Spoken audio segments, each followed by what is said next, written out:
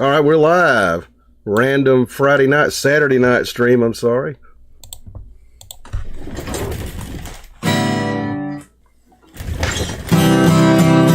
Have a late night show tonight.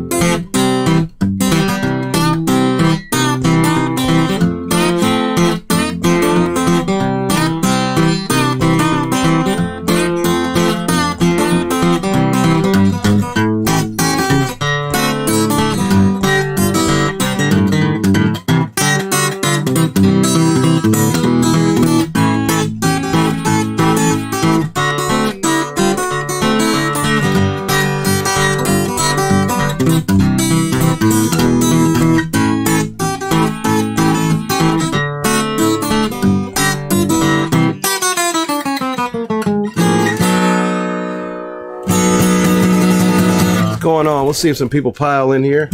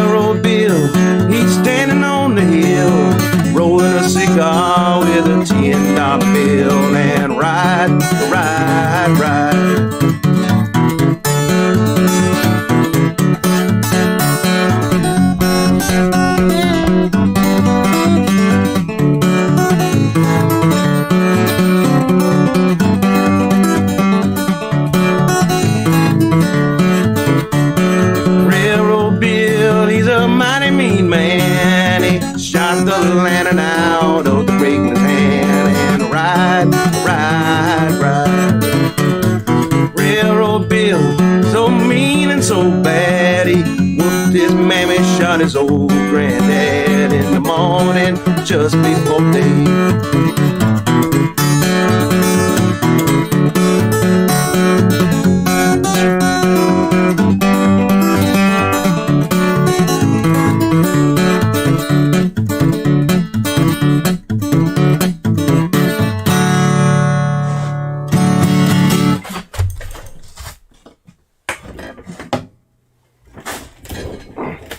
What's up, ladies and gentlemen?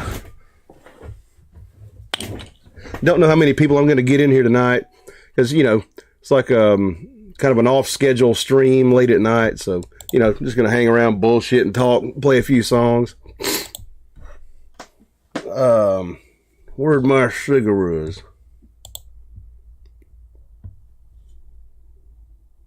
Let me see here.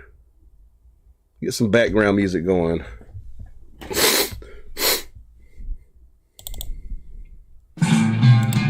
There we go.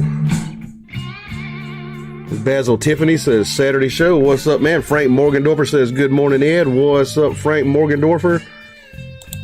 And Night Soul says, let's go, Edward. Appreciate that very much. I'm going to grab me a cigarette here.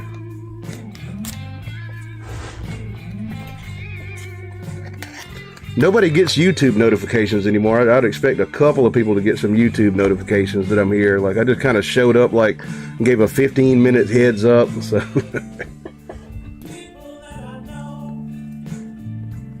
let me see. What a lighter.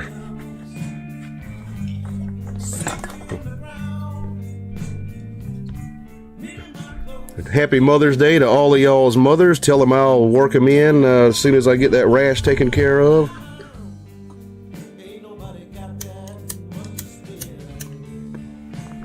See. Need a lighter. Edward Potter says, what's going on? What's going on, man? How you doing?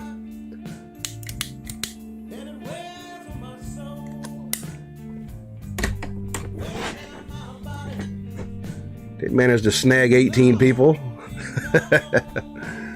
Probably not going to be like a Wednesday night, you know, when I usually do these things.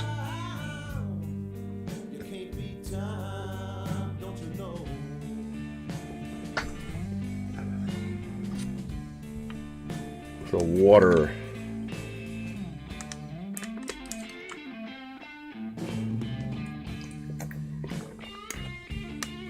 Russell's Honor says, smoke rings. What's up, man? How you doing?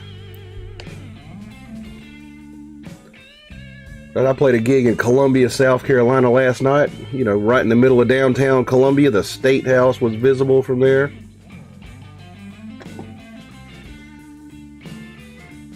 Possibly running sound for somebody, you know, this coming Friday.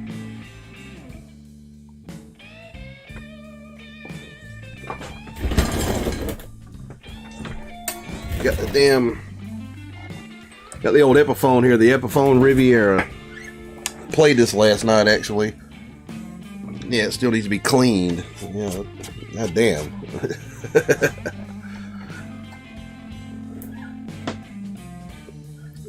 Ashtray.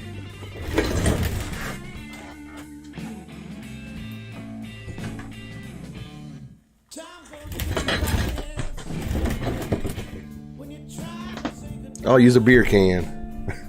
Martian Murray says, I stopped at a Hooters in Columbia a couple times passing through. You know, I've never been to a Hooters or a Twin Peaks. I never got it, you know.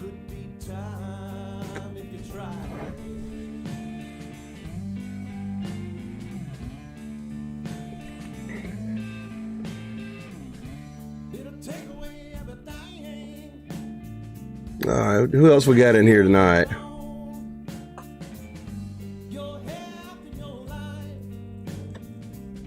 Need to get my amp hooked up. I don't have my guitar. I set up as fast as I could. Martian Murray says, oh, I went just for the wings, of course, right?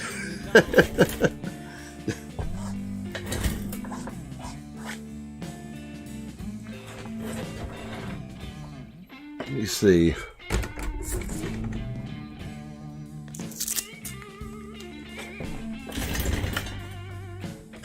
Plugged in here.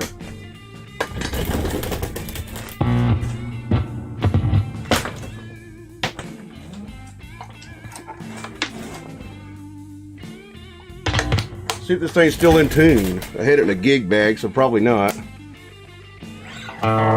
Nope.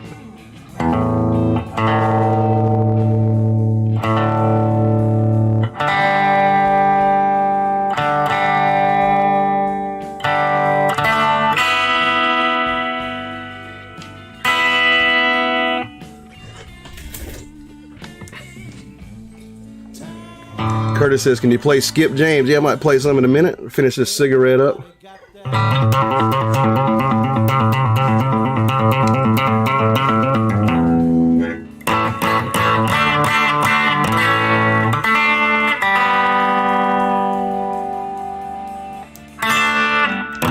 Stay tuned.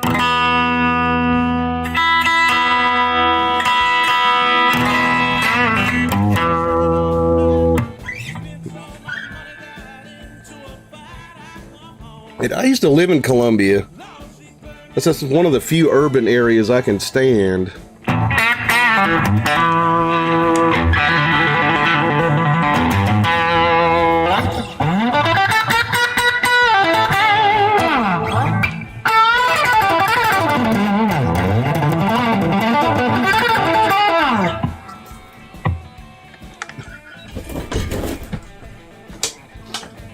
All right.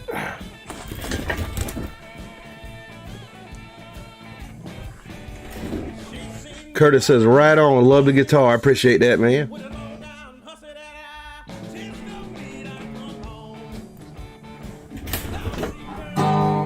Let's see, to play Skip James, I'm going to have to retune this thing here.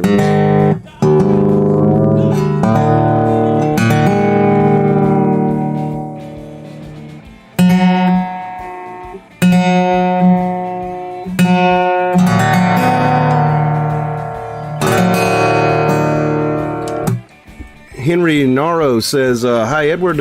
What kind of pedal effects do you use? Well, I'm not using any in here. It's just the amp and, you know, the reverb that's on the amp. But when I play like live shows out at places, I use a MXR compressor. I've got a chorus pedal, a Boss chorus pedal, got a Boss blues driver, and a Morley wah wah pedal. Yep.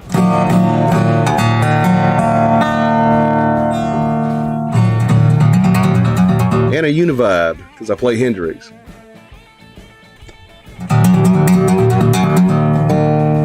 Johnny, burning my light here. Johnny RNRS says, you're looking sharp tonight, Ed. I appreciate that. Just whipped out another one of my Western shirts, just like last Wednesday. Henry says, it's just an amp. Wow, it's amazing. It's a Fender Super Champ X2. It's a little amp. It's like a practice amp. Frank Morgendorfer says, Ed in red, you got some snazzy shirts. And, Henry says, I'm from Peru. Okay, cool.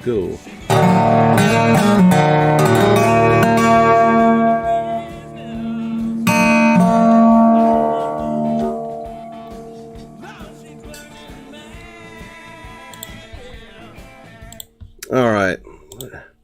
Let me see if I can besmirch the good name of Skip James with a song I about half remember.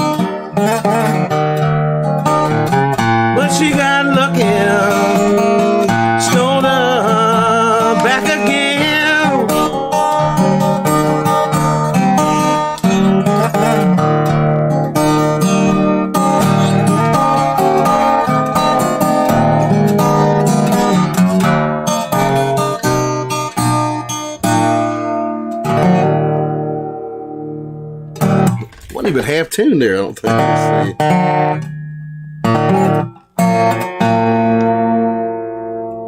You know, was Devil Got My Woman by Skip James. Did that one back in the 30s, I believe. Rumor has it he was playing a 12 string with just 6 strings on it.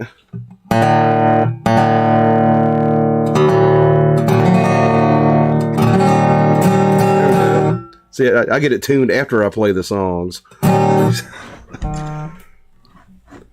Henry Naro says, love your blues style. I always watch your videos for inspire me. I appreciate that, man. Thank you very much. Manish Boy says, very nice song. Appreciate it. Curtis says, damn, playing Devil Got My Woman off rip. Hope to reach that level one day. Shit, I appreciate it, man. I just about played it.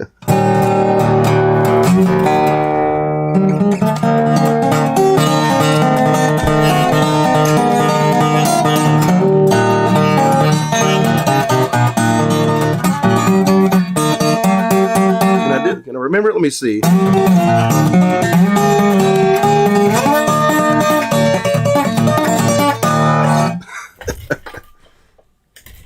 gonna trim my fingernails too.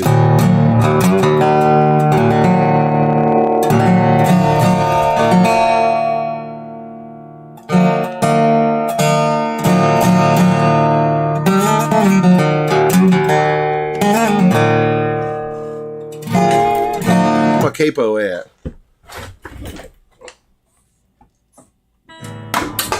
Damn it.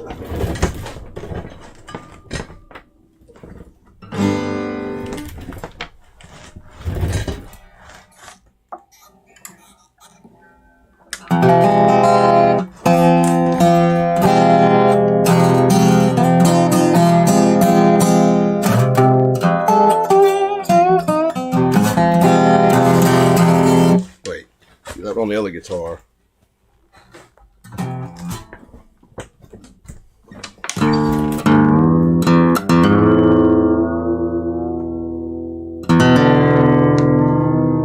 See if I can break a string here.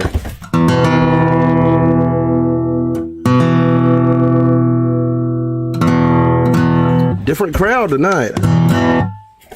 A lot of my regulars aren't here. They probably don't know I'm here.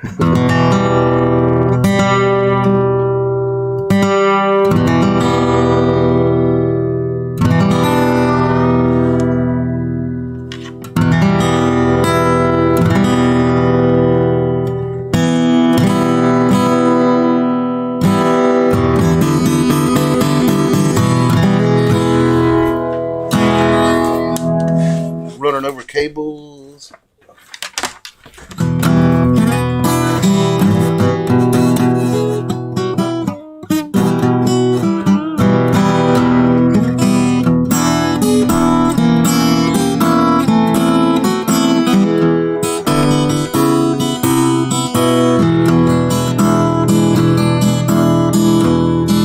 I gotta keep moving.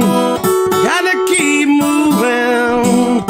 Blues falling down like hail. Blues falling down like hail. Blues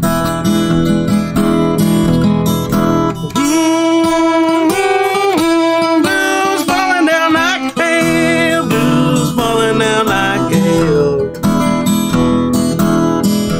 And the day keeps on whirling of a hellhound on my trail, hellhound on my trail, hellhound on my trail. If today was Christmas Eve and tomorrow was Christmas Day,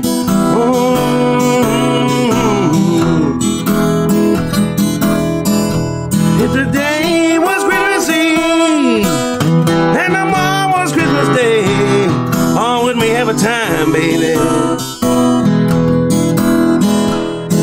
I wouldn't need my little sweet rider to pass the time away, oh, to pass the time away. Sprinkled hardwood bottom all around my door, all around my door. You sprinkled hardwood bottom all around your daddy door.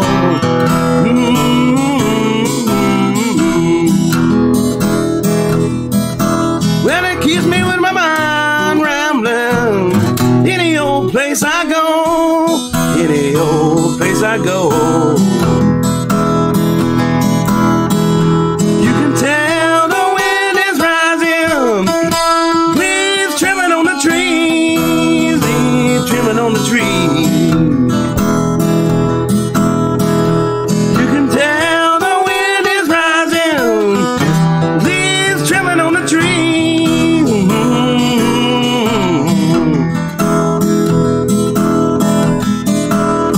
I wouldn't need my little sweet rider to keep my company, keep my company, keep my company.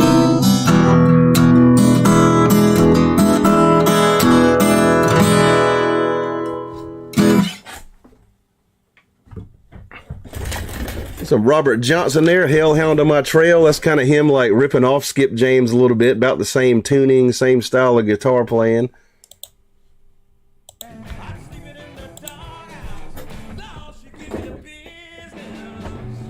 Stephen Shooty says, just joined you from Colorado. What's up, man? How's it going? Shovel says, top of the evening, amigos. Kev says, hey, man, just tuned in. Glad to see you have the resonator out. Nice one for Skip. Well played. Any chance you looked into Rory Gallagher as the crow flies? Bet you would nail it. I need to learn that one. Yeah, I should learn some Rory Gallagher. I'm burning up in here.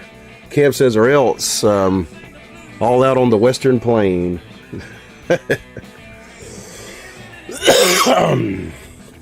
Henry Naro says, Edward, how you develop playing while you're singing? Do you have any advice to works? I would just say practice.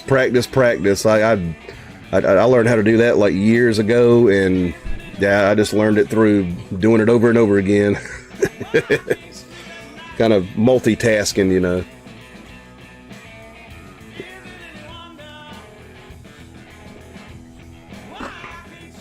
Sweaty in here already. Very, very muggy day down here in the south.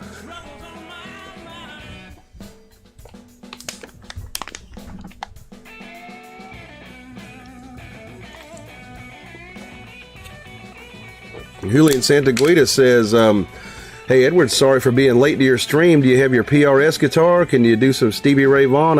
I don't have the PRS, but I got the Epiphone back there. I can do some SRV.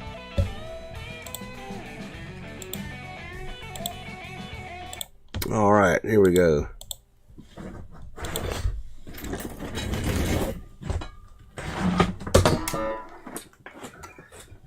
God fucking damn it. Ow. Camera. See if my camera's going to start back up. There we go. There we go. All right.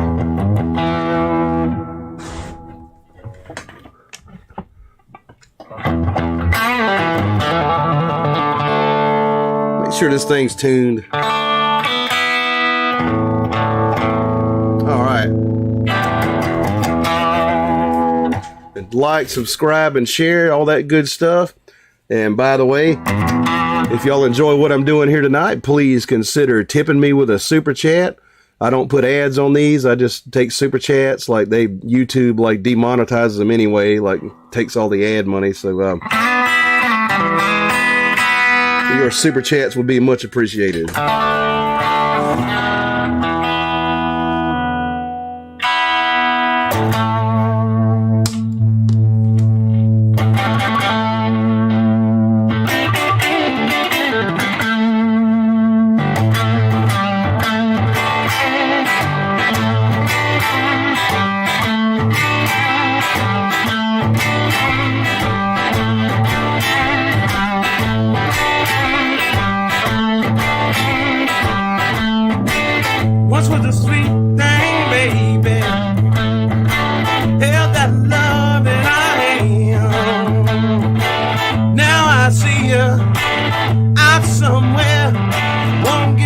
Time of day, that's a good old shot now. Yeah, that's a drag.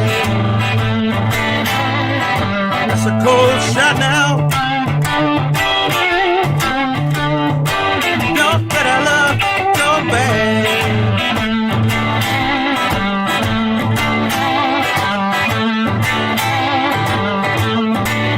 Remember the way that you love me. Do anything that I say. Now I see you out somewhere. Won't give me the time of day. That's a cold shot now. Yeah, that's a drag. That's a cold shot now. Don't make love go bad. Bad. So sad. Too bad.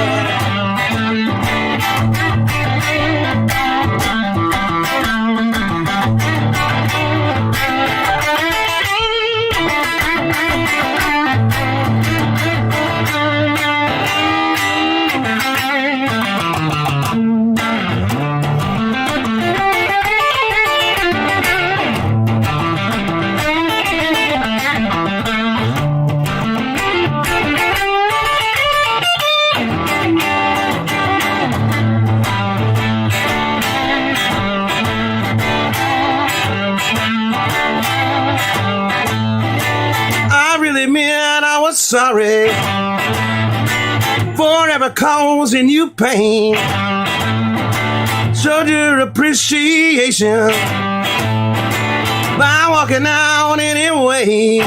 That's a cold shot now. Yeah, that's a drag. That's a cold shot now. Don't that I love go bad.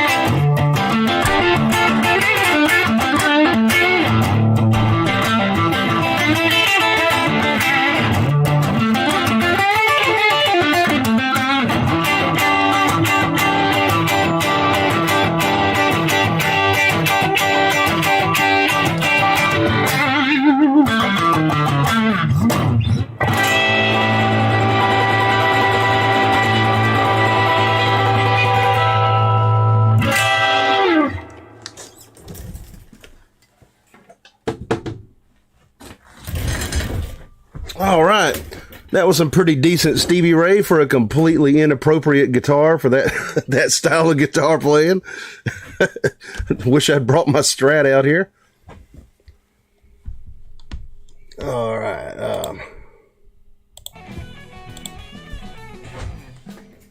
Kev says Banker's Blues. I have to learn that one. Stephen Shooty says, how'd the gig go for you the other night? Well, I played last night. Went pretty well, just 3-hour gig.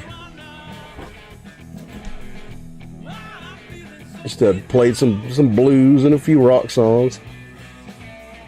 Jeff Davison says, Hellhound on my trail. So good. Hello from Timaru, New Zealand. Hope I'm saying that right. Yeah, appreciate that very much, man. Stephen Shooty says, give my left nut to hear you live, bro. You ever make it to Georgia, South Carolina? I'll be playing around there somewhere, probably more weekends than not.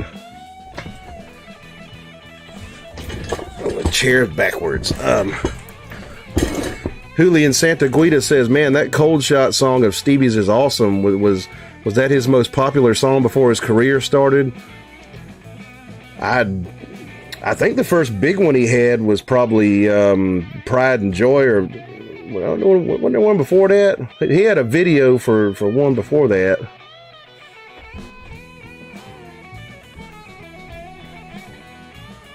Henry Naro says, wow. Kev says, lethal, appreciate that.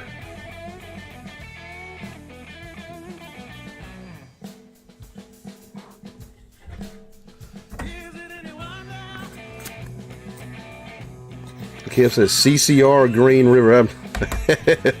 I'm retired from CCR. I never knew that one anyway. I didn't know the lyrics. But I used to have to sing Proud Mary all the time.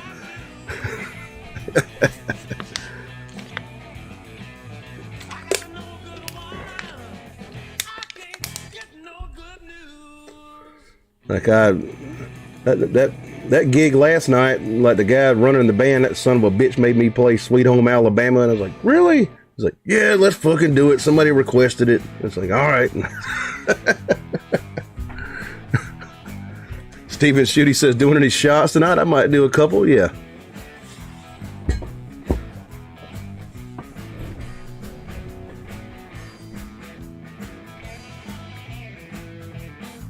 Let me see.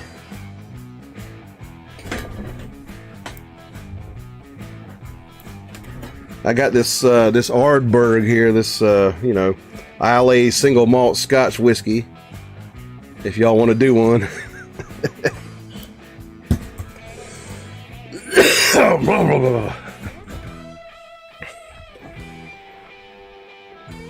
CCR, I was in bands that played Proud Mary.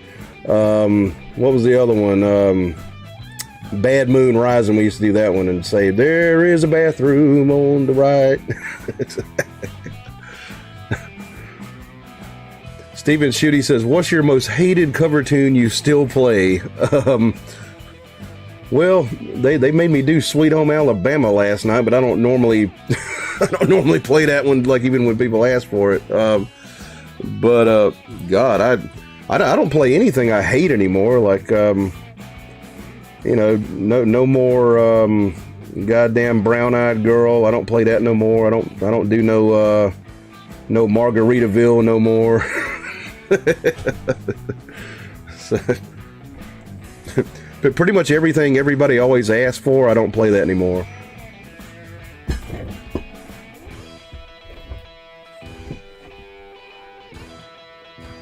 Julian Santaguida says, is that a blend of two different alcohols? I want on that one. No, it's a single malt. It's just from a single distillery in Scotland, as opposed to blended Scotch whiskey like Johnny Walker. Basil Tiffany says, I got to re-up on alcohol. All I've got here is Kahlua. Oh shit. No. Making like White Russians or something. Kev says, Green River's a sick tune though, man. Nice one anyway. Whatever you play is rocking. I appreciate it. Appreciate it, man. Stephen Shooty says, hear you on overplayed tunes. Yeah. Shit. Jeff Davison sends a New Zealand $10. I appreciate that very much, man. He sends me a thank you sticker. Thank you very much for that super chat. Super chats are the life of the show. I don't put ads on these. Probably the most overplayed tune I play live, it might be Rocky Mountain Way, but I still enjoy playing it. I play TNT by AC/DC a lot of times too. A lot of people play that one.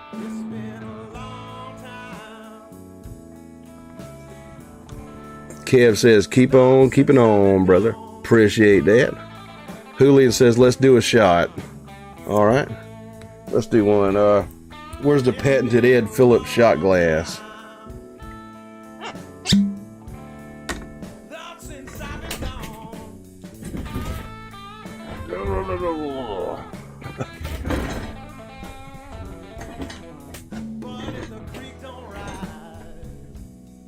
Make my camera focus. Okay. Out of the Ed Phillips patented shot glass, some Ardbeg single malt Scotch whiskey, smoky as hell, tastes like burnt peat moss. Now let me put the top back on this bottle. Christy Bush says, that's great, Jeff Davison. Yeah, I do appreciate that. And Blues Rocker says, I need one of those shot glasses. Yeah, I got them for sale, like in the merch link below my Etsy shop. Shot glasses and t-shirts. All right, here we go. Saludos, Kim Pai, cheers, L'chaim, all that good stuff.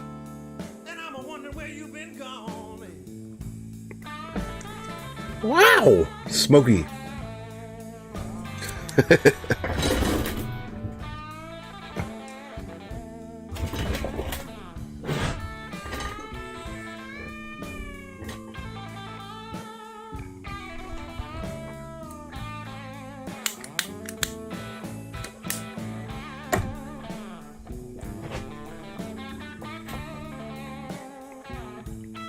Christy Bush says, cheers. She said, I've got one very high quality. Appreciate that very much.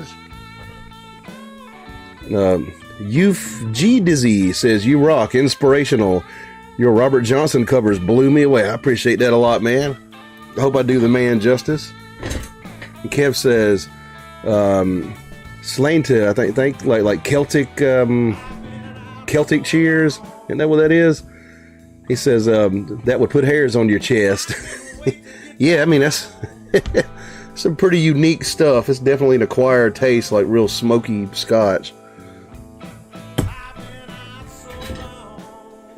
Christy Bush says, have you played any John Lee Hooker yet? Let me see if I can think of one. I can do some John Lee Hooker. Maybe smoke this cigarette. I might play maybe Dimples.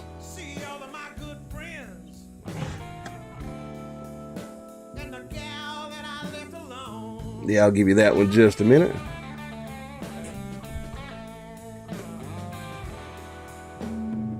I've been playing Dimples on stage since I was 14 years old. It's weird.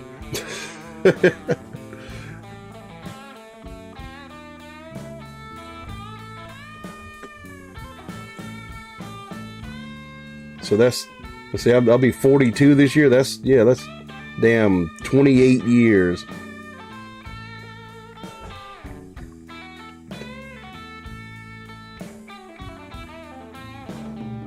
Blues Rocker says, wife spent 25 cents on a slot machine on Global Poker and hit $251.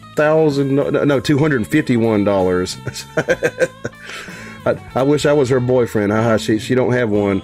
Maybe she can buy me one and give me a day off. Yeah.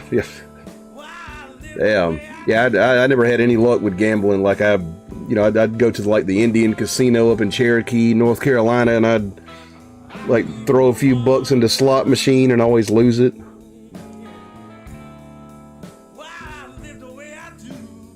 And Kev says, Lightnin Hopkins if you can. Yeah, I can do that for you. Yeah. So we got John Lee Hooker and Lightnin Hopkins. Alrighty. I'll be coming home soon. Let's smoke this cigarette here.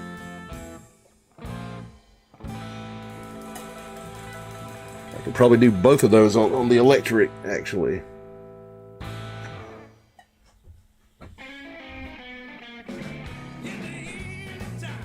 And Rodrigo Messina says, nice hat, Ed. Yeah, this pimp hat that I bought in an antique store for like $20. Like there's no brand on it, no name on it. The black hat in my videos comes from American Hatmakers. I believe they're linked below. Stephen Schutte says, sad how many people don't realize Hooker did so many tunes that Thorogood covered. Yeah, one bourbon, one scotch, one beer. But I think somebody did that before John Lee, actually. Blues Rocker says, I do decent at No Limit Hold'em, but I don't do great at slots. Yeah, I mean, I'd never had any luck with it. Kevin says, my man, you're like a jukebox. Appreciate it, kiddo. I appreciate that, man. Thank you very much.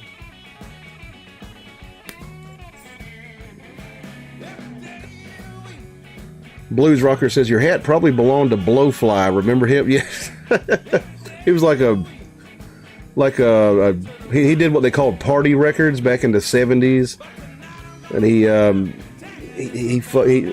basically like the same shit that Rudy Ray Moore used to do. Like just, you're making a record where they shit talking and singing like dirty stuff, you know. Yeah, I remember Blowfly. Funny, dirty rap. Yeah, some people call him the first gangster rapper. Dave says, my best jackpot when I found 3 peanuts and 1 shell. Shit. I won $100 in middle school back in the 90s one time. I took it and spent it on a Crybaby wah-wah pedal, which at the time cost about $100.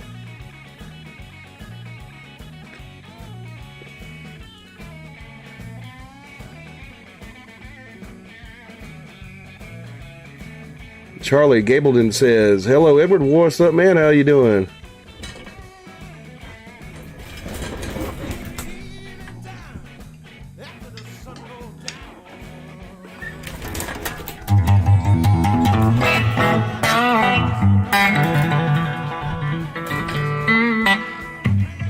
These last few drags here, we'll play some John Lee Hooker and some Lightnin Hopkins. Hey, we got some people in here now. Okay, I didn't know how many would show up like with a short notice late night stream. We got 41 people. That's pretty good. Charlie says, how do everybody? Blues Rocker says, I hit $100 on a Wham Lotto ticket, $1 ticket when I was broke. That's pretty cool, man. Damn.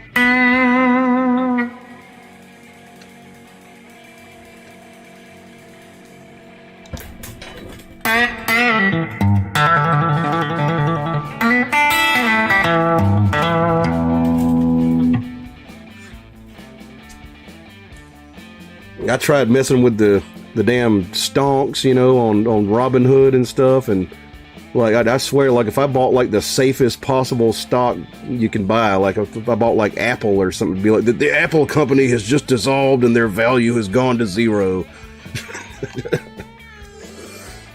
And Nick Champlin sends me a $5 super chat. Thank you very much for that, man. I appreciate that a lot. He says, signing in from Arizona. Thank you for that super chat, man. Super chats are the life of the show. If y'all feel like tipping me, shoot me one of those. Winston Smith says, good evening, Edward, and music lovers. What's up, man?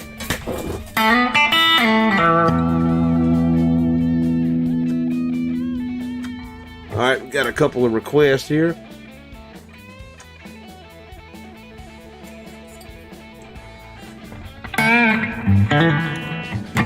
Let me see. See if I can make Dimple sound good without a band.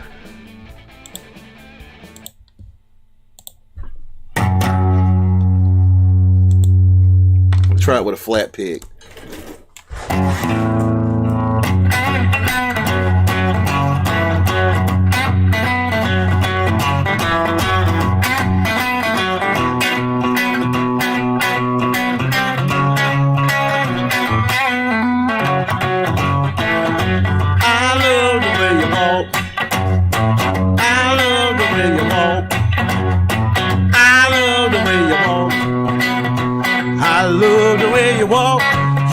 Babe, I got my eyes on you.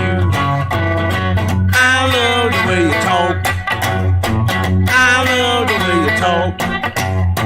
That baby talk. That baby talk. You my babe, I got my eyes on you.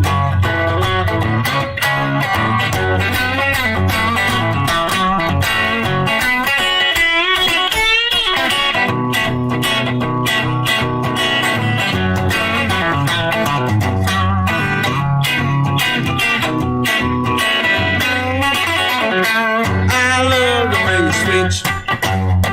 I love the way you switch. I love the way you switch. You my babe, I got my eyes on you.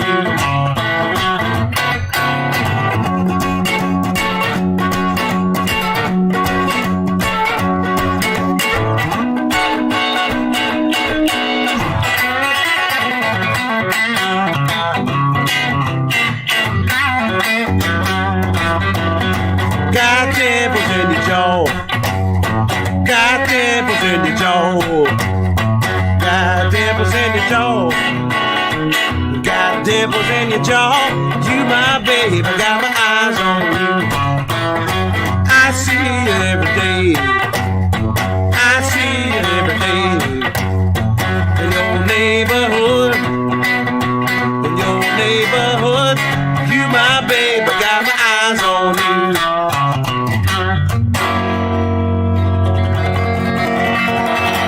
A real old John Lee Hooker right there. Winston Smith sends me $5. He says, Edward, do you know any Chris Whiteley? I don't think I do. And he says, if you don't, play some John Henry. All right, I'll do that for you. Appreciate that super chat very much, man. Thank you for that a lot.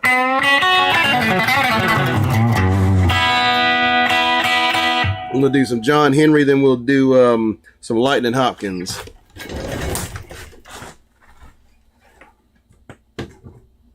All right.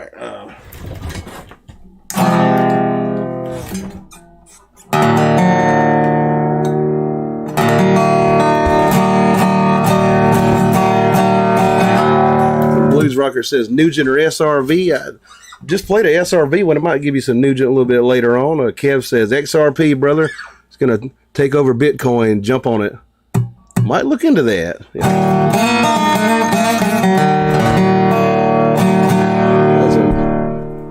Charlie Gableton says, I ordered a Nota Dumla pedal and it arrived today. Took 10 minutes to assemble.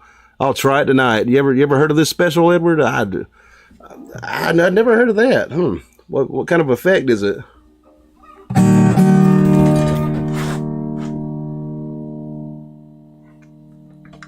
All right.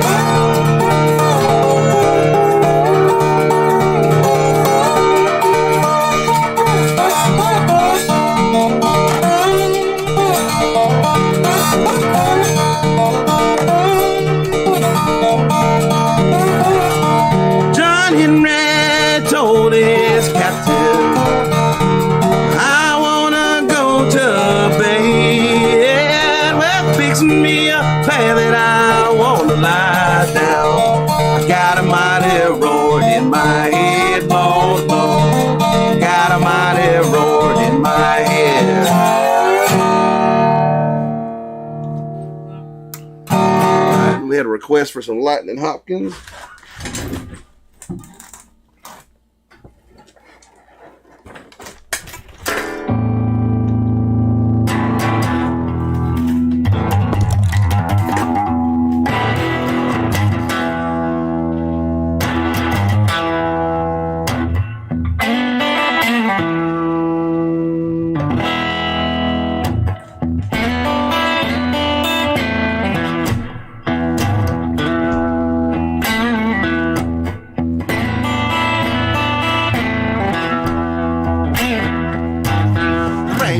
Shotgun, lightning's bound to go shoot again.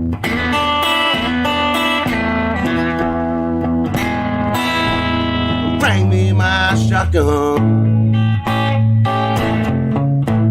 lightning's bound to go shoot again.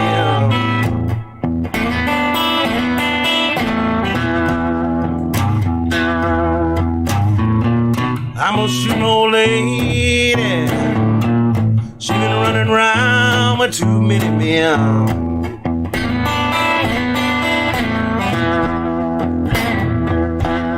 Bring me my shotgun, and a pocket full of shells.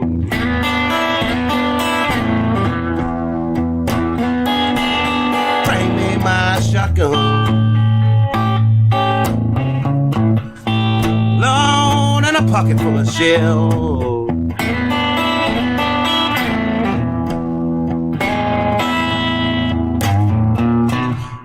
Shoot my old lady, throw her down in that deep dug well.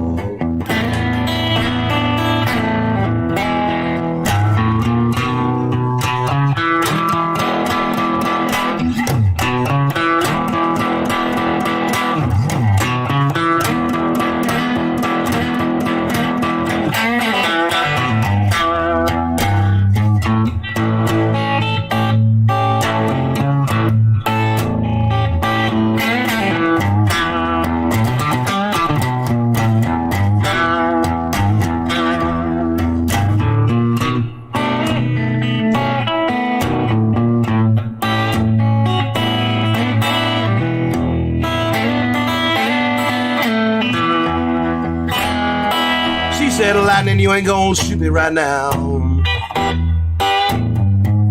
I just dare you to try.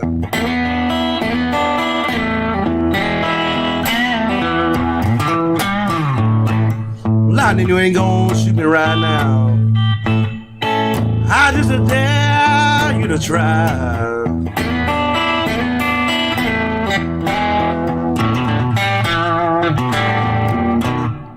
Only reason I don't shoot you right now, a double-barrel shotgun just won't fire.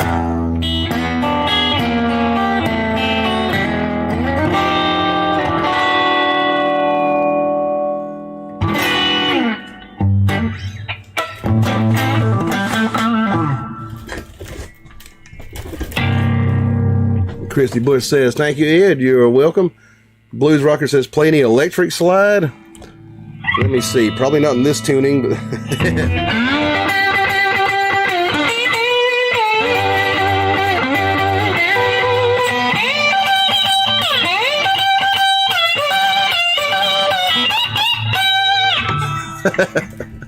it's a little bit of electric slide and standard tuning. Chrissy says that was so good. Appreciate that. Rodrigo Messina says, I'm waiting for your slide guitar course. I need to come out with one. I do have one video on my channel about like the basics of slide playing that you can look up. Basil Tiffany says, Freight Train. Play a little bit of that.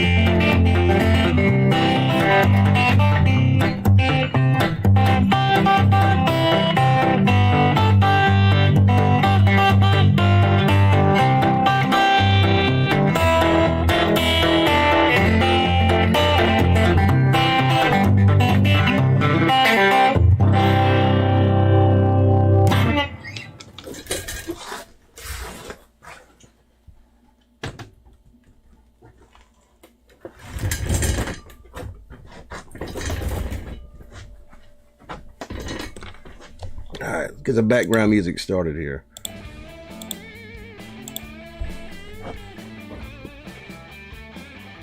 Blues Rocker says, sounding damn good tonight, Ed. Makes me feel good to be alive. I appreciate that a lot, man. And Charlie says, it's supposed to sound like a Dumble amp. They named it Not a Dumble. Oh, okay. So it's like a pedal that emulates a Dumble. I wonder if it works. Of course, I've never played a Dumble, so I wouldn't know how to compare and contrast. Let me see. Fun for Sinclair sends $10 in a super chat. He says, "You the man, my friend. Thanks so much for the fire tunes, keeping the blues alive." Thank you very much for that super chat, man. I appreciate that a lot. Super chats are the life of the show. If y'all feel like tipping me, shoot me one. I will appreciate that. Kev says, "Shit, man, you got them blues. Appreciate the sounds." I appreciate you, man. And Charlie says, "Hip, hip, nice. Appreciate it, man." Or Richard Pidcomini III says, "Bullfrog Blues." I don't think I know that one. Did I say that right? Pidcomini? Yeah, I don't know. But I'd have to learn the Bullfrog Blues. I don't know that one. Blues Rocker says Hendrix Blues. Let's see. If only I had a band and a wah-wah pedal. Let me see. Blues Rocker says No Satisfied. I don't know that one. Let's see.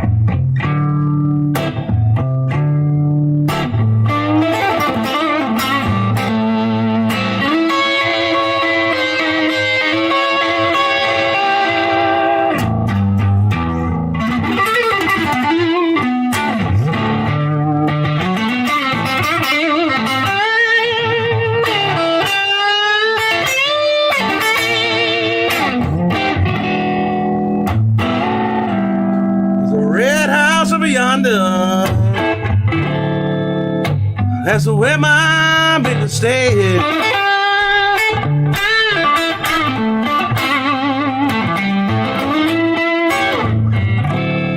There's a red house over yonder. That's where my baby stayed.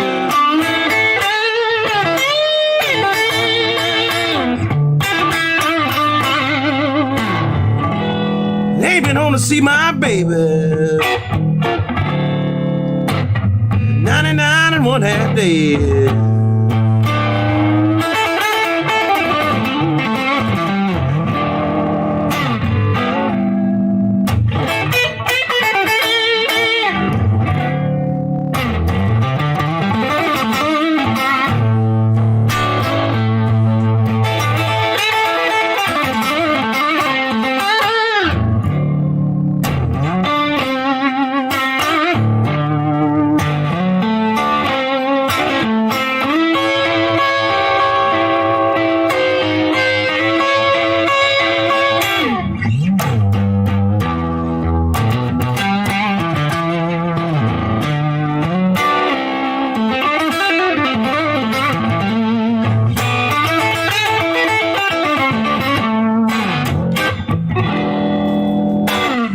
Bit of Red House. Yep.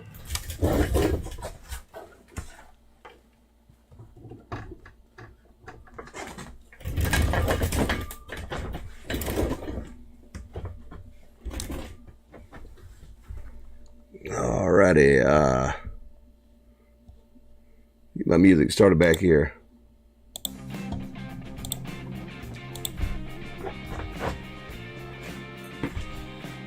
Blues Rocker says Guitargasm. I appreciated that. Appreciate that. Henry Naro says Red House, amazing. Love toy style.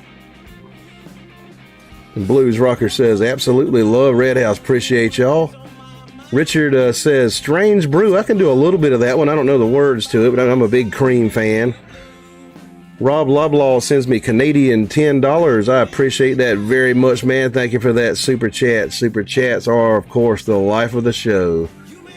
Kev says, sweet, appreciate it. Let me see. See what I can remember of Strange Brew. Is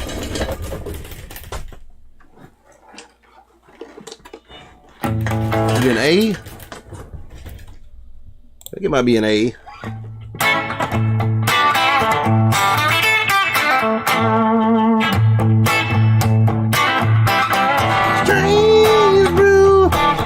what's inside of you.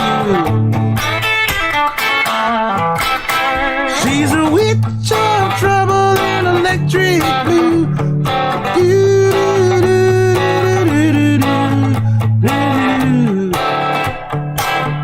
What you gonna do? Strange brew, kill what's inside of you. Yeah, that's one I don't know all the words to. Never tried that one with a band like all the Cream songs I've done. Let me see here. I got something sticking me in my shoe here.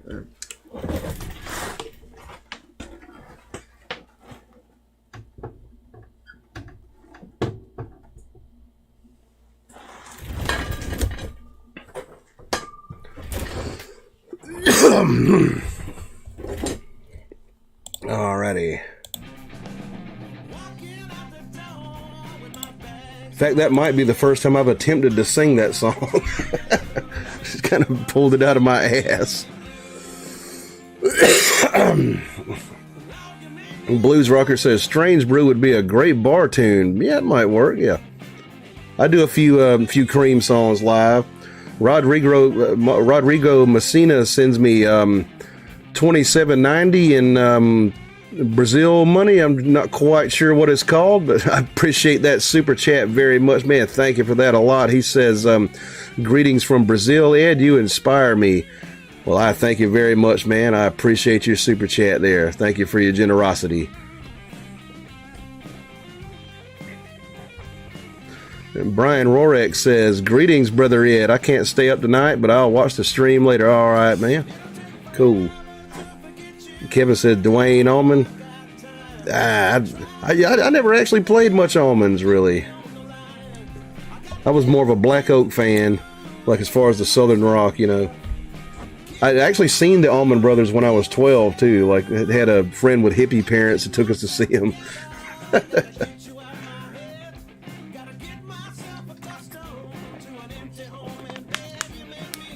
Blues Rocker says Beer Drinkers and Hellraisers would be a great bar tune. I had a band about 10 years ago that attempted to learn that one, but I don't think we ever got past. We might have got it out of the practice room and played it in the bar a couple of times. I can't even remember how it goes hardly. Like Kev says, Silver Dollar. I don't know if I know that one. Richard says, thanks, Ed. Appreciate it, man. Blues Rocker says, no, any Molly Hatchet Gator Country would be right down your alley. No, I'm retired from the Molly Hatchet. Shit. Of course, I never had a band with like 3 guitars in it, so I don't think I did much really with bands.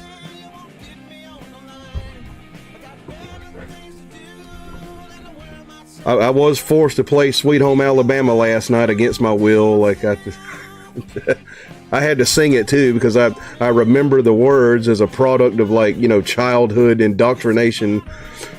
I've had to play it for fucking 30 years. Yeah, I actually like did a rare Skinner tune last night because I wasn't the one running the band, but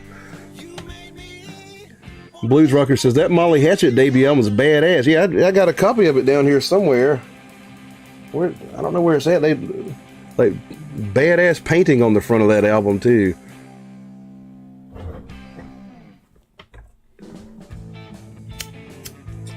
I'm sure I played Flirting with Disaster probably back in the day with a few groups. Some guy says, "Hey Ed, what's up, man? How you doing?" Blues Rocker said, first 2 were special. Oh yeah, that's some good stuff.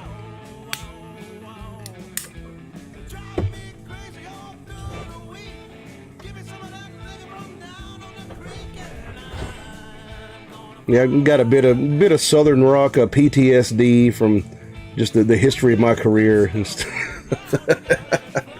Black Oak, Arkansas had many great albums. Oh yeah, they had the coolest shit because they were like really raunchy and stuff, you know, and they were like drunk all the damn time. You know, the Jim Dandy with his damn, like, tights on where you could see, like, his little pecker poking out. Like, shit.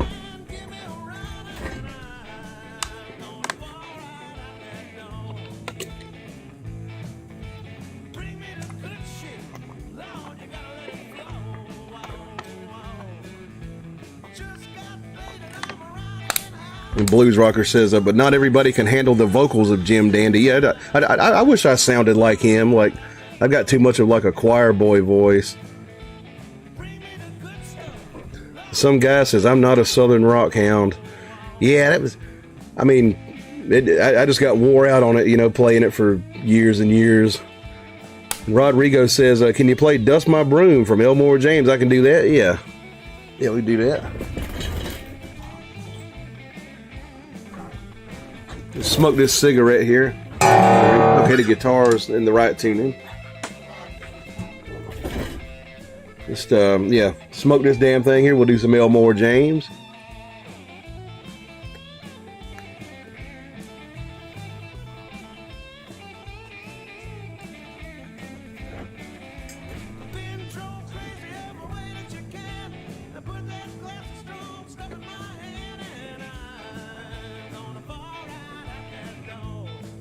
It's a hot ass shirt, or either these lights are hot. I don't know. Yet another Western shirt like I wore last week. This one's kind of red. I don't really do bright colors very well, but this one looks okay. I'm more of an autumn.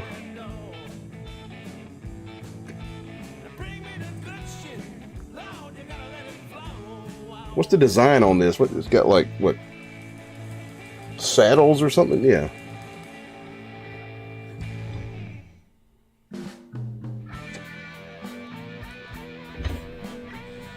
You know, I'll do the slide version of Dust My Broom, like, yeah, like Elmore James did it. Because I remember Robert Johnson, like, when he did it, he didn't use a slide.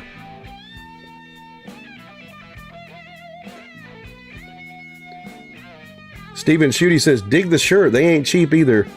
I got this for free because a guy wanted me to wear them in a band. And gave me the bolo tie, too. I was like, I don't want to wear that shit. Then, you know, I sat on these two Western shirts I've got for years, and it's like, how can I make these look decent? Then the other night I saw like a interview of Lemmy Kilmister, and he showed me how to wear them correctly. You just kind of unbutton them a little bit, put the bolo tie around your bare neck, and it looks cool. It looks rock and roll, you know.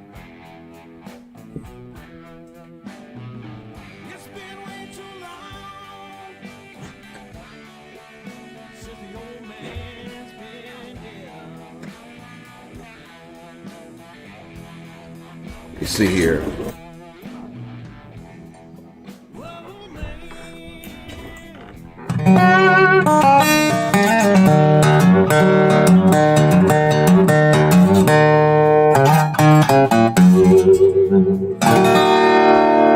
Slide am I going to use here? Yeah.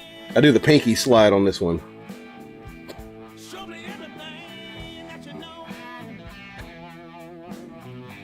Get these last few drags.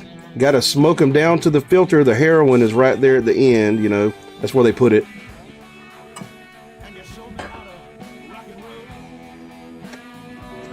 Old Lucky Strike, old grandpa cigarettes.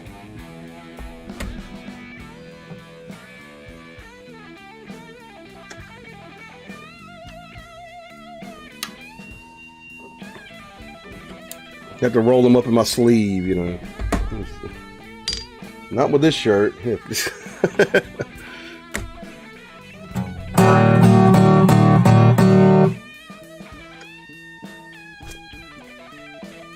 little more of my water here.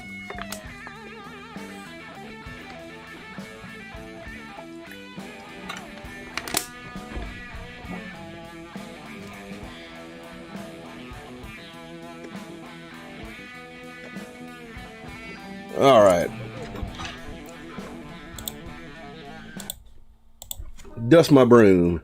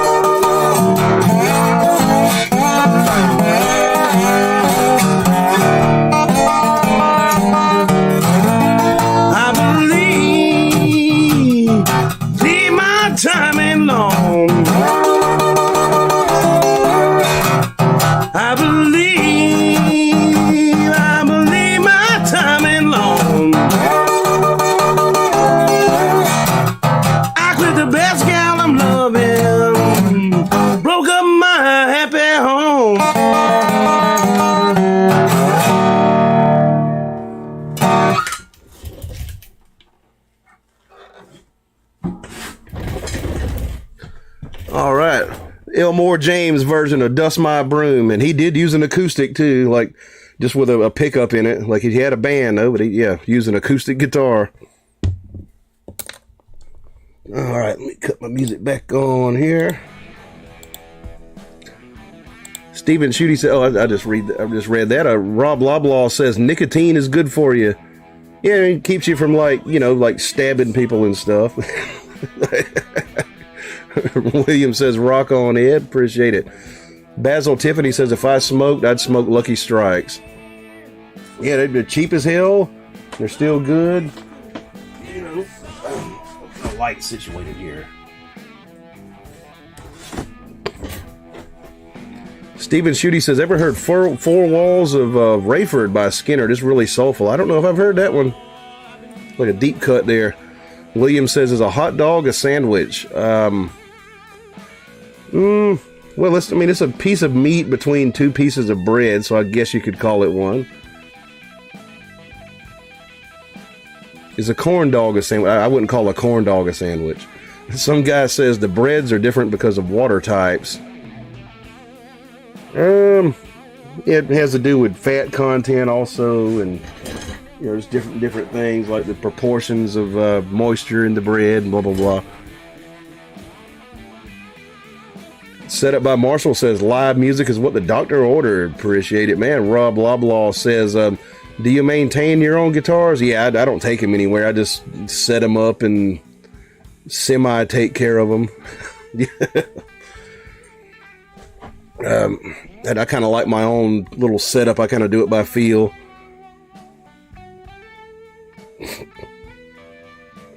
And let's see. William says there's only one type of water. I know from brewing beer that's not exactly true. Like some beers taste really good with hard water, like a good English pale ale. You want like hard water with like gypsum and stuff in it. Some guy says the aquifer in El Paso has trace amounts of lithium. So I guess everybody there is like happy and zombified and stuff. Some guy says happy bread. Set Up by Marshall says, get the latest album, If the Creek Don't Rise. Yeah, that's what's playing in the background there, my latest album. I would appreciate it if y'all picked that up. Yeah, got that out on CD and on download. Thanks for putting that link there, Set Up. Richard says, do you know Fixin' to Die? I'd have to learn that one. I don't know that one.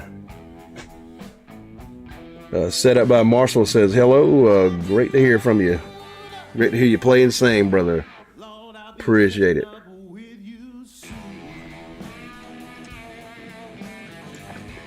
Then Charlie says, thank you, Marshall.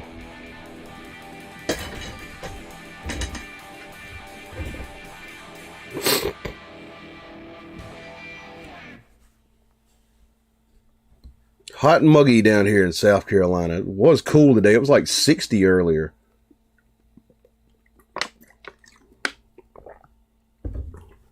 And restart the music here.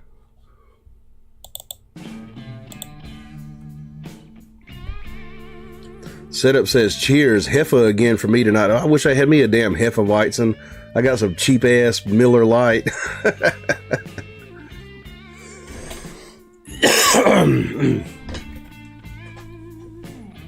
A Heffa is about the easiest kind of beer to brew because you don't have to filter out all the fucking yeast and stuff. Let me see. William says, do you know any REM? Not really. I remember them, back in the 90s and stuff, but I don't know none of their stuff. Some guy says, I played with a dude that had a song about the creek rising. It's an expression, like a southern expression. If the creek don't rise, I'll be down there, Basically, like barring some kind of extenuating circumstances, I'll see you.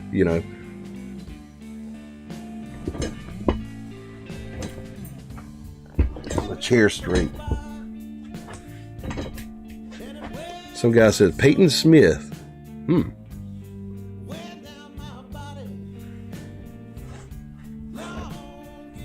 Bayou Kid to Nashville.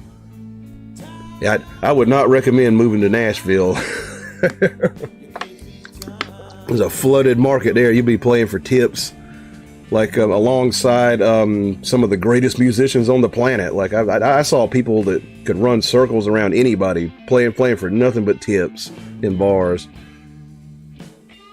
Set It by Marshall says, we had an amazing gig last night. Total fun. We were able to get friggin' loud. Yeehaw. That's always nice when you find that one bar that lets you crank your shit up. A lot of them won't let you do that, you know.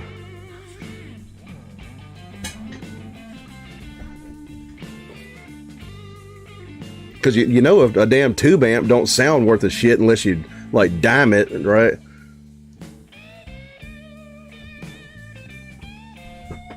Some guy said fiddle players are needed in Nashville. Yeah, they got plenty of guitar guys.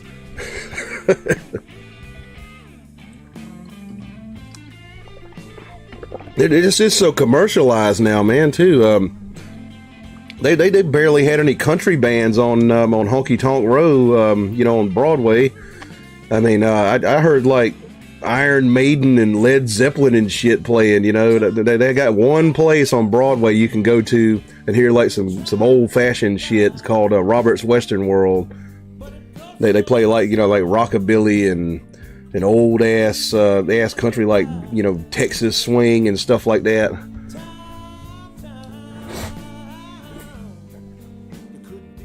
Set Up by Marshall says House of Scott in Walla Walla, Washington, super cool winery.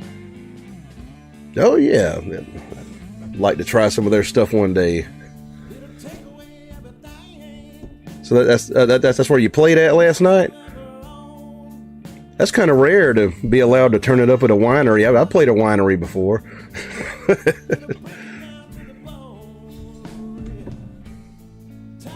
William says, you like SpongeBob? I used to watch some SpongeBob, like when it first came out and stuff. I think they got kind of lazy on the writing.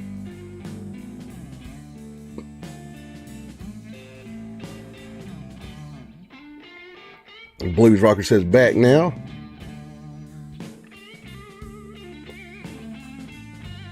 William says, I like the band Chastity Belt from Walla Walla. Blues Rocker says, Ron or Shevel tonight? I haven't seen either one of them. Set Up by Marshall says, the room has two huge doors that open to the street. The manager says, we're not afraid of getting loud. Damn, I wish every bar owner would say that. I used to get pissed off when people would like shush me and stuff too. Like, could you turn it down a little bit? It's like, why the fuck did you hire a goddamn, you know, electric rock and blues band? You know, hire a fucking bluegrass band if you want low volume shit. Henry Naro says, Edward, have you listened to Butterfly Blue by Iron Butterfly? Could you play it? That's not one I'm familiar with. I do like Iron Butterfly. I've got a record below me called, down here called Heavy. It's a real good album by them. That particular song I'm not familiar with.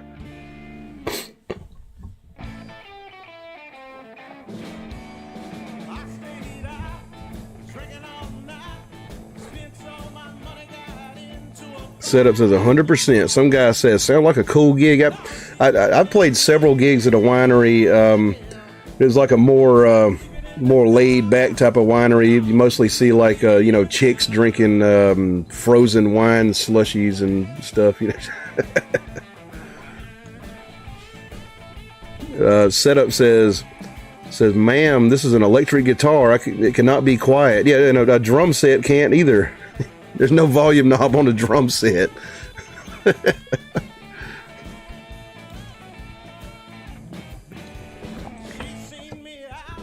And, you know, playing like balls to the wall rock music, especially, like if you're doing like AC/DC or something like that, it sounds like shit at low volume, too. I mean...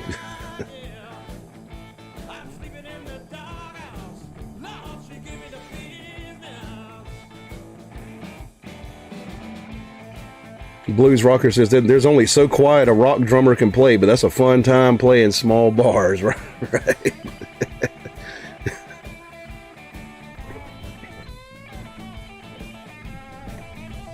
I got pissed off one time. And I was like, y'all know what? Fuck this shit. I started playing like Hank Williams Sr. songs for like an entire set.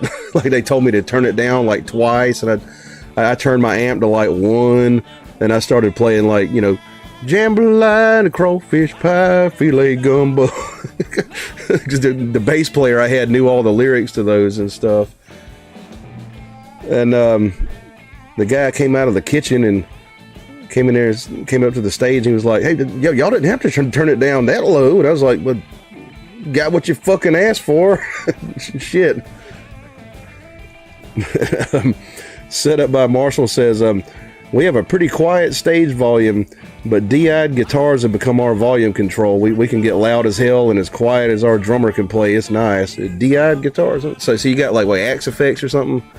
Some guy says, I put hankies on my drum heads, kind of like Ringo.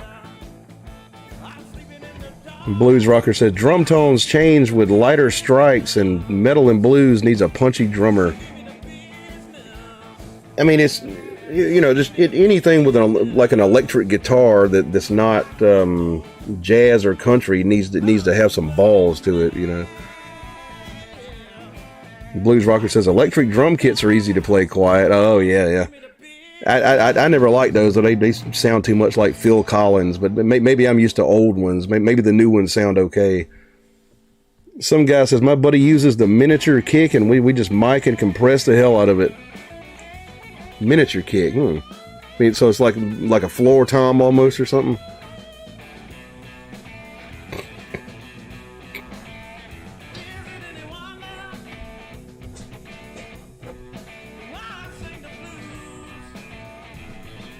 I think I want a shot of some liquor. Let's do. Y'all want to do a shot?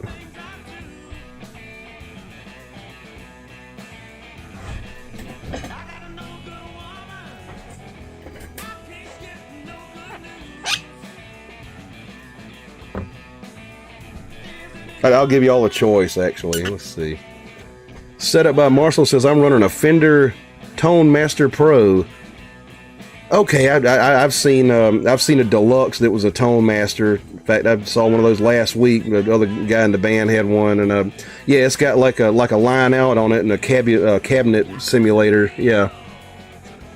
He says basically it's a pedal board with the amp in. Oh, okay, so it's something else. Okay, I was thinking about like a Tone Master amp. Small and light. We use the Quiet Love 4-piece kit, Questlove 4-piece kit. Pretty damn loud, sounds killer. We mic the kit at every show. I'll usually like at least mic the bass drum. Blues Rocker says, I seen a guy set up a trigger on a bass drum, and every hit there was the word penis when he kicked it. I gotta try that. Some guy says, right floor tom on legs, kick pedal on legs too. Says just a pedal, great monitor. Okay, yeah. They got those Tone Master amps now. It's supposed to sound like a tube amp, but it's not. It's a solid state amp. You can get like a deluxe. I think they might have a Princeton that's a Tone Master.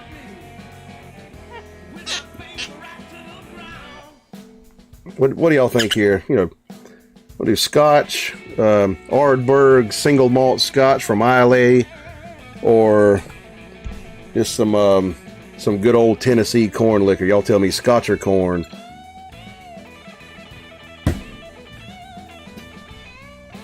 Damn it. The top screwed on here.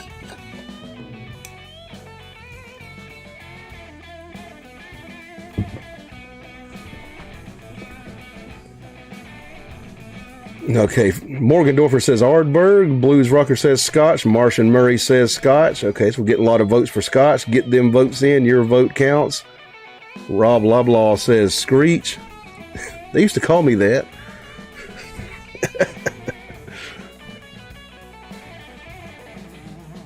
Set up by Marshall says this pedal has way too many amps, but the deluxe is awesome, just no speaker cab. Yeah, I'm going to be seeing Metallica the first week of June, and they don't use amps anymore. They just use fucking Axe effects. Basil Tiffany votes for corn. Looks like Scotch is winning here. It will do some Scotch.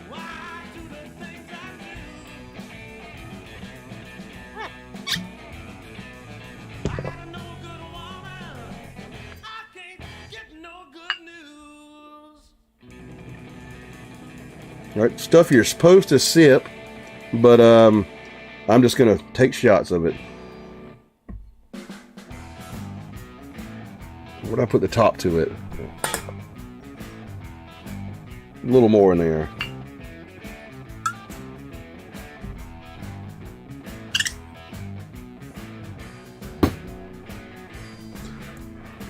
Blues Rocker says, drink any Calverts? Haha, I grew up on that shit. Had to steal it from my dad. I was about 13 to 15. Oh, from my mom. He said.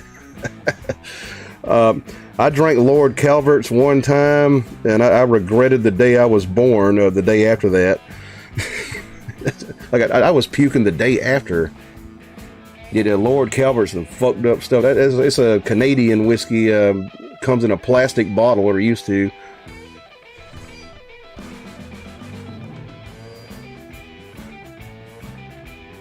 All right, let's do this. L'chaim, Kempai, Saludos, cheers, all that stuff. Slanta down the hatch.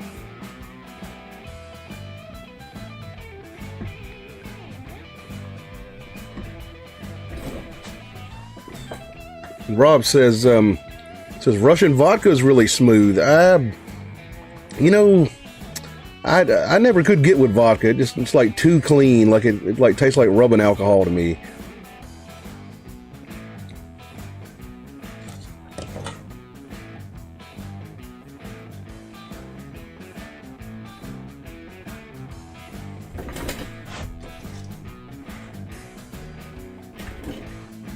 Blues Rocker says I'd pour several shots in a glass and pour Coke over it.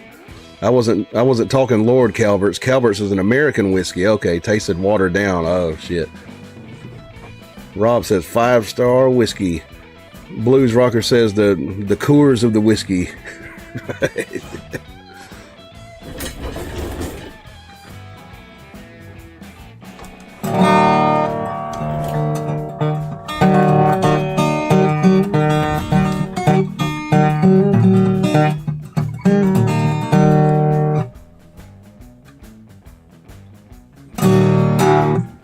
Some guy says, I drank straight Turkey 101 for years. Oh, shit. That's pretty rough.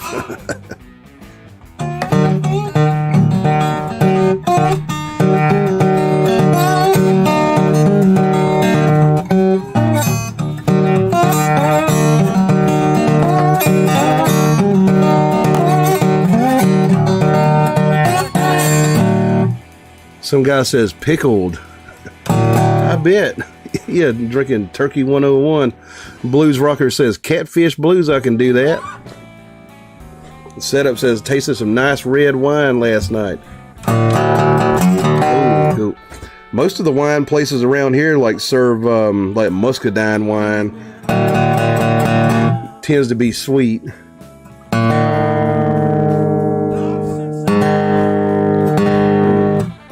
See, Jay Hines says, good evening, everyone. So you popped on live. I can't stay long, but I want to say hi. Rock on. Oh, cool, man.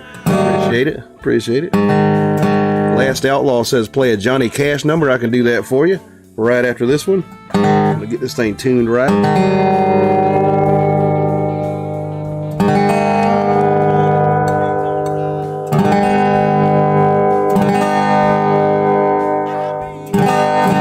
Basil Tiffany says, straight turkey. My goodness, why? Right. And Jay Hines says, Ed, autocorrect changed it. Ed, how's it going? I'm doing pretty good, man.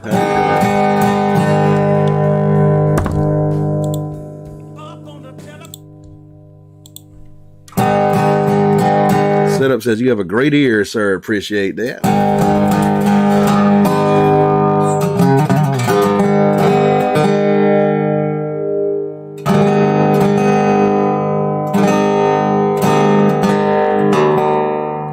Delta Blues here. Catfish Blues.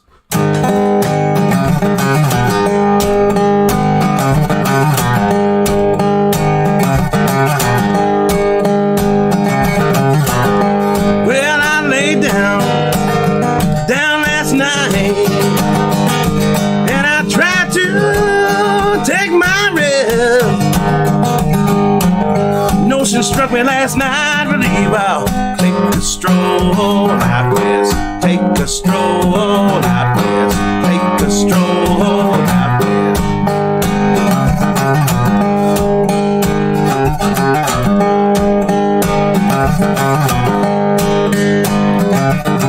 If I was a catfish mama swimming down in the deep blue sea, have all you gals now putting out hooks on me, putting out hooks on me, putting out hooks on me, putting out hooks on me.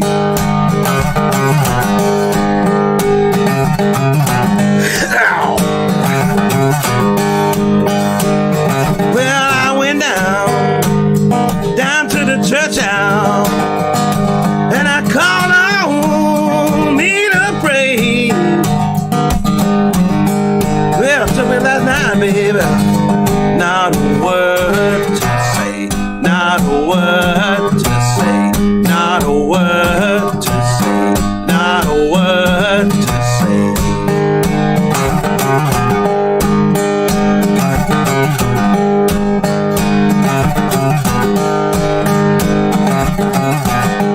Well, I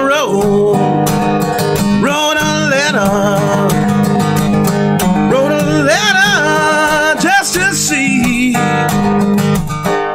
my baby, who she thinking of. Little old thing on me, little old thing on me, little old thing on me, little old thing on me.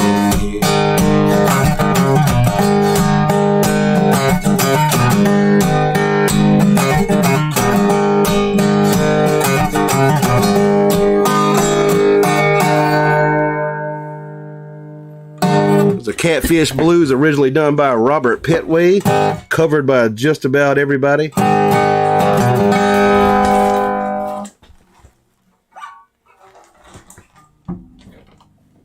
Alrighty,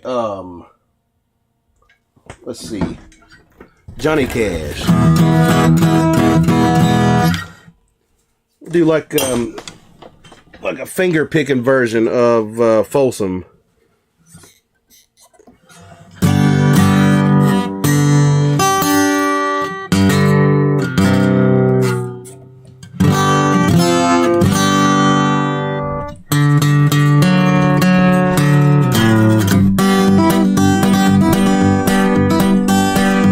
That train coming, it's rolling round the bend. I ain't seen the sunshine since I don't know when. Well, I'm stuck in Folsom Prison, time keeps dragging on,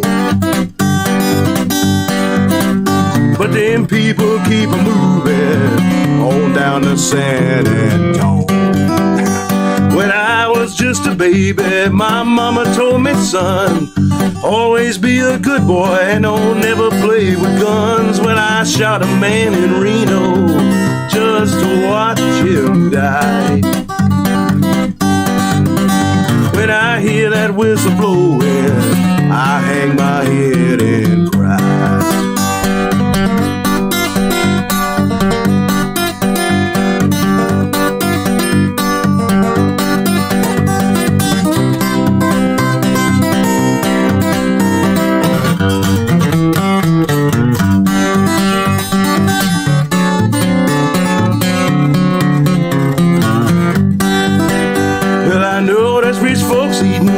Fancy dining car, know that drinking coffee and smoking big cigars. Well, I know I had it coming, I know I can't be free,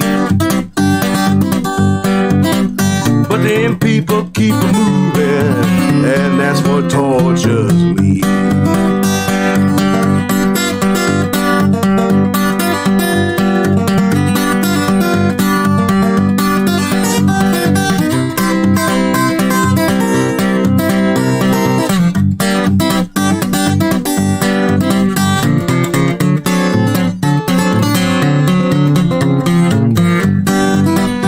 They freed me from this prison, and that railroad train was mine. Bet you I'd move it on a little further down the line, far from Folsom Prison. That's where I'd want to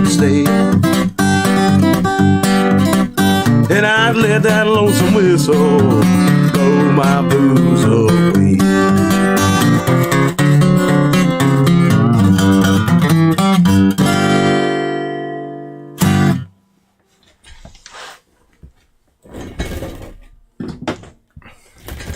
Finger picking Robert Johnson.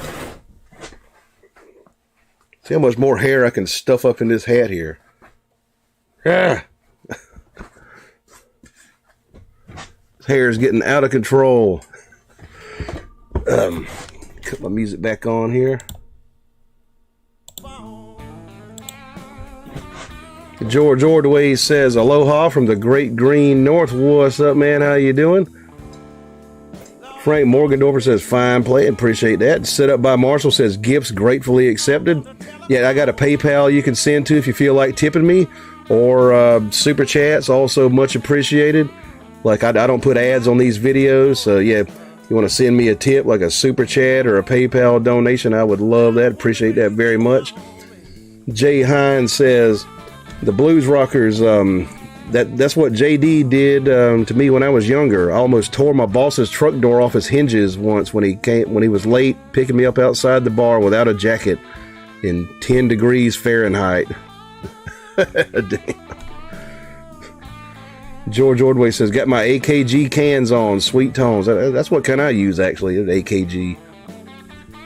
And Jay Hines says, cool, George, which AKGs? Blues Rocker says, me and the Devil Blues. I think Robert Johnson wrote that for me. Haha, I love how you do that tune. I'll do that one for you. Charlie says, well done. Appreciate that, man. Sonny Ray says, mighty fine, mighty fine. Appreciate it, man. Set up by Marshall says, what about Curtis Lowe? Unfortunately, I have retired from playing Leonard Skinner music. But I used to about half know that one. I think I played it with a couple of bands. Rob Loblaw says, get a haircut and a real job like your big brother Bob. Right. I got a little sister. Like, she's got more hair than I do, but it's straighter. Elias Ryan says, can we hear some Hard Time Killing Floor? Yeah, might have to look up the lyrics, like in my mountain of lyric sheets over here. Might be able to do that one in a minute.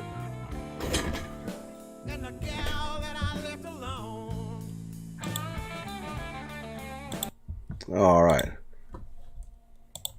Let's do some Me and the Devil, and then we'll see if I can find the damn words to Hard Time Killing Florida. I played Devil Got My Woman earlier by Skip James. Let me see here. Do some Robert Johnson.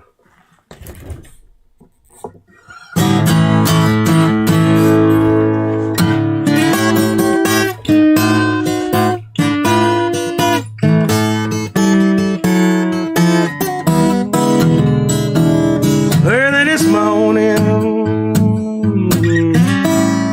when you knocked upon my door,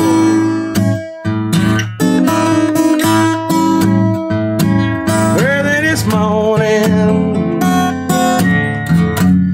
when you knocked upon my door,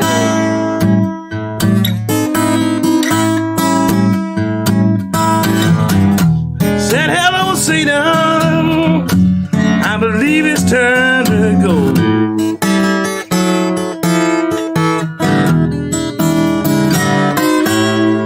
Me and the devil was walking side by side.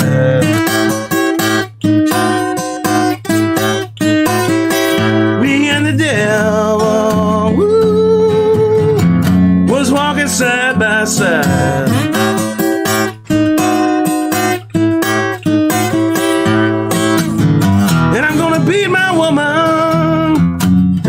Satisfied.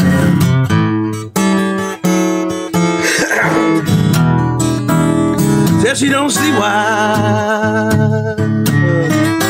you would dog me around.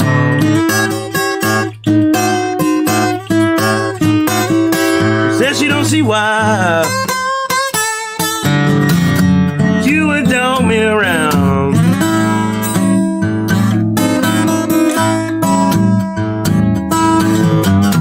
Be that old evil spirit so deep down in the ground.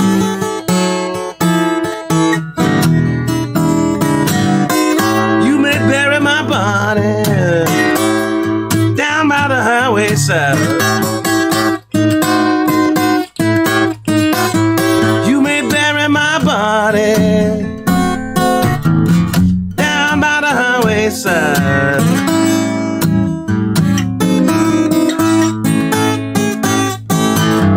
So my old evil spirit can catch a greyhound bustin' ride.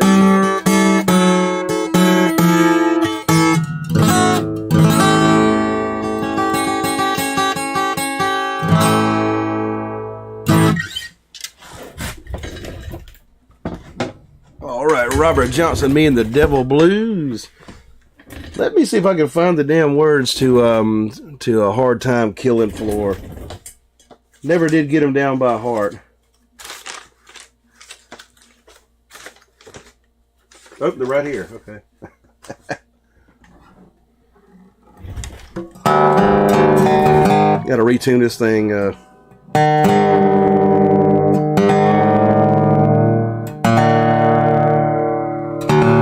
George Ordway says AKG Y600NC Bluetooth. Oh, okay. Wireless headphones.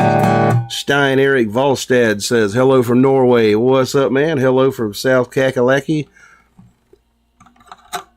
And Broke Blake's Broke Blake Spare Change. It says killer. I appreciate that, man. Blues Rocker says Hellhounds are on my trail, Ed. I actually played that one earlier, around the start of the show. And George Ordway says, sweet, appreciate it.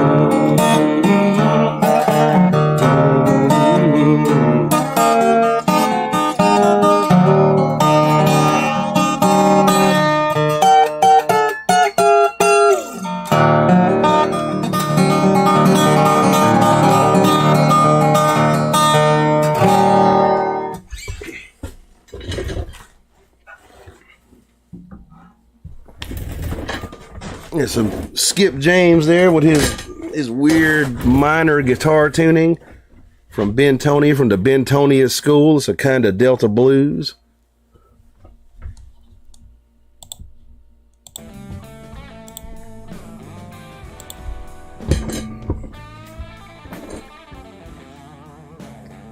The blues rocker says Statesboro Blues, like the original. Like talking about the Willie McTell version. I could probably do that. Give me 1 second. Yeah, I do have new strings on my 12 string over there. Elvira says very nice. Appreciate that very much. And George Ordway says the Killing Floor. All right. Hard Time, Killing Floor. That was done back in the 30s. It's about the Great Depression.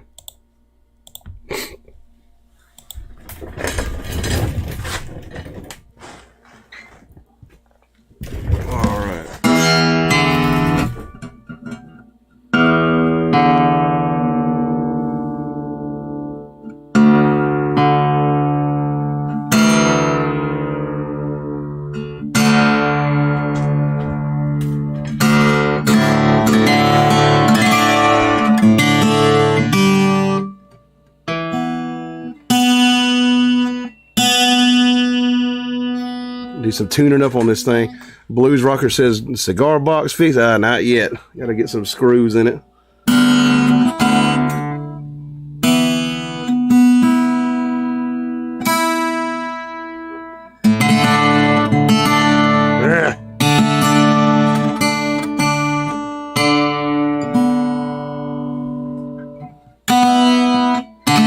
Damn, 12 strings hard to tune.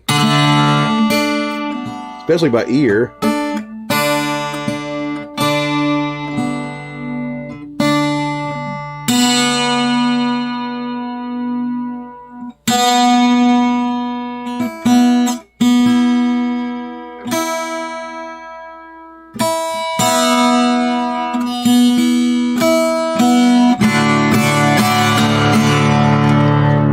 All right.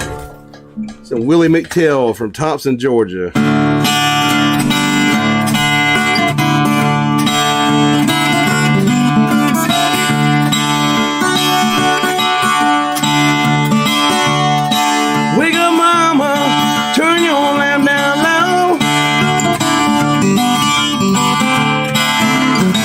Wake up, mama, turn your lamp down low. Well, have you got the nerve to drive Papa Mac till the mule throat? Mother died, left me reckless, my daddy died and left me wild, wild, wild. Mother died, left me reckless, my daddy died and left me wild, wild, wild. Well, I ain't good looking, but I'm sure some sweet girl angel child. Mighty mean woman, do me this way. Mighty mean woman, do me this way. When I leave here, I'm going back to stay. Once had a woman sweeter than I'd ever seen. Once had a woman sweeter than I'd ever seen. Treat me like a king and she was a doggone queen. Dig any less of any, you know it didn't stop. Well, you should have seen that fireman when he got the boiler hot. Well, reach up in the corner, bring me my traveling shoes. Well, you know by that I got the imitation girl blues. Mama, sister got 'em, ain't you got 'em? Friends got 'em, brother got 'em. I got 'em, well, going up the country. Baby, don't you wanna go? Well, might tell you one or two more.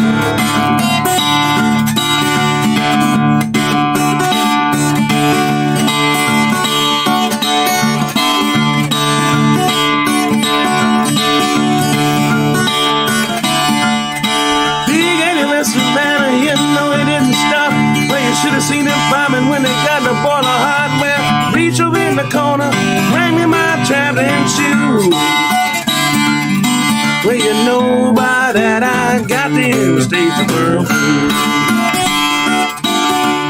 Mama, tell your auntie, auntie, tell your niece, brother, tell your sister, now everybody tell my friends. Going up the country, baby, don't you wanna go? Might take a pair of brown and I might take a one or two more.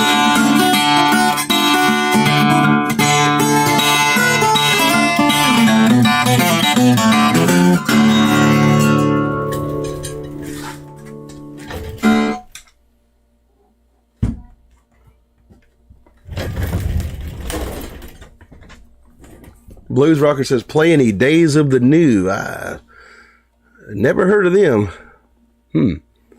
He says the first album is worth checking out. Charlie says, what 12 string do you have? That's an Oscar Schmidt, like the cheapest one I could find. It's like basically made of cardboard. Charlie says, have you ever tried Nashville tuning? Yeah, that's real good for recording. I've actually got one guitar in the house that I never play. That's actually got the Nashville tuning on it. Like it's basically the thin strings of a 12 string, like on a 6-string guitar. Good way to record to get a 12 string effect. So you just layer it, you know. Blues Rocker says he's from North Carolina. Sonny Ray says, isn't it something how a single note can carry the weight of 1,000 unspoken words? Music is kind of crazy like that. The Blues Rocker says, fire one up for Ed. And Broke Blake says, nobody knows when you're down and out. I need to learn that one. Yeah, it's old Piedmont tune. That was Scrapper Blackwell. Yeah, that's one I don't know. And Charlie says, nice, sounds good, appreciate that.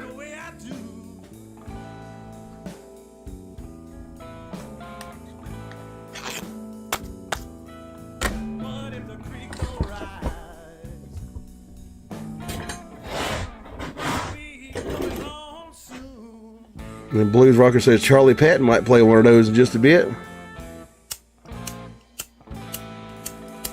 There's a cigarette here.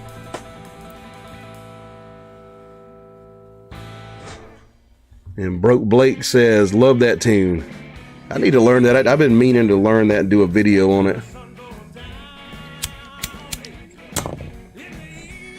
He says, but it's a lot of chords. Yes. It's got that kind of intricate, you know, Piedmont type of stuff in it, you know. It's kind of jazzy. Blues Rocker says you need a Ed Phillips Zippo. Yeah, that'd be cool if I could yeah, get like a design on a Zippo lighter. Broke Blake says dead lighter. Yep, yeah, this one's dead here. Martian Murray, or no, Mad Max Mofo says shot. Yeah, we can do a shot if you want to. Let me set this somewhere.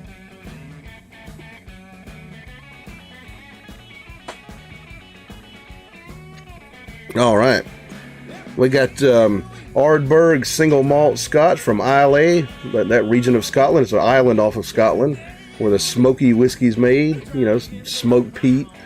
And we got this Tennessee corn whiskey right here, otherwise known as corn liquor. So y'all tell me, corn or Scotch?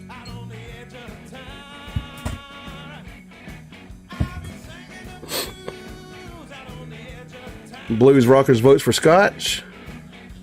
Mad Max says corn.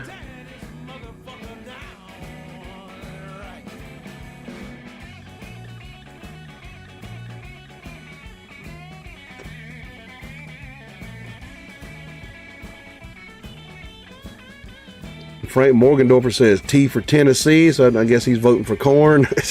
Broke Blake says corn. Ryan says Scotch. Let me see. Let's count them up here.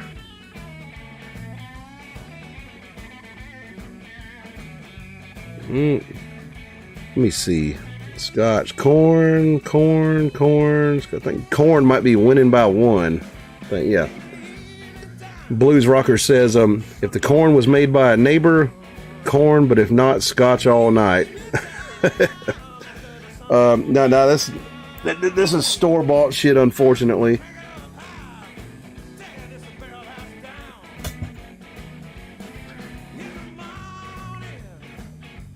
And Ryan McGowan says, I think Korn won. I believe it did. See, Nomadic Tramp Artist says both of them. Oh, shit. I ain't looking to get too fucked up tonight. But Blues Rocker says, the store-bought shine tastes like shit to me. This one tastes pretty good. It tastes just about like street shit. Yeah, I guess we're going to do the Korn. I think the Korn won the vote.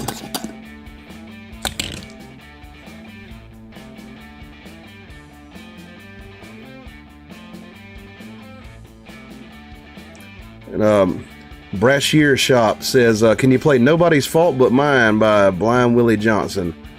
I need to learn that one. Yeah, I know what you're talking about. Yeah, he was a real good slide player. I need to learn that.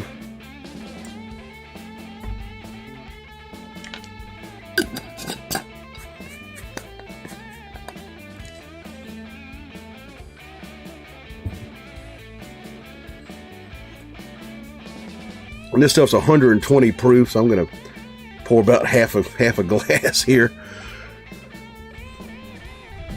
Blues Rocker says that store-bought shine probably has bad water.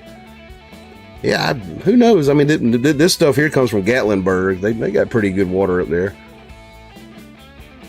A little bit touristy for me in Gatlinburg, but all right, here we go. L'chaim, saludos, cheers, all that good stuff down the hatch.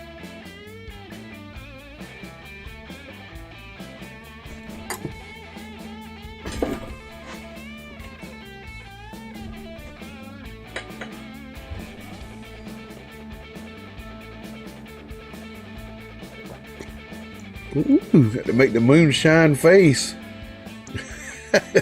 That's how you know it's corn liquor.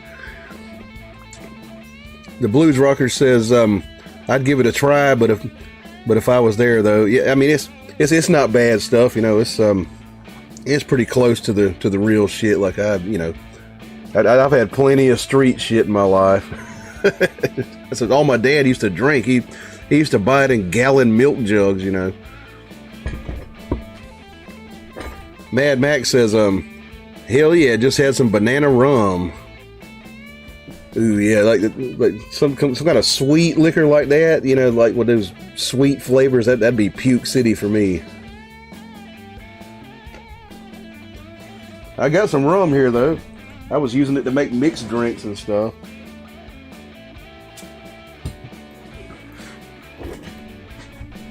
Broke Blake says, I'm gonna drink some wine. It's Australian.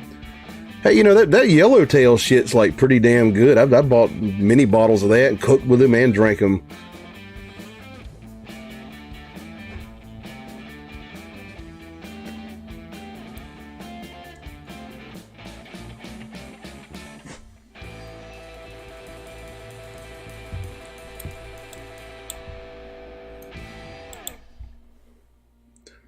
The Blues Rocker says, my cousin used to buy shine from someone that was smooth as water, then it takes your breath. Good shit though.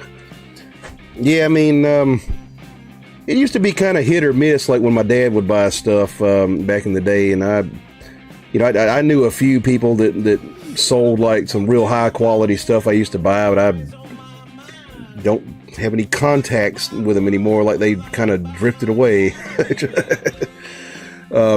But yeah, sometimes he'd get a batch that'd be like just complete crap, and sometimes he'd get a smooth one, you know. I had some friends who used to bring me some to gigs and stuff and give it to me. And they made really good stuff.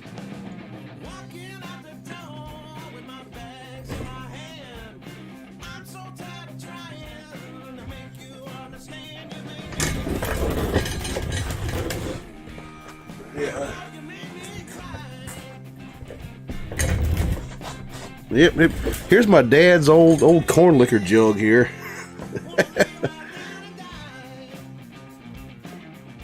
he used to put the shit in here so it would look cool when he was drinking it, you know. Still got the fucking 40-year-old corn cob stuck in the top here. And he would get pissed off if you touched his damn jug, too. Like, so, fuck you, Dad, I'm touching your jug. Don't touch my goddamn moonshine jug, motherfucker. You drop it and break it.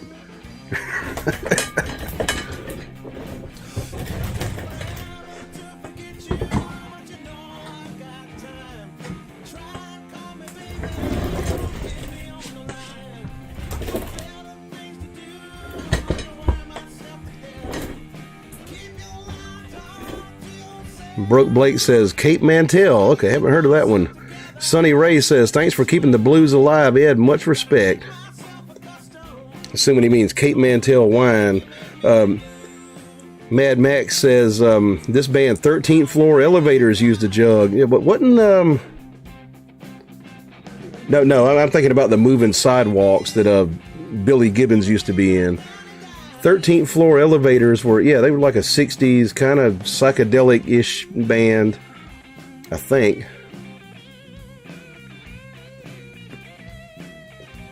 You know, they used to have jug bands, you know.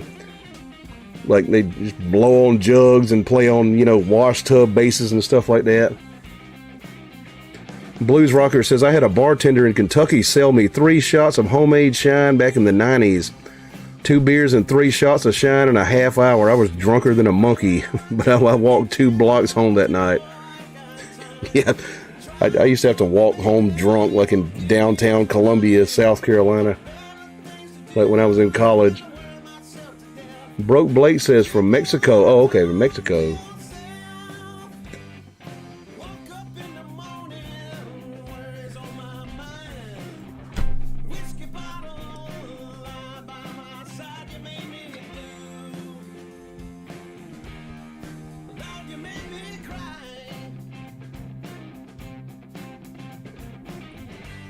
What y'all got for me? Questions, comments, y'all?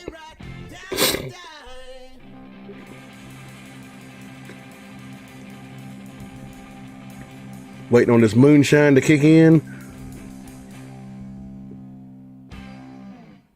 Blues Rocker says, do you know what to call a Mexican quarterback?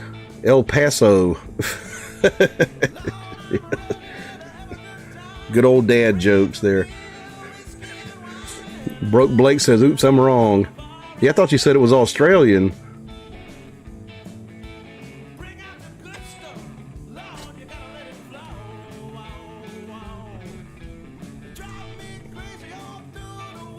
If they make a Mexican Australian wine, I want to try that. Ryan McGowan says, what's your favorite song to play? Oh, God, I don't know if I have a favorite. I've been playing 30 years at, you know, gigs and stuff. Like, I always kind of enjoyed playing like Purple Haze and stuff like that, you know. So some of those Hendrix songs I enjoy doing live. A lot of Beatles songs I enjoy playing live too, like in what else? Hideaway was always one I enjoyed a lot.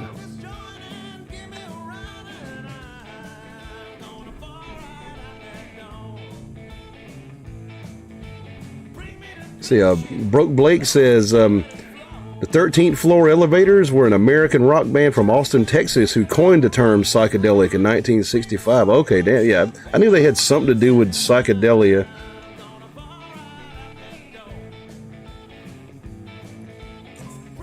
That's probably why I thought Billy Gibbons was in that band, because they were from Texas, but he was in a band called the Moving Sidewalks. Blues Rocker says, all my Mexican friends laugh at that joke. Sebastian Halfpenny says, hey brother, what's up tonight? We made it in. What's up, man? How you doing there? Blues Rocker says, we had a bar in Lafayette, Indiana called the Hideaway. Oh, cool.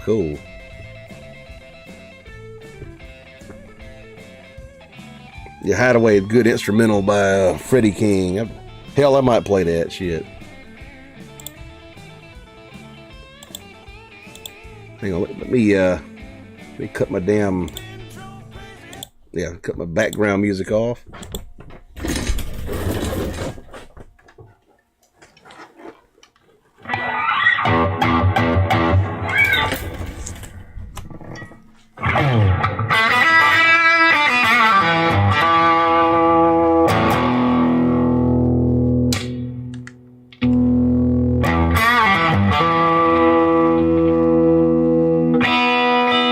Thing's still tuned. The humidity's hard on these guitars.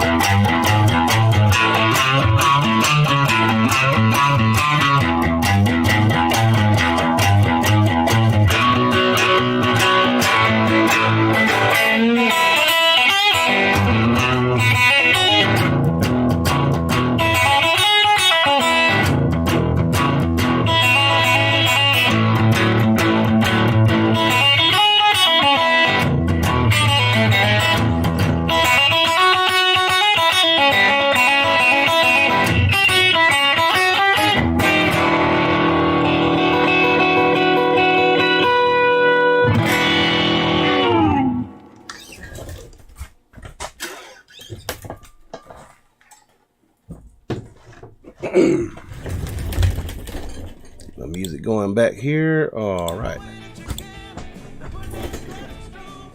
Blues Rocker says, love the tone on that Epiphone. I appreciate that, man. That thing does sound good. Some Epiphones I like better than a lot of Gibsons. The Hideaway, what I've heard, like it was a song that blues bands in Chicago like used to open their sets with, like way back in the day, and then Freddie King did a recording of it. It was kind of a hit, and so he's known for it now. Sebastian Halfpenny says, awesome job, man. Albert King is underrated. One of the best guitar players. Well, that was Freddie King, actually. That Freddie King was one of the best guitar players ever. Martian Murray says, Blues Rockers, that was funny. Blues Rocker says, what's your favorite electric that you own?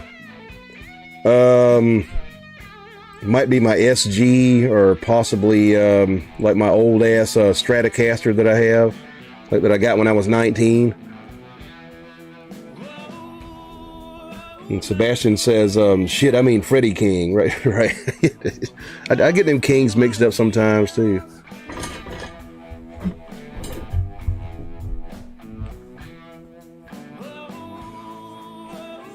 It's sweaty up in here. Look, it's so hot and muggy. Adrian Martinez says, hi Ed, me and my stepson Dominique are hanging out in San Antonio. What's up, man? Greetings from South Kakalaki.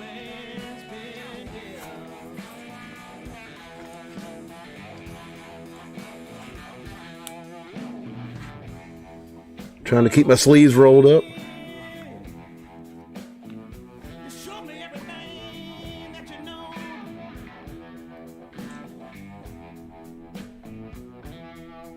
Martian Murray says, nice, I'm in SA too. Blues Rocker says, love Freddie King, Woman Across the River. I'm sure could play some badass guitar. Need to learn that one. Have to learn that one.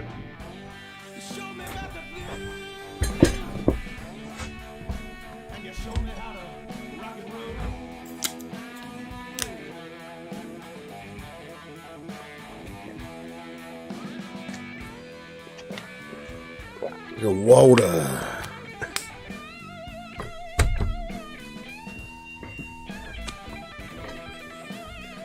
Holding off on the beer tonight, just taking shots, you know. Blues Rocker says, Les Paul or SG? It kind of depends on how I'm feeling that night. You know, the Les Paul could get kind of heavy, like, you know, after about a set, I'm like, okay, I'm done with this motherfucker. Like, it's an old 70s one, like, with no cavities cut into it, so it's like a fucking log, you know. But, you know, the SG, like, kind of has more neck access on it and all that good stuff.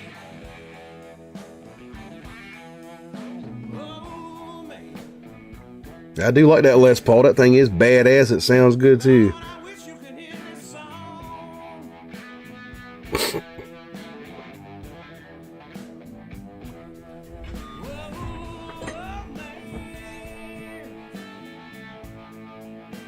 All right, I'm gonna hit one here. I'll do the Scotch this time, or maybe a choice between Scotch and rum.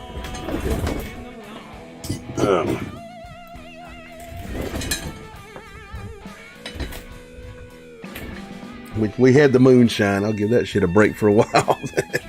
Blues Rocker says, chase it with beer. So I'm not really a rum drinker per se, but I buy rum to make mixed drinks like Mai Tais and stuff like that. But you know, I'll do a shot like Bacardi Black. That's what this is.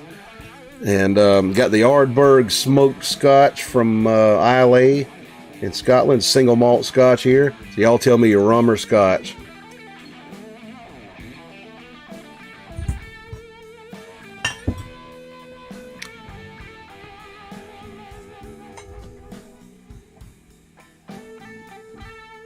Blues Rocker says, my 50s Les Paul weighed over 9 pounds. They can get kind of heavy. I got a 70s one, it's like 78 or something like that. Martian Murray says, my first electric was an SG, so I like them too. Yeah, they're real playable guitars. Sometimes the neck on the SG will like confuse me because it's a weird shaped guitar. And sometimes I'll go down like a step too high, like when I'm trying to hit something on there just because the neck like fucks with me and stuff. I'm still getting used to that. Blues Rocker says, chase it with a beer. Steven Schutte says, rum. Ryan McGowan says, I prefer my SG to my Les Paul, but I'm a Telly guy, so grain of salt, my opinion. Yeah, that's one guitar I've never owned. I've played plenty of them. Never owned a Telly. I was never like into them really for some reason. I'm more of a Strat guy. Blues Rockers votes for Scotch. Mad Max says rum, but mix it. Mix it with what? I don't know if I would mix it with that $50 Scotch there, but Ryan McGowan says I'm also more of a fuzz stoner rock player. Okay, you know, I'm into a lot of stuff that's up that alley. You know, I'm into like psychedelia a lot. Ryan McGowan says rum. Martian Murray says rum. So it looks like rum is winning here. All right. Steven Schutte says my 77 custom is 10.6 pounds. Probably about what mine weighs then. It's like about a 78 custom. And Blues Rocker says I go back and forth between my SG and my Strat. That's pretty much what a SG is. It's like the Strat of Gibsons.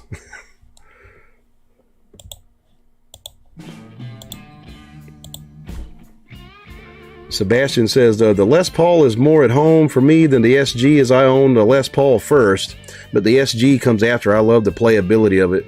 Yeah, like my first electric guitar was a damn Les Paul. like just happened to have my dad's old Les Paul when I was a kid, you know, and so I learned in style, I guess. All right, guess we're gonna do some rum here. Kind of wish I had some Sailor Jerry or something besides this stuff, but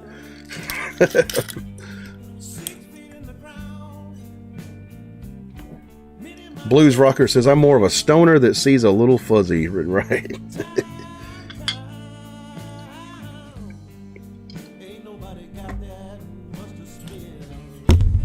Martian Murray says, I want to like tellies, but I haven't bonded with one yet. I was never into them. That's too much fucking hee-haw for me.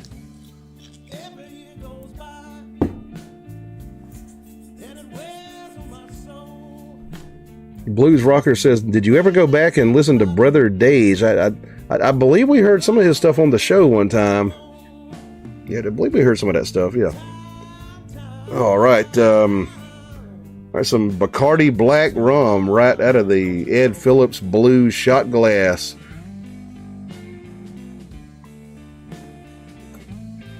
Forgot to say cheers. L'chaim, saludos, all that good stuff. It's just not terrible.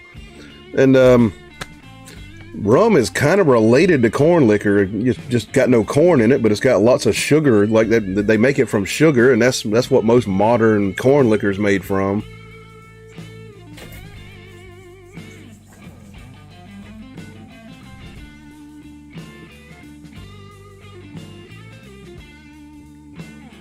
Blues Rockers, I just read that. He says, me too, Ed. Hee-haw. Right. They do make tellies with like humbuckers in them that sound pretty good. Like I played one of those. Sebastian Halfpenny says, cheers, man. Appreciate it. Blues Rocker says, you contaminated your shot glass with rum. Shame, Ed. Need to get every drop out of there. This next one will probably be scotch. I tell you what I'd do if I bought a Telecaster. I'd probably buy one like Sid Barrett had, and put mirrors all over it like he did. Just have like a Sid Barrett signature telly or something. He played an Esquire, but it's basically the same thing.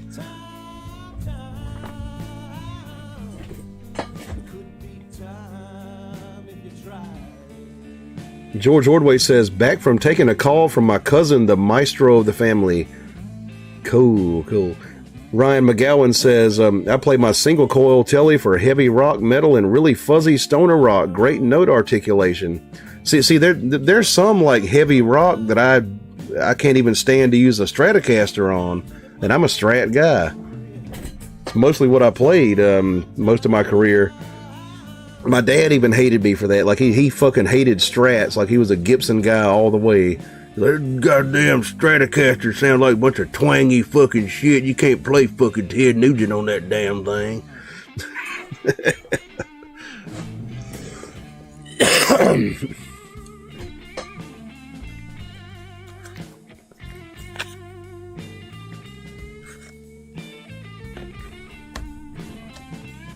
And George Ordway says fuzz, right?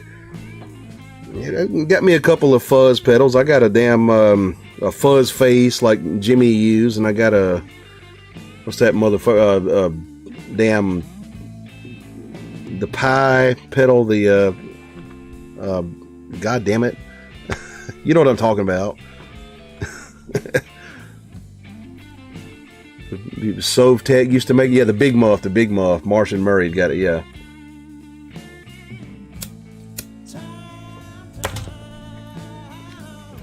Basil Tiffany says, went and got some proper alcohol, splurged, got Johnny Walker Blue Label. Okay, yeah, that Blue Label's like some expensive shit, I believe. What'd that cost you?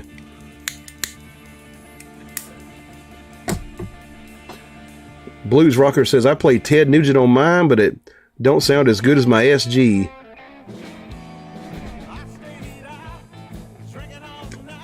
There's a video of me playing Stranglehold somewhere on Facebook on a Stratocaster. And it doesn't sound right because it's a Stratocaster. playing Stranglehold.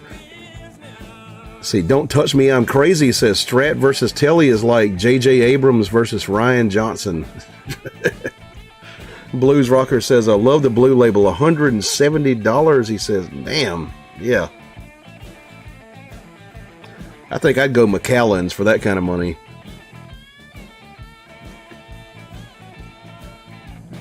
George says, back in the day, used a Rockman to play without an amp. Yeah. I don't know how that would sound. Basil Tiffany says, relatively good price, $150. Yeah, I would have went for the Macallan. I'm sure the shit's good though. I don't think I've ever had a Blue Label Johnny Walker.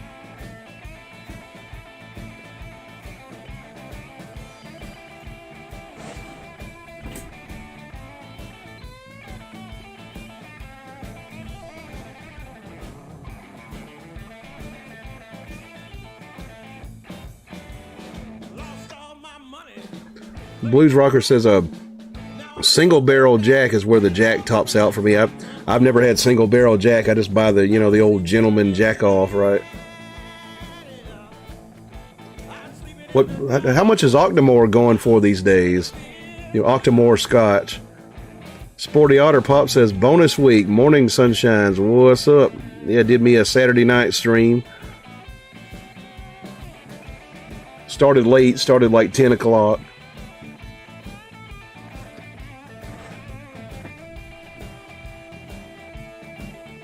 Ryan says Rockman was that 80s little personal headphone amp. Yeah, that clean sound. Headphones in a Rockman had delays and distortion built in.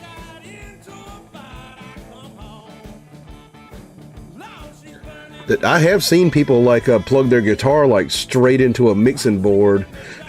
It sounds kind of dodgy when you do that too.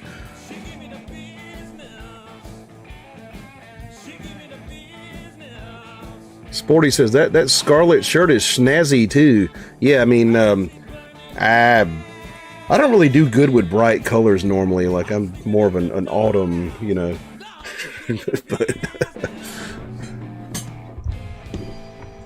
but I do good with like blacks and browns and drab stuff, Yeah, this is my other Western shirt. I wore the black Western shirt last Wednesday. Basil Tiffany says, ever had Pappy Van Winkle? No, I wish. If I had that kind of money. And I've had Pappy Van Winkle cigars, like about $30 a piece. Blues Rocker says, can you have pizzas delivered where you live? Or are you too far out in the sticks? It used to get pizzas here. Now you have to order them on DoorDash.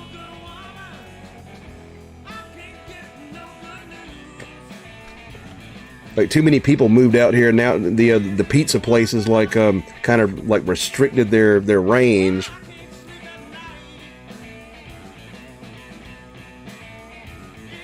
Sporty says that is the right shade of red for you. Suits you very nice. I appreciate that.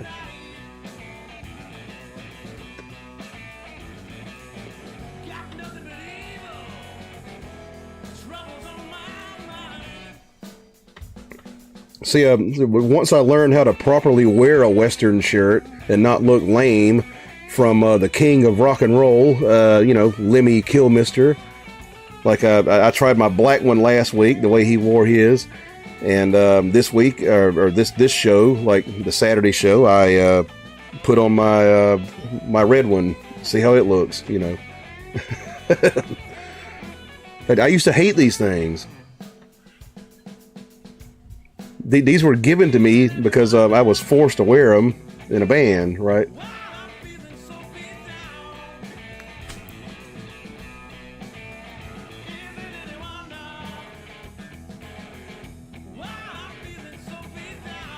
Sporty says, is it Mother's Day there too?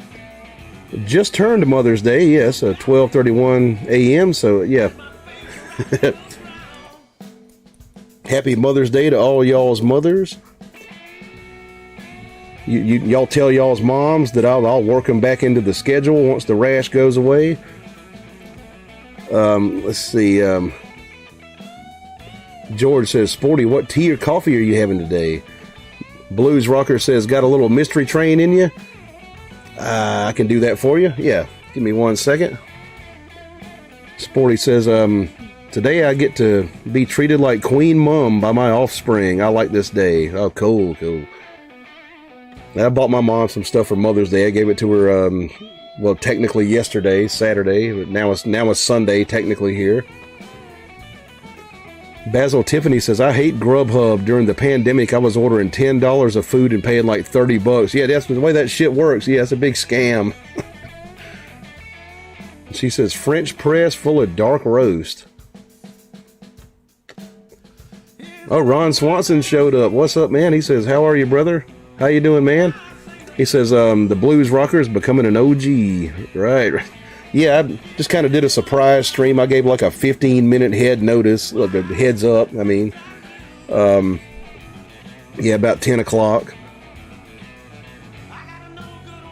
Ron says, hey, everyone. Blues Rocker says, don't mind a good button-up shirt, but getting the wrinkles out's a pain. Yeah, I neglected to iron this damn thing here.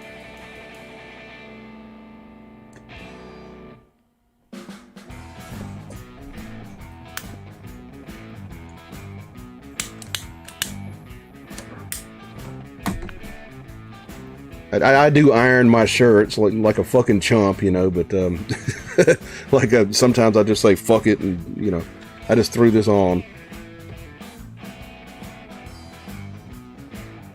Sporty says, everyone hide, Ron's here. She says, pretend we're not here. Shit. Harpazo on the horizon says, neglected or coos? Neglected or choose? Neglected or choose? Like a neglected song? I had to think of one. Ron says, my wife irons mine for me. Mine won't do that.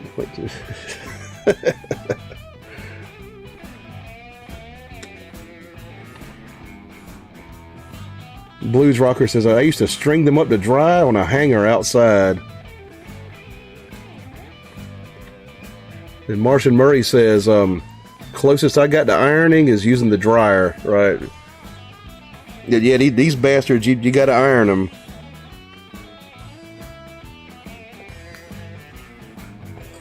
Well, let's do some mystery train. George Ordway says, jump into the beer store. You're in my ears. Alrighty, man. Sporty says, I take wrinkly stuff into the bathroom when I shower, steam iron. That might be a lazy trick I might use one day. Blues Rocker says, jumper on the line. I got to relearn that one. I learned it for the video and then just totally forgot it. Ron Swanson says, she's being real nice lately. Must be doing something right. Oh, that's cool. All right, let's do some mystery train. A little bit of finger picking here. And don't forget, your super chats are much appreciated. If you feel like tipping me, shoot me a super chat or the PayPal link below. The super chats are that $sign below the chat there. You know, I don't monetize these videos with ads. So, yeah, much appreciated. All right.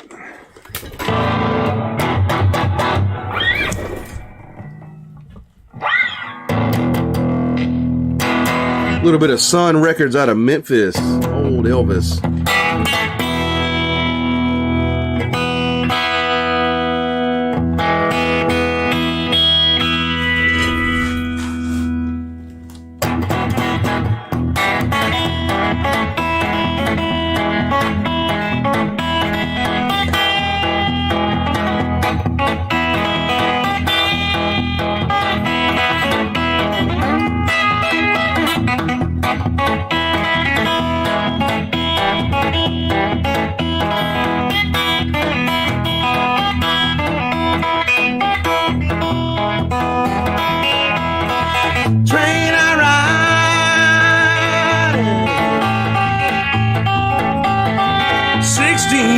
Coach long.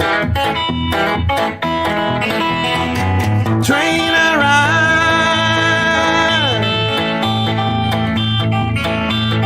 ride. 16 coach long.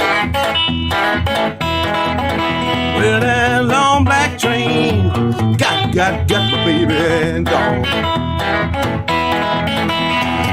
Train,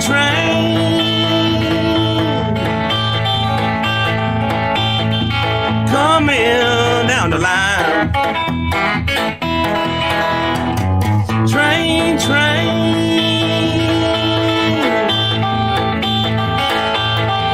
coming down the line. Well, it took my baby, well, she's mine, all mine, mine, all mine.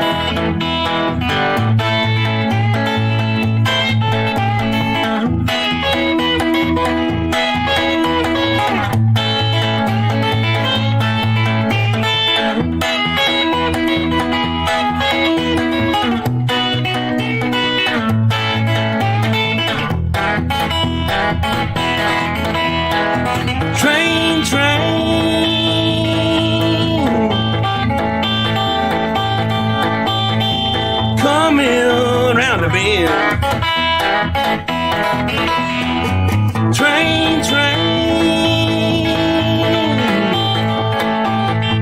coming around the bend. Well, it took my baby, but it never will again.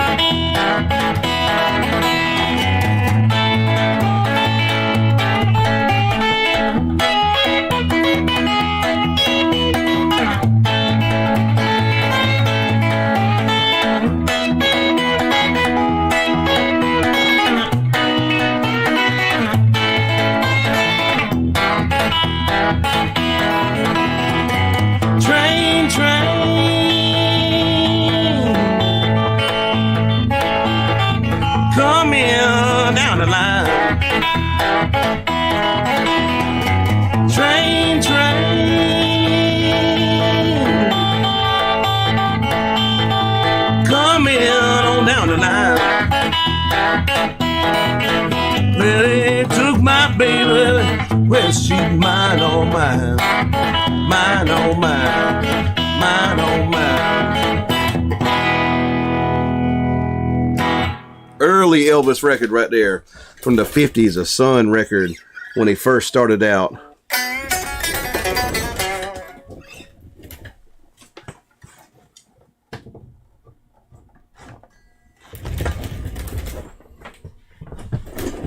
Ron says, nice. Sporty Otter says, love that thumpy thumb there. Appreciate that.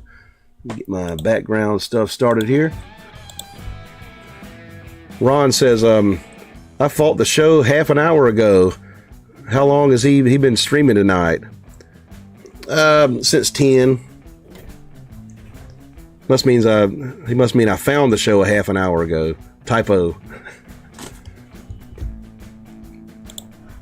I gave like a 15-minute heads up and just jumped on here. Frank Morgendorfer says, pity the king is not alive. Your playing would be perfect accompaniment for his voice. Elvis, R.I.P. Yeah, it kind of sucks. He kind of overdid the dope a little bit. Yep. Ron says, hey, George. Sporty says, hi, Frank. Don't touch me, I'm crazy. Says, that Epi sounds great. In my opinion, the best guitars, both acoustic and electric, all have that powwow brown cow sound. The Epiphone Riviera is a very overlooked guitar, and it's kind of for fatalistic reasons. The Beatles picked up a fucking Casino instead of picking up a Riviera, so that's why the Riviera is not famous. Ron says, what's going down? Not much, man. Just hanging out, you know. Sporty says, brown cow sound. I learned a useful term just now. Sebastian says, great job, brother. By far the best era of Elvis. He should have stayed raw. Yeah. He was good probably up till about 59, like when they got him in the army. Like when he came out of the army, he started getting kind of schlocky, you know. Blues Rocker says, hoochie coochie man, I might be able to do that one just a little bit. Rat's Ass says, cheers, Ed. What's up, man? Ron Swanson sends me Canadian $6.99. He says, did you play Step It Up and Go tonight? I can do that for you. Appreciate that super chat very much.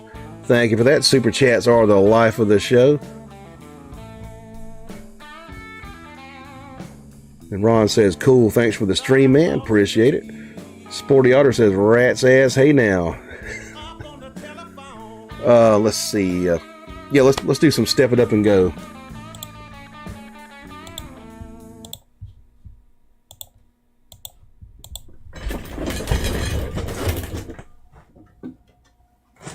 All right. Some Piedmont blues from my part of the country.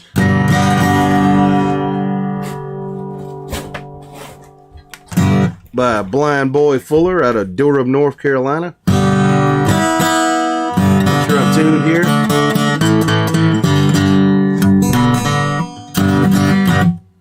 Here we go.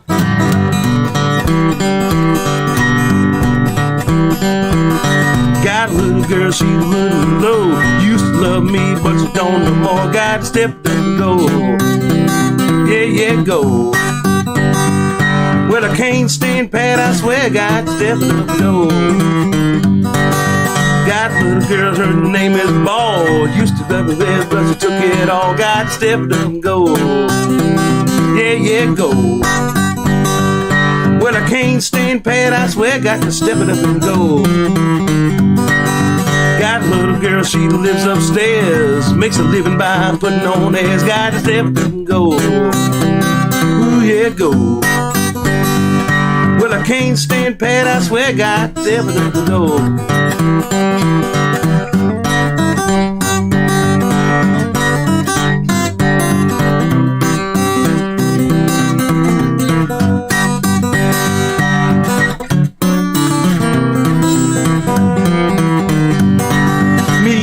Baby walking down the street, telling everybody but the cheap police, got to step up and go. Yeah, go.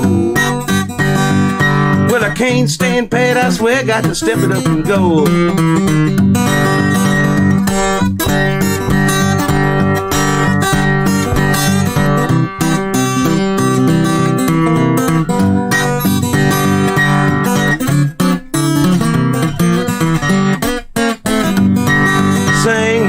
Ain't gonna sing no more. Hear my girl calling, I got to go. Got to step and go. Yeah, go. Well, I can't stand pat, I swear, got to step it up and go.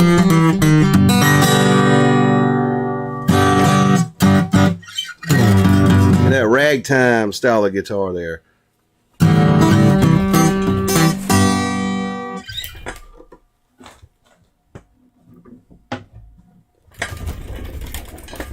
Sporty says, I learned a new way to play the A chord yesterday. I'll do it sometimes. Middle finger on bottom string, pointed finger on the other two. Let me see that.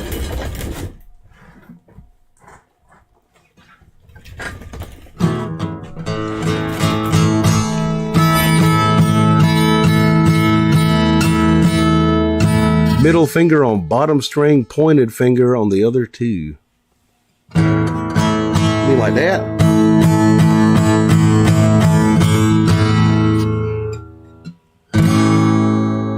What do you mean like that? Like a A7, like the middle finger there. Yeah.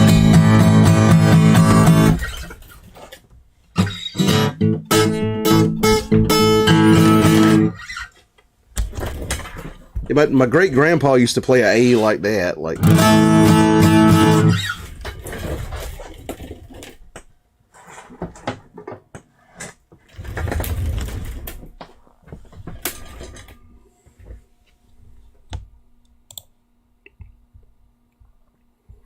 Sporty says flamenco influence can take the pointer finger on and off then with a single note, learning every day. I learned a little bit of flamenco stuff, but I never got good at it. Blues Rocker says, remember to hit the like button tonight. Yeah, y'all hit that like button, subscribe, share this on your social media. That would help me out a lot in the YouTube algorithm. Sporty says, good job, Blues Rockers. You just reminded me too. Ron says, yeah, he sure did. Let me see here. Blues Rocker says, Ed, you got me bouncing and tapping my foot. Cool, man, cool. Rat's Ass says, never learning or investigating new ways of comfort, Sporty. Cheers to you. Sporty Otter says, no, yeah, like an A7, but anchoring the middle finger on the lower string. Oh, okay. Ron says, crispy picking, brother. Appreciate that. Sporty says, then can take the pointer finger on and off with the top two. Ron says, shot. We'll do a shot. Ron says, she just walked in the house. Oh, don't let her catch you drinking, man. The Blues Rocker says, scotch is my vote. Sebastian says, that's how I shape the A on any 6-string when performing the SRV tune. Life by the Drop works very nicely, creating the 12-string sound. So yeah, there's all kind of ways you can do an A. You know, do that or just that. You can do some A7.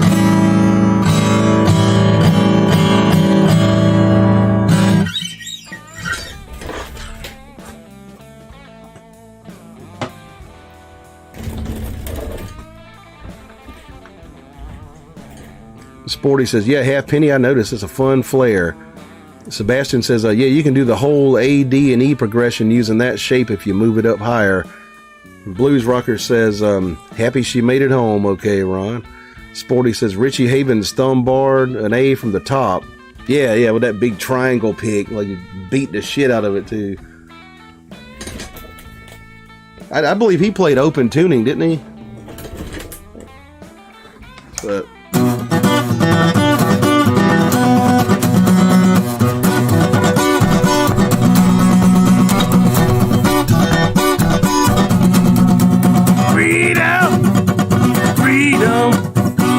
something like that, right?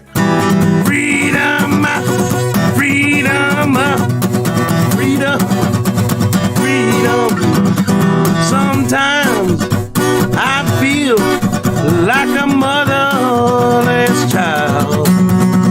Sometimes I feel like a motherless child. Long way. Ah, shit. From my home. Like 25 years since I played that.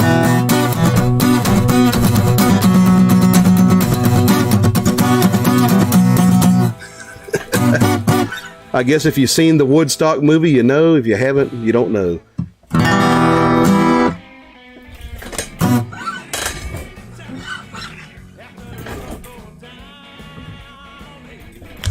That motherfucker didn't have a tooth in his head either, like when he did that Woodstock show. All right. We'll vote here. We got the other kind of rum, the white rum that I was using to make hurricanes last Mardi Gras. And we got the scotch here, the Ardbeg scotch. Ron says, do a scotch with me. We'll do some scotch. All right. Yeah, I don't feel like drinking no white Bacardi.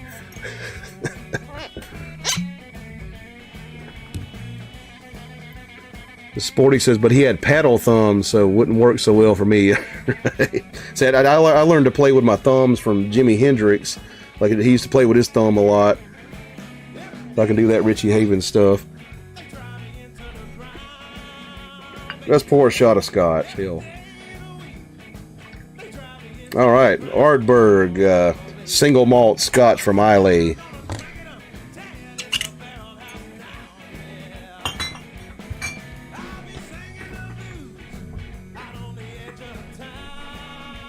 Sporty says, love that song so viscerally. Freedom. He had a lot of energy, like for an acoustic folk guy, you know. All right, here we go. L'chaim, cheers, saludos, you know, all that good stuff. Down the hatch.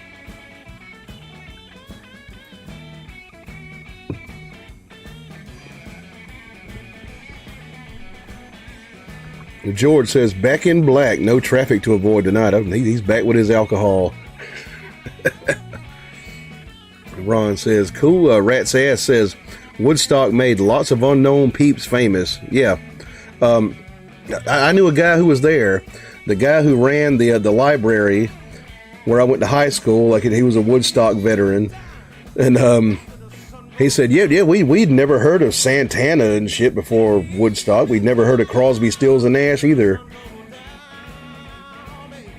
He missed Hendrix, by the way. He had to go to work on Monday morning, so he left. Like, Hendrix played Monday morning. Oh, Dr. Harrison. I wonder if he's still around, man. He looked like Geraldo Rivera. Had, like, the mustache and all that shit. And George Ordway says, Mudstock. Fun for Sinclair says, Scotch. Blues Rocker says, Ron, save the day with the Scotch. Ron says Nostrovia. Believe that's a cheers in some kind of language. Blues Rocker says, I have to go for the night. Can I get a quick Great White Buffalo before I go? I'll do that for you. All right. Frank Morgendorfer says, Slinte. Wish I could join you in a shot. I believe Slinte is like the Celtic, or like a Gaelic cheers.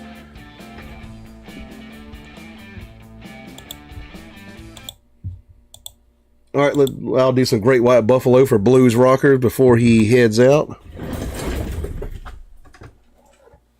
I played that one last night, actually. Look at the gig I did in Columbia, South Carolina.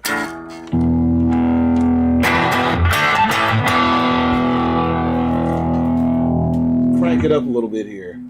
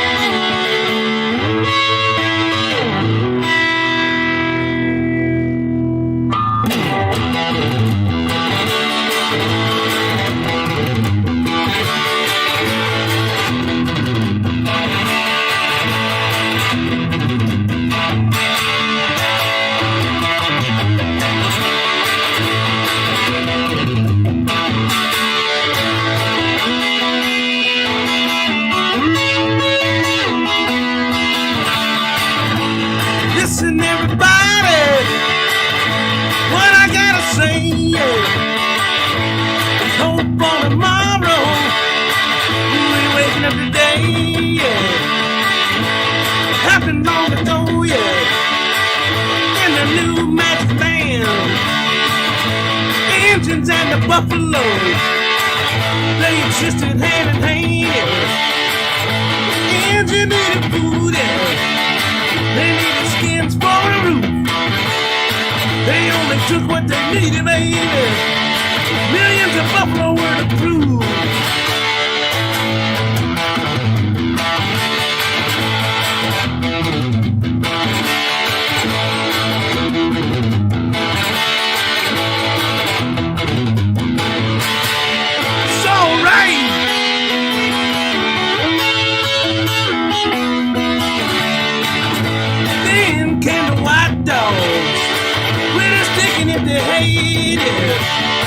He couldn't see past the billboard. He wanted all the buffalo. Yeah, sad and sad.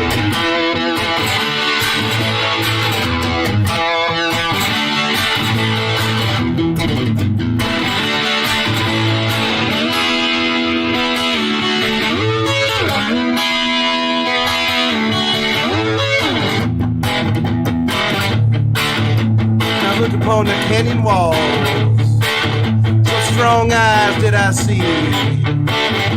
Somebody come save my ass, baby. Come around and save you. I sat upon the canyon wall. Strong eyes didn't glow. It was a leader of the land, baby. Oh my God. Great white buffalo.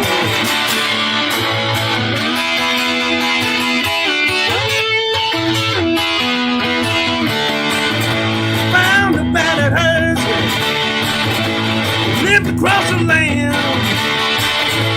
great white buffalo, yeah. We're gonna make a fight stand. The great white buffalo, coming round and make a fight stand. Look out, here we come. Great white buffalo, yeah.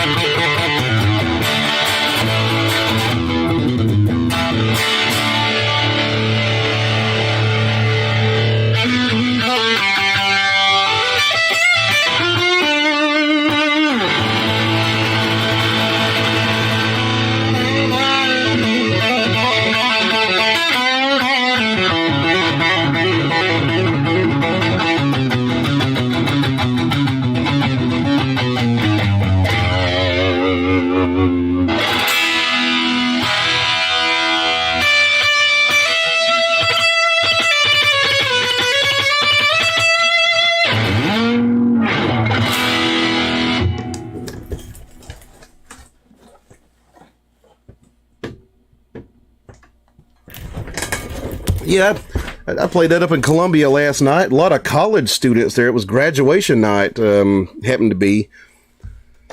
A lot of like, 22, 23-year-old kids like watching us, who would probably be like appalled if they knew who Ted Nugent was. Because some 20-year-old college kids are probably not politically aligned with Ted Nugent these days. But let me see here.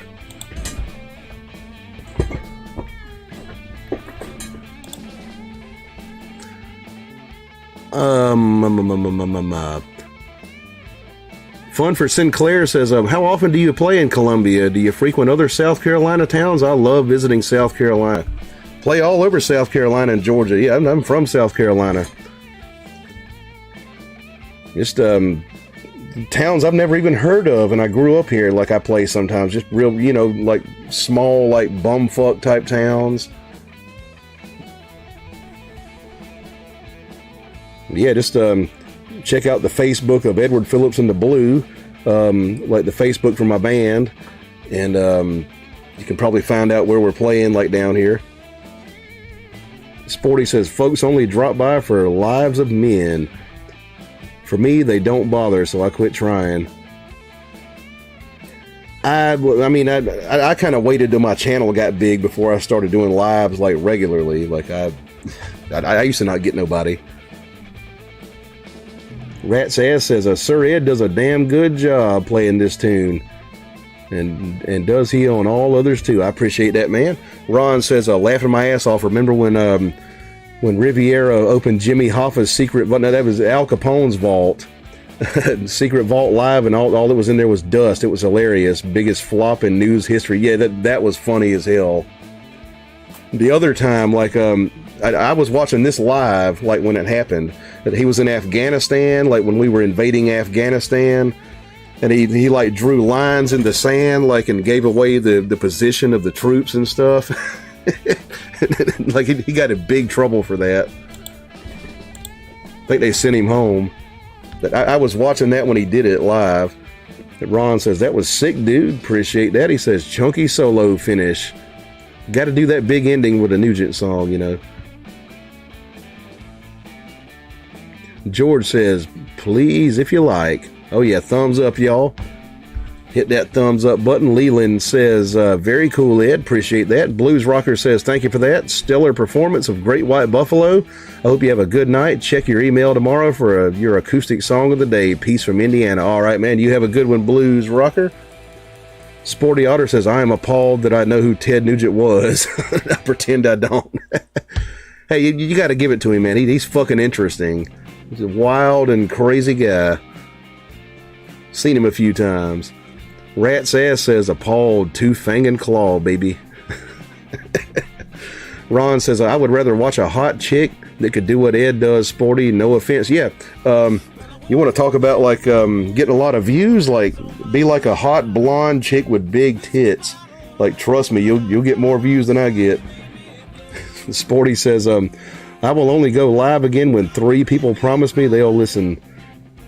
Ron says, no one I ever saw is picking streams by the person's gender. You'd be surprised, like some of them hot chicks like playing guitar and stuff. Let's see. Sporty says, and then they do not before. Ron says, yeah. Sporty says, you cannot comment on what a woman endures, Ron. Sorry, your opinion don't count. Ron says, or a woman on a what a man endures. Ron says, LOL, okay, Sporty. Yeah, I mean, men kind of are expendable. We get killed in wars and work ourselves to death and all that good stuff. Let's see. Sporty says, yeah, only the one experiencing it really knows. Right now, Reynaldo J. David Hoyce says, greetings from Argentina. What's up, man? How you doing? Ron says, I treat everyone like equals. That's the way to do it. Sporty says, just like how you can't know all French people are asses. Yeah. Ron says Ted Nugent was wildly talented. He is just crazy. Yeah, he's got a very opinionated demeanor, I guess. A very opinionated guy. Says what he thinks. Funny as hell too. And I'm not as far right as him myself. I'm more of like a center left. But you got to respect a guy that fucking crazy, right? And one of the most underrated guitar players of all time, too. Sporty says, I agree to that 100% about Ted. His choice is too crazy for me to have in my world. Ron says, I know men pick women's channels over men. I meant the other way, Ed. Yeah, right.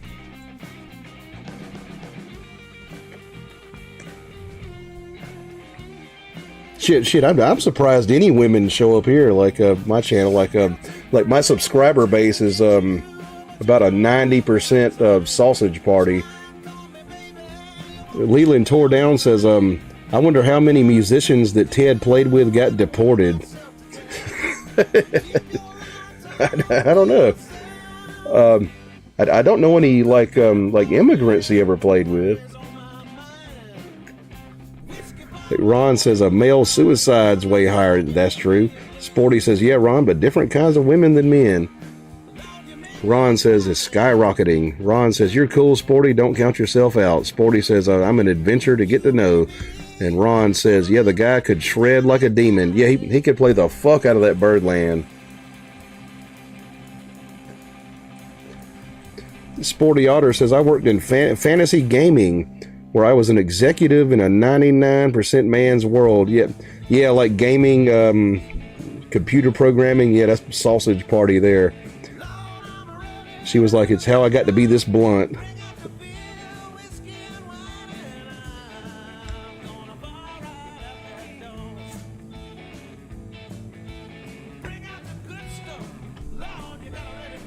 I knew a lot of computer programmers in college, guys into gaming and programming and stuff, and yeah, they were all men, and they never had sex with women either.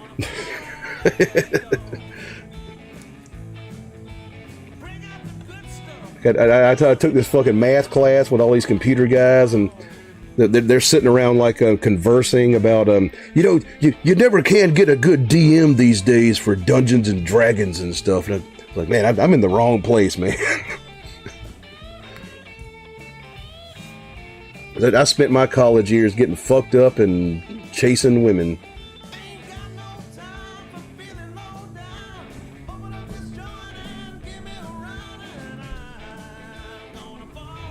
Sporty says pen and paper games like D&D. Oh yeah. Sporty says in Settlers of Catan and copy games to play with real people at home. Ron says, LOL, now young women gamers, numbers are exploding. Maybe they will outpace us hooligans at some point. See, I wouldn't know because I don't really play video games. I had a Nintendo, like NES when I was a kid. That was the last system I ever owned because I sucked at it. And I had a Game Boy. My sister had a PlayStation. I played that a few times. George Ordway says, bad news. Brad Arnold from 3 Doors Down has stage 4 cancer.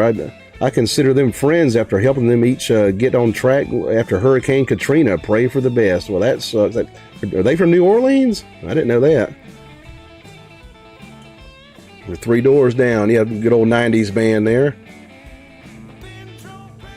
That's very unfortunate, man. And Leland Tore Down says, when you played Ted last night, did you use the Riviera? Yes, I did, yeah. Played that guitar last night. Sporty says, good vibes to Brad Arnold for you, George. Ron says, I mostly just chased tail, played guitar, and worked like a slave, right? That's what I did in college.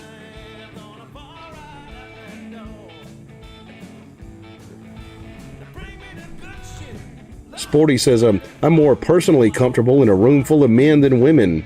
The topics suit me more. I tend to have better conversations with women, honestly. Like, for some reason. I mean, like around here in this area, like dudes tend to be kind of basic, if you know what I mean. Like in the deep south. that's kind of putting it politely, kind of basic, right? Sporty says, I'm more, I just read that. George Ordway says, Mississippi. Frank Morgendorfer says, men, women, oranges, and apples. You pay your money and make your choice. Greetings from Thailand.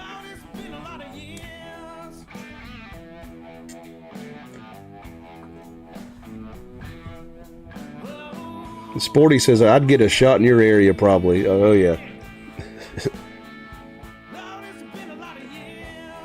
Y'all give me 1 second. I'm going to step outside and take care of some man business of all this water I've been drinking and stuff like running through me.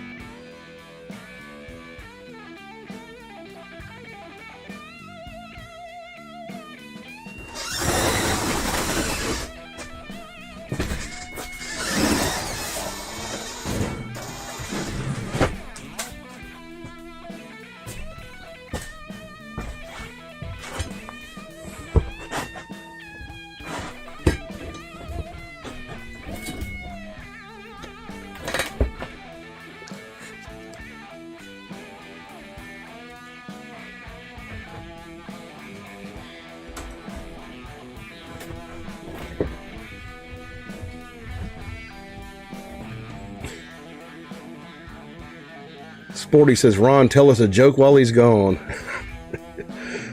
Sporty says, entertainment filler. Ron says, had to do a little kid and a man. What do a little kid and a man have in common? Sporty says, a duck walked into a bar. George Ordway says, to watch after the stream, links to a 3 Doors Down video. A lot of bands used to play, that Kryptonite, I think it was, if I go crazy now, will you still call me Superman? Like that song, like it's real easy to play, you know. Sporty says, don't know, tell us, Ron. A rat's ass says, cheers to all music lovers. Cheers to you, man. Fun for Sinclair says, cheers. Sporty Otter says, cheers to me being able to type rat's ass and grin today. Ron says that they both have heard the same dad jokes 100 times. Right. That was the punchline to what do a little kid and a man have in common. Sporty Otter says rim shot. Let's see if I can do one here.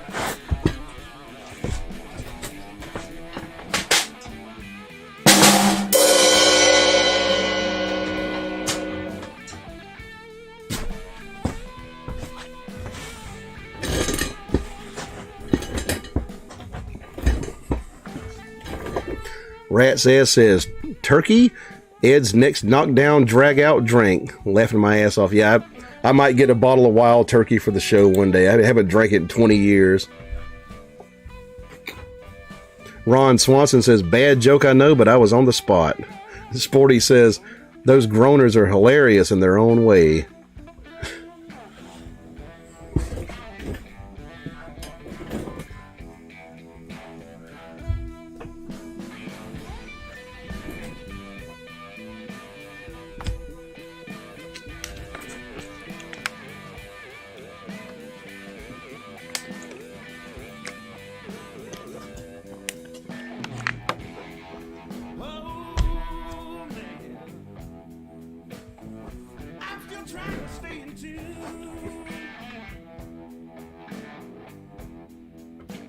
Hey, you know what you get like when an elephant fucks a rhino? Hell if I know.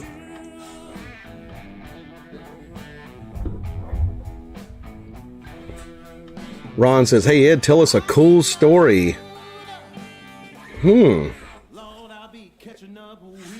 Have to think of one. Cool story. Okay.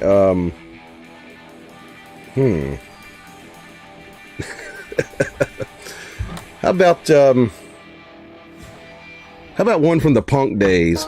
Oh, hang on. Just unplug my camera here. Give me a second.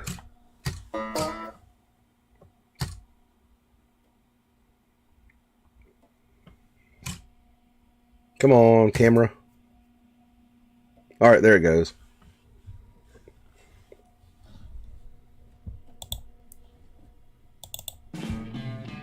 Tell you a good old punk rock story. We used to play at this place that was like an old porn theater called the Capri Cinema. That was the punk club in Augusta, Georgia. And me and my band, 3 of us, had been drinking Jim Beam all day long, among other things. We were like, just tore up from the floor up, as they say. And we got up on stage, played Bite at You Scum by G.G. Allen. I start thinking, G.G. Allen, I'm fucked up as hell, I was like, you know what? I think I'm just going to whip it out and just take a piss, man. So I just whipped it out, took a piss off the stage onto the floor below, and, played a guitar solo, jumped into the puddle of piss, slipped and fell in it on my back. Okay, I'm wearing a guitar strap that I'd borrowed from another band, so got piss all over his fucking strap. He told me later I could just have it. It's like an embarrassing story. The guy who was running the place at the time, put kitty litter down to soak up all the piss and said, hey, you do that again, man, I'm gonna smash your shit. And I was drunk by that point. I was just like, fuck you fucking bitch, and went into the record store that was next door that we hung out at, and the guy's like, don't sit on the couch, man. So that one time back in the old punk days that I peed on a live audience.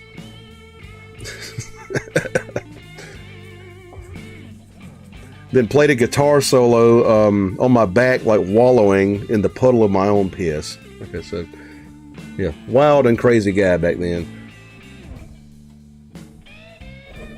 Tyrone Sly says, what song is that in the background? That is my stuff. Album I put out last November.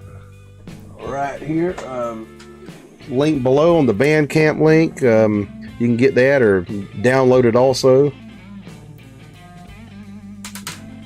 Called If the Creek Don't Rise.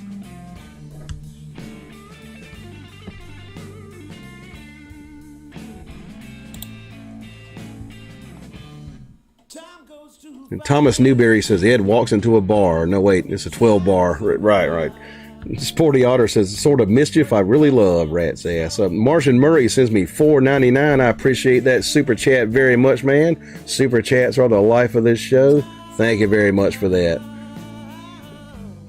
George says, do you know the Beverly Hillbillies theme song? I can probably do that on the banjo. Let me see. Let's see how my banjo playing is tonight.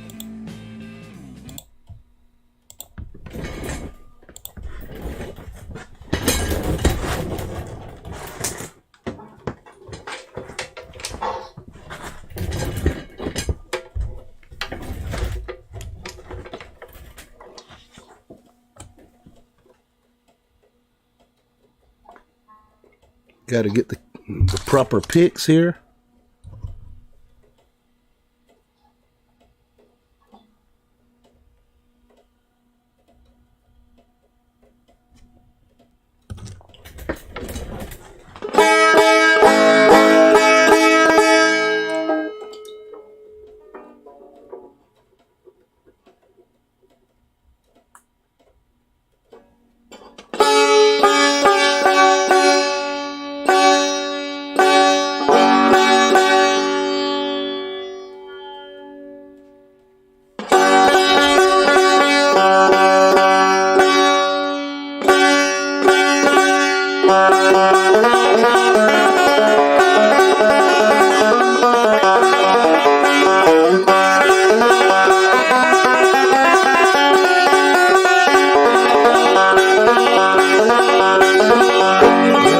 to my story about a man named Jed. Poor mountaineer barely kept his family fed. Then one day he was shooting at some food, and up through the ground come a bubbling pool. All that is black gold, Texas tea. The first thing you know, Jed's a millionaire. Kin folks said, Jed, move away from there. Said California is the place you ought to be, so he loaded up the truck and he moved to Beverly Hills, that is. Swimming pools, movie stars.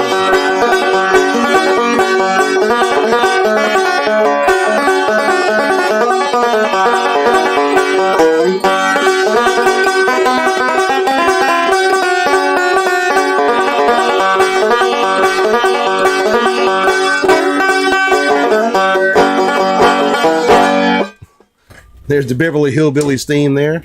Good as I can play it, at least. A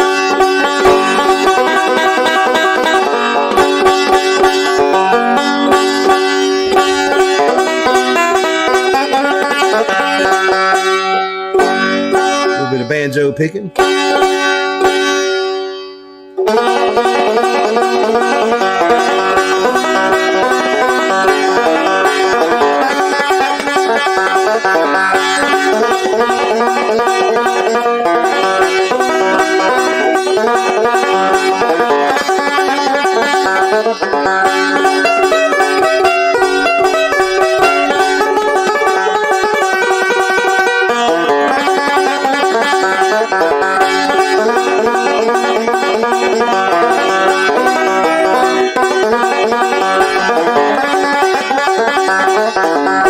Yeah, a little rusty on the banjo tonight.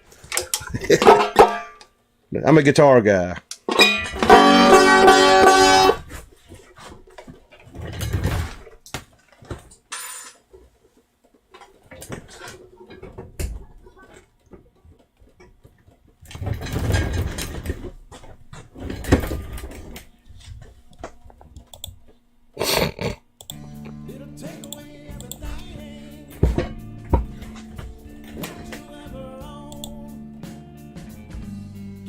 Ron says, a guy I used to play with crapped his pants live one time unexpectedly. He stopped back, stopped buck-jawed, threw his clothes in the garbage, and drove home stark naked. It was glorious.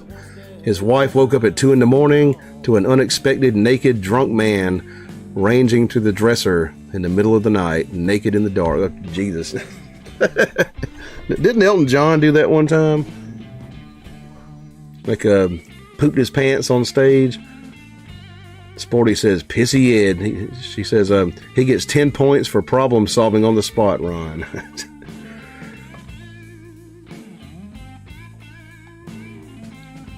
Ron says, deadly, appreciate that. Sporty says, I'll be right back. Now I have to pee after all this talk about stage accidents. George says, nice. Rat's ass says, banger is cool, appreciate it. Frank Morgendorfer says, the hat, the hair, shirt, and banjo with a non-smiling face. Imagine bumping into Ed in the South Carolina pines. Right.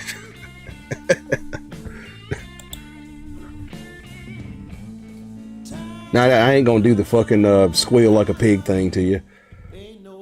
Ron says, Shotsky? Yeah, we can have a shot.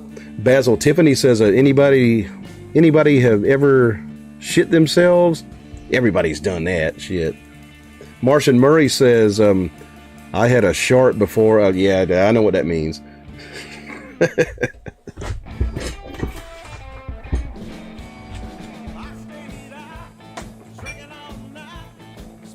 Okay. We got the Bacardi Black Rum. And we got the Ardbeg Single Malt Scotch Whiskey from Islay. Y'all tell me, Scotch or rum?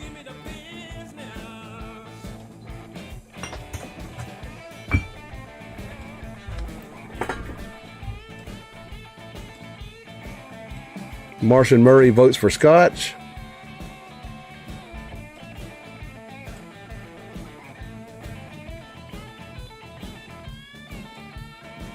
Fun for Sinclair votes for Scotch.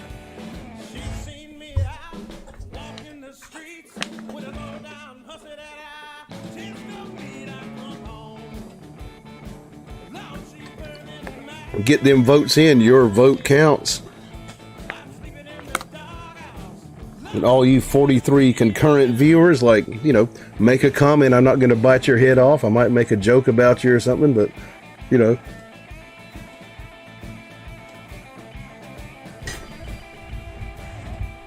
Ron says, the trick is if you're drunk and you can't stand up to piss, you get a buddy to go with you to lean on your shoulder, prop each other up. I remember doing that in the parking lot in the snow. And he votes for Scotch. I've actually had to hold a drunk motherfucker up while he pissed out the door of this building, actually. George says, that Crossroads comparison was great the other night. Do it again? And he says, White. Yeah, I'll do that for you in just a little bit. All right.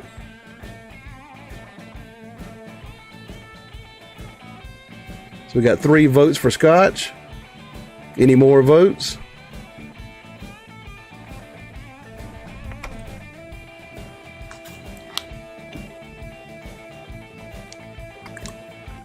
Rat's Ass says, ship high in transit. Shit. Anagram for shit. Sailing ship. Rules to live by. Now you can smoke. Ron says, that was damn nice of you, Ed. Good drinking, buddy. Yeah. He had a friend who was too drunk to walk. And, walked him out to that door there, like held him from the back and let him piss.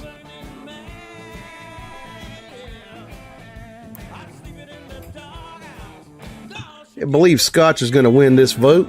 Ron's, I just read that. All right, the Ardbeg Smoky Scotch from Islay, single malt. About $50 I paid for this. Martian Murray says, I pissed on my friend's girlfriend one spring break. She said, what are you doing? And I said, I'm pissing. Do you mind?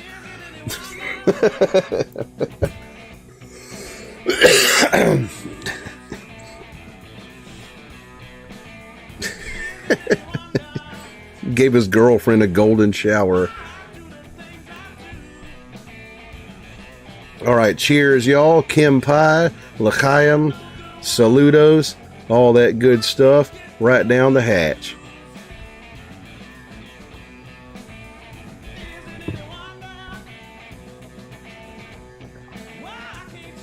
Rat's Ass says, oh damn, Murray, how's your eye? Morgendorfer says, sip the Ardbeg. Yeah, it's supposed to be sipped, yeah. But I mean, you know, we're running a fucking juke joint here, so I guess we just take shots of stuff. Fun for Sinclair says, that's hardcore, Murray.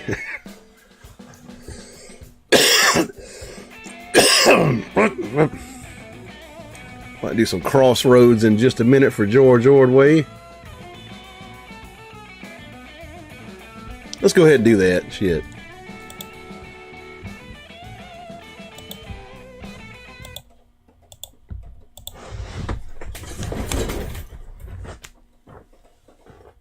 Okay, as first we'll do the Robert Johnson version.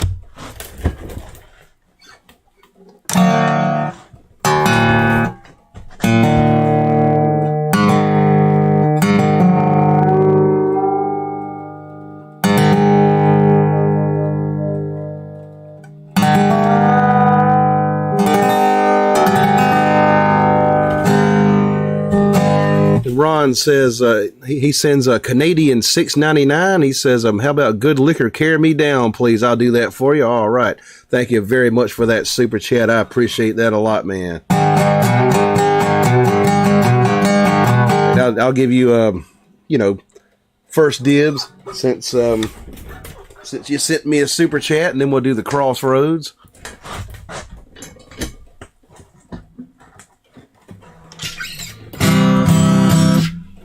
Chad Thompson says, do you know any Marty Robbins? Not lyrically.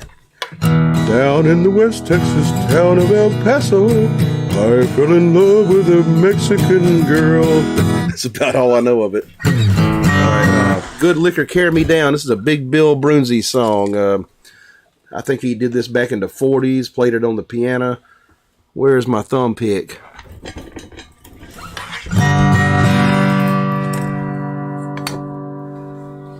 Here's one.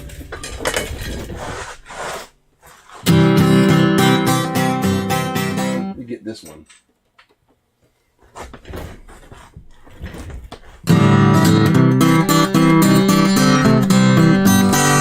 Well, I know a little girl, about 16 years old. Best Bill, stop drinking, I will satisfy your soul. Well, I just keep on drinking. I keep on drinking. Well, I'm gonna keep on drinking till good liquor carry me down. When I wake up in the morning, holding the bottle tight. When I go to bed, mama's a gallon out of sight. Well, I just keep on drinking. I keep on drinking. I'm gonna keep on drinking until good liquor carry me down.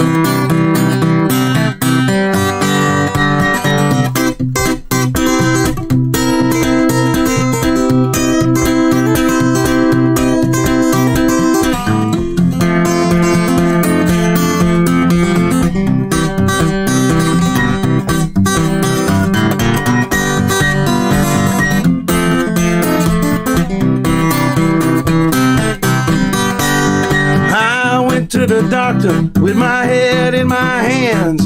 Doctor said, Big Bill, I think I had to give you monkey glands. Well, I just keep on drinking. I keep on drinking. I'm gonna keep on drinking till good liquor carry me down.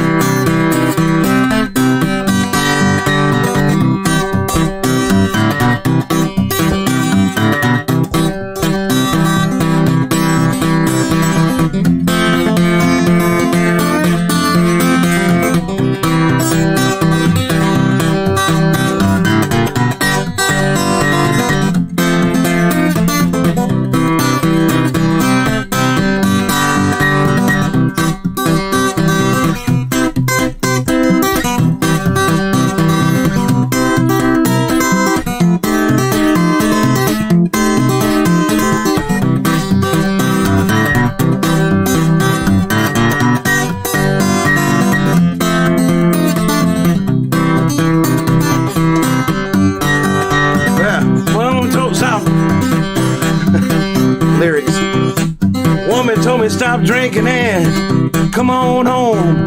If you don't Big Bill, some man gon' carry your business home. Well, I just keep on drinking. I keep on drinking. Well, I'm gonna keep on drinking until good liquor carry me down. All right. Good Liquor Carry Me Down by Big Bill Brunzi, classic blues artist. Made like a little lyrical boo-boo there at the end, but let's do some Crossroads.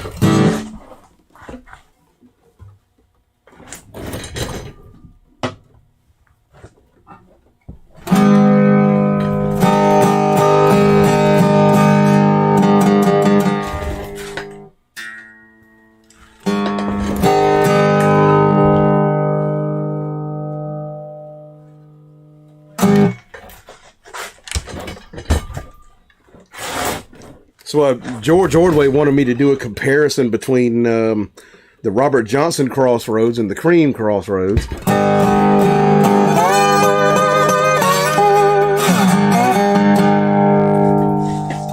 Robert Johnson here.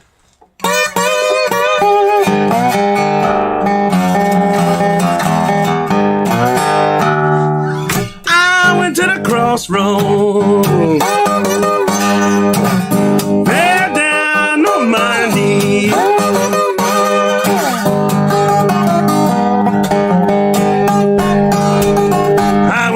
Crossroads, fell down on my knees.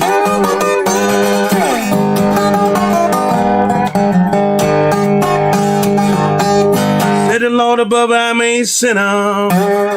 Say, poor Bob, if you please.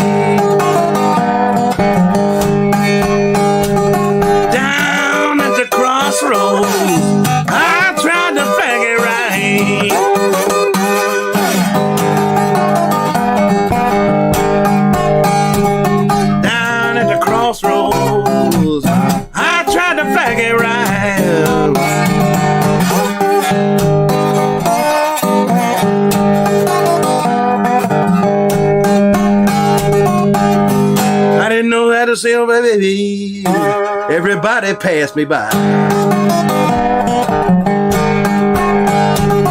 Down at the crossroads, I looked east and west.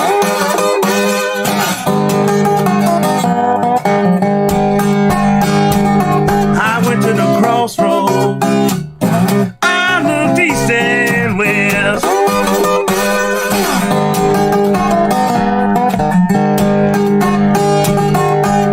Didn't have no sweet woman, babe, yeah, to my distress. I went to the crossroads, ride the sun going down.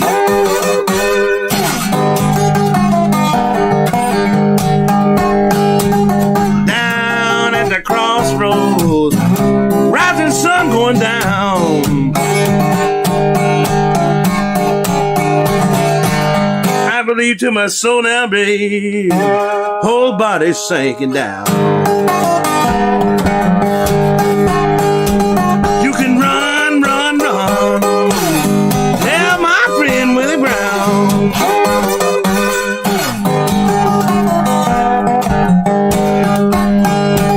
You can run, run, run, tell my friend boy Willie Brown. Standing at the crossroad, babe, believe I'm sinking down.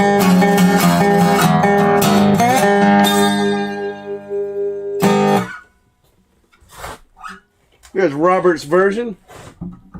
Maybe about a half a step or a step too low.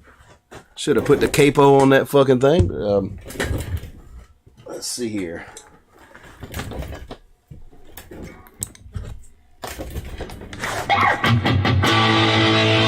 Hey, too hot, too hot.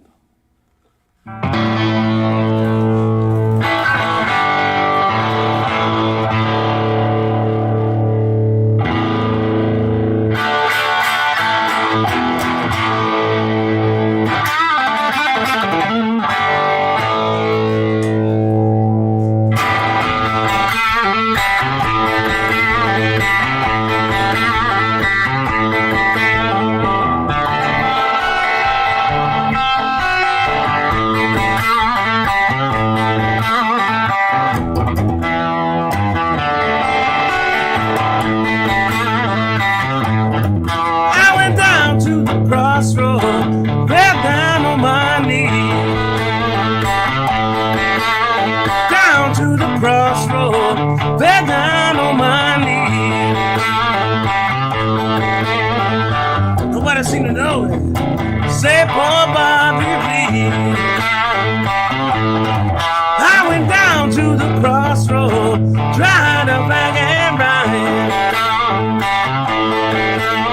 Down to the crossroad, tried to black and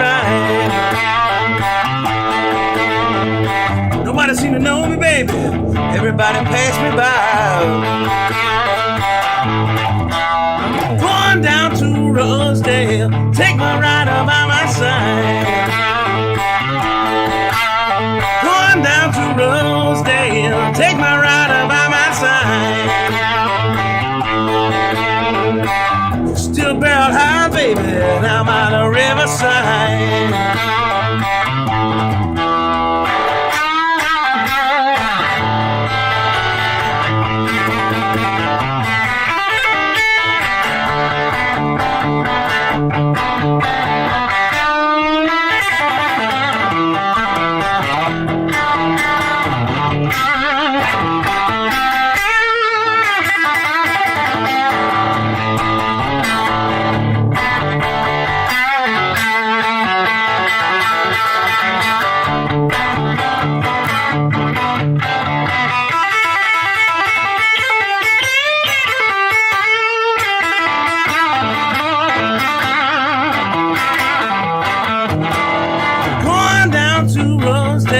Take my rider by my side. Going down to Rosedale, take my rider by my side. We can still paralyzed, baby, down by the riverside.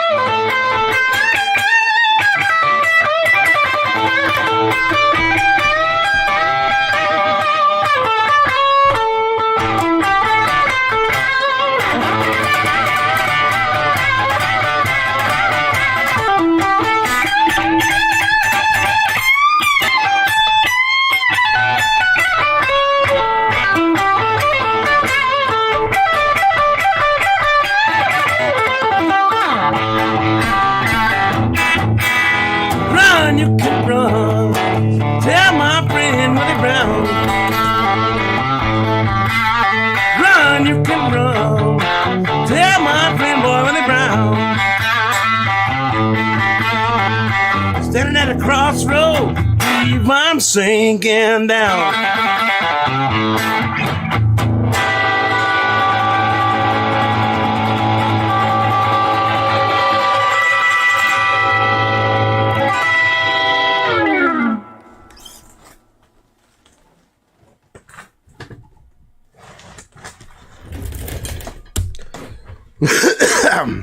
And there's Cream's version of Crossroads. I'm really starting to bond with that fucking Riviera.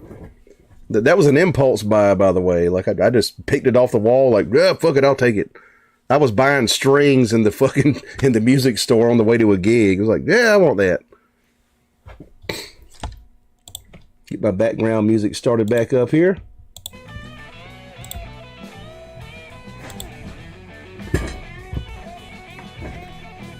Ron says, hell yeah, brother. Sick. Appreciate that. Sporty says, grandiose. Appreciate it. Fun for Sinclair says, love me some Cream. Ginger Baker was a total madman on the drums. He was a total madman in general. He was like a madman in life. Frank Morgendorfer says, I prefer the rockier Cream version. I know a local band that do a blistering Cream version. Great music. Thanks, Ed. Oh, yeah. I mean, probably the first time I heard Crossroads was Cream. Like, yeah, it might have been like a year or two before I bought my first Robert Johnson record in high school. Sporty says he was something else. Yeah, Ginger Baker.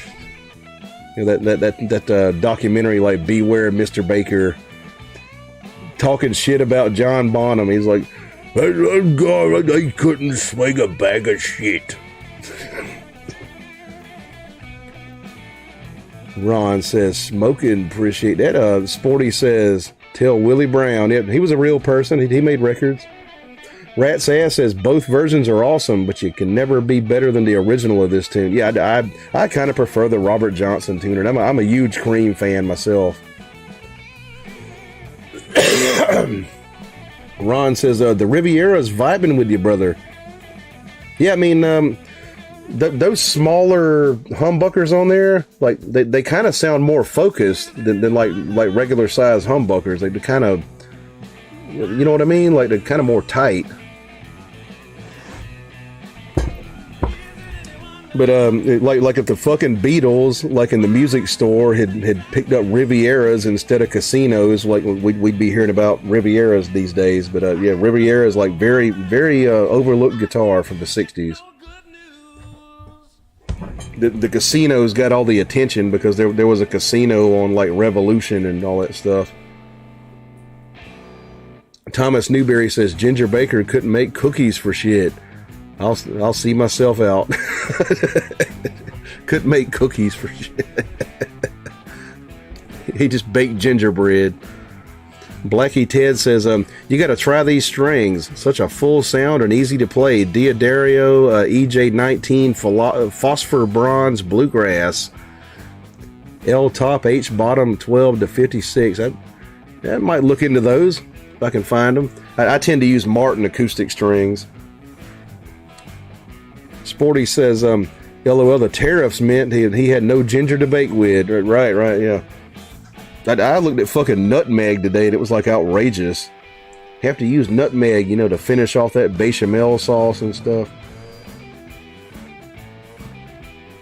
And Rat's Ass says, Why, Thomas, honesty is always best. Sporty says, humbucker is a word that makes me giggle nearly as much as typing rat's ass. Yeah, that's what they call the, the big ass pickups on Gibsons, the humbucking pickup, humbuckers. Because they don't hum. Ron says, yeah, tight is good.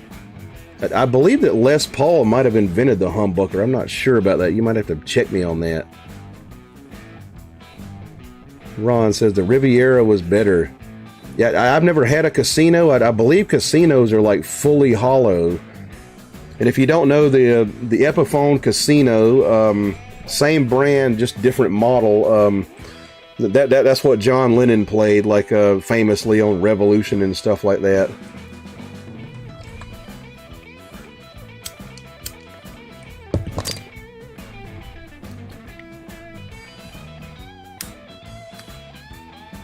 Donald Erickson says, here we go. Here we are again. George Ordway says, back after a cell phone blackout, battery died. Oh, shit. Fun for Sinclair says, I'm a humbucker. Hey. So, like if you don't play guitar, like if you're playing a Fender Stratocaster or something like that, like the guitar that Hendrix played, it's gonna buzz. Like I think they got like circuitry in Fenders now that make them not buzz, like make them hum. Yeah, like if you got a guitar like a Gibson guitar with humbuckers in it, it doesn't hum.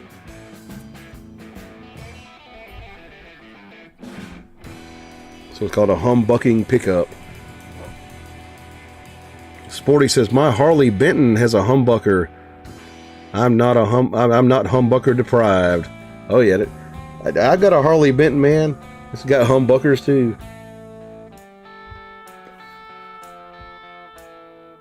George says, great crossroads. Appreciate that. Ron Swanson says, I have a horse of nutmeg. I like it because it was such a popular spice in the colonization of North America. Right. Yeah, they put nutmeg in everything, like way back in the day, like about 200 years ago. And nowadays, certain things like you put it in, like certain like bechamel sauce, you finish that with nutmeg. Sometimes a bolognese sauce can benefit from a little bit of nutmeg sprinkled in there.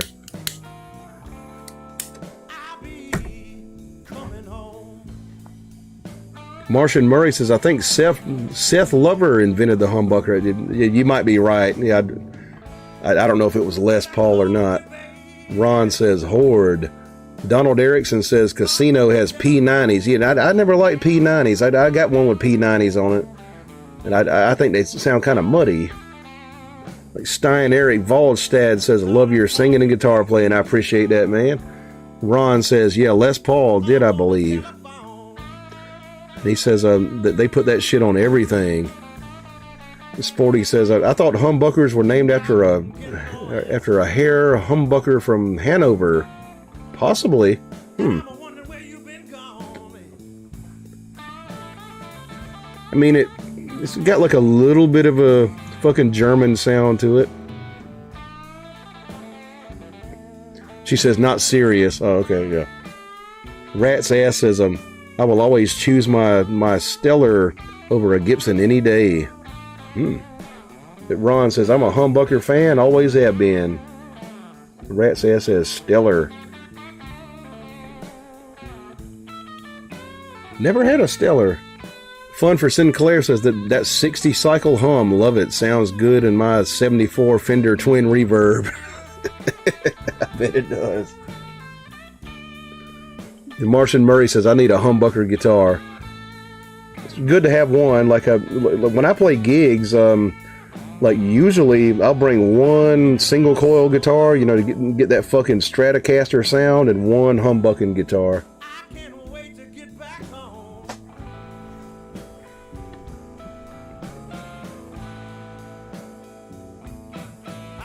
Let's see, Ron says a single coil have their place, but the humbucker was an advertisement, I believe.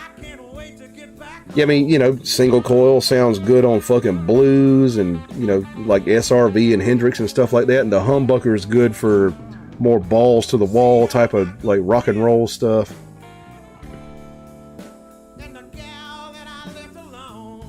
And George says, holiday eggnog. Rob says, in electronic parlance, it's called common mode rejection, the humbucker. Yeah, there's some kind of like, basically like a throws the hum out of phase somehow, right? Ron says, I was always in love with Les Paul guitars and PRS guitars, so humbuckers were naturally my favorite. And like a PRS to me is basically like an improved Les Paul guitar, kind of. Sporty Otter says, did anyone ever write a song about humbuckers? Anybody know? Not that I know of. Fun for Sinclair says, have a Fender 51 modified with a humbucker in the bridge position. Killer sound. I got a Strat with a fucking humbucker on there, but it doesn't quite sound like a Gibson humbucker. It kind of sounds more like Fender-y, like kind of sounds thin.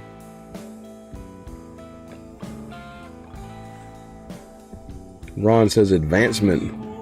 Donald Erickson says bah humbucker. Right. I'll say that for Christmas.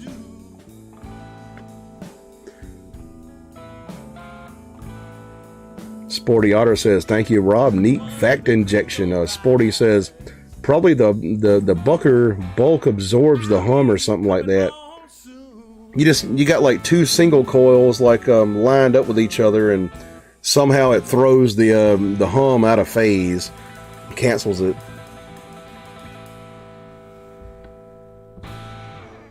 George Ordway says, levee gonna break. I'll play that in just a minute. All right. Frank Morgendorfer says, what happened to your Gretsch? Don't see it around. Hope you haven't sold it. Has a nice tone. I still got it. You ought to bring the Gretsch back out. It probably needs new strings on it. Strings are kind of dead.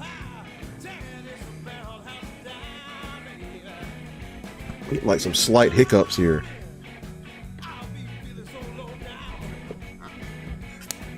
A Gretsch is really fucking interesting because it has humbuckers on it, but they kind of sound like single coils because they're not wound very much.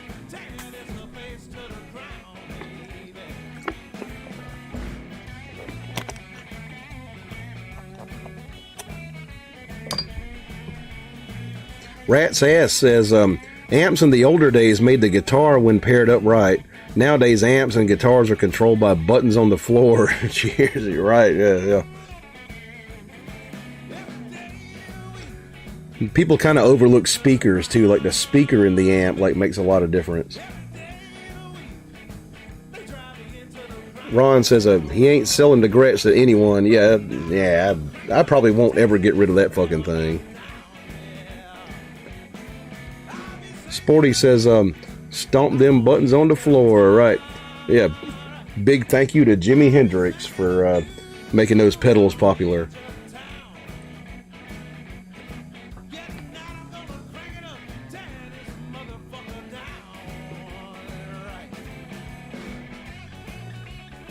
You know, I heard like an interview with Albert King one time, and he was like shit talking Jimmy. That kind of disappointed me a lot. He's like, yeah, that old fucker, he'd mash a button and it'd sound one way, and then he'd mash a button and sound another way. I don't understand it. You know, he was like an old ass blues guy. He didn't really believe in pedals and shit. Sporty says dead air. Donald Erickson says, my Les Paul has humbuckers, and I always thought it sounded terrible through my VT series Vox, but now I have an AC30 and now it sounds nice. It's hard to make an AC30 sound bad. It's a classic amp right there. Sporty says, anyone shit talking Jimmy is just a heart full of envy. Poof. Ron says Albert was a bigger fan of SRV. Yeah, yes, he was. Yeah, they played together on that PBS special. I think it was a PBS special. And of course, Stevie was like heavily influenced by Albert King.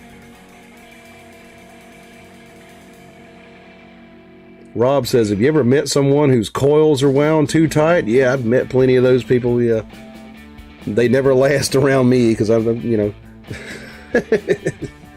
I like sensitive people don't do good around me. But Rat's Ass says, Vox's amps are amazing. Yeah, they got some good stuff. They got that British kind of mid-rangey sound.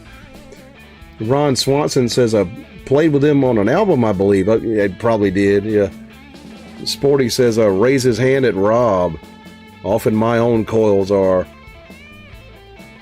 Ron says, yeah, Rob, too many.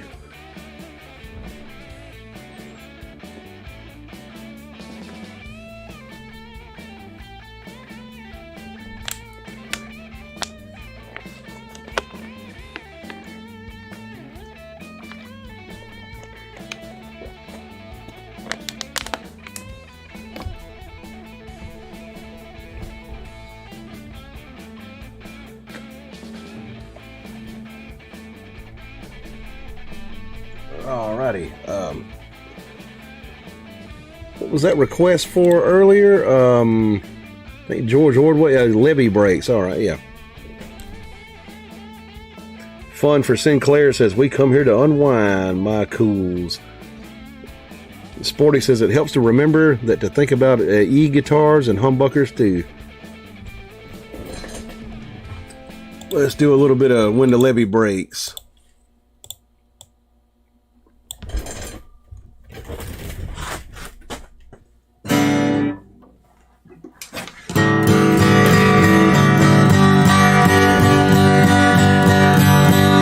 Also like, subscribe, and share.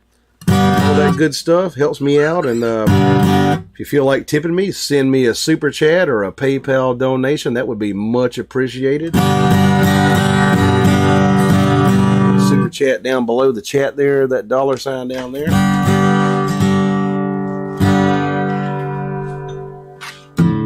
Need a capo here.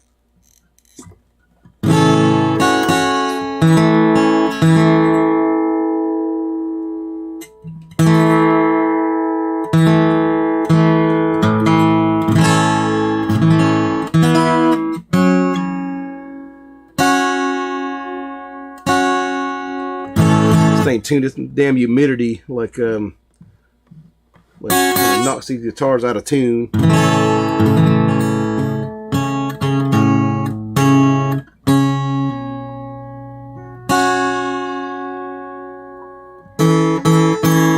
Damn it.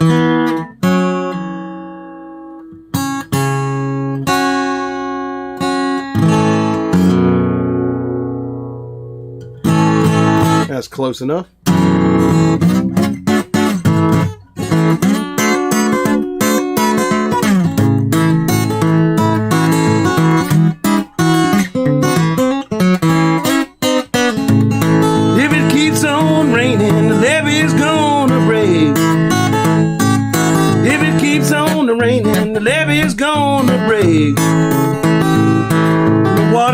Come and you have no place to stay. Well, all last night I sat on the levee and moaned. Well, all last night I sat on the levee and moaned, thinking about my baby and my happy home. If it keeps on raining, the levee's gonna break. If it keeps on raining, the levee's gonna break. Water's gonna come and have no place to stay. Look at him, mama, now what am I to do? Well, look at him, mama, now what am I to do? When the levee breaks, mama, got nothing to lose.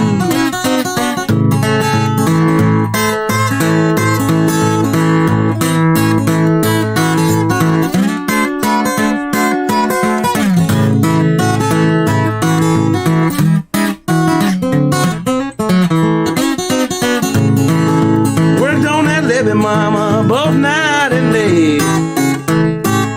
Well, worked on the levee, mama, both night and day. Got nobody to keep that water away. When I cried one help you now, praying won't do you no good. Well, crying won't help you now, praying won't do you no good.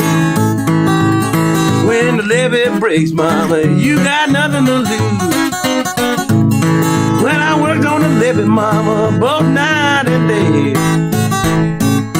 I worked on the levee both night and day. I worked so hard to keep that water away.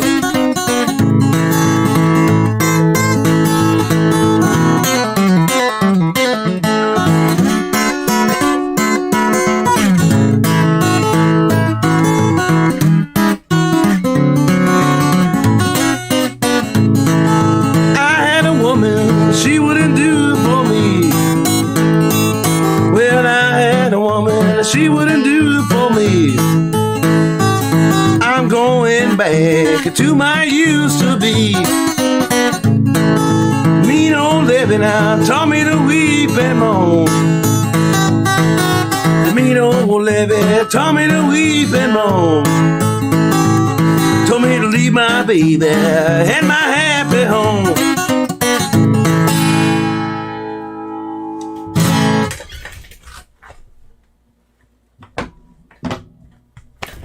Original When the Levee Breaks by Memphis Minnie and Kansas Joe McCoy.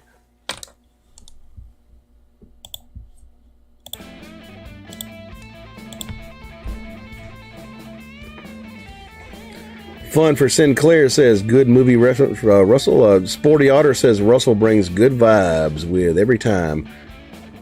Russell says cheers back. I'm bona fide. Sporty Otter says high five.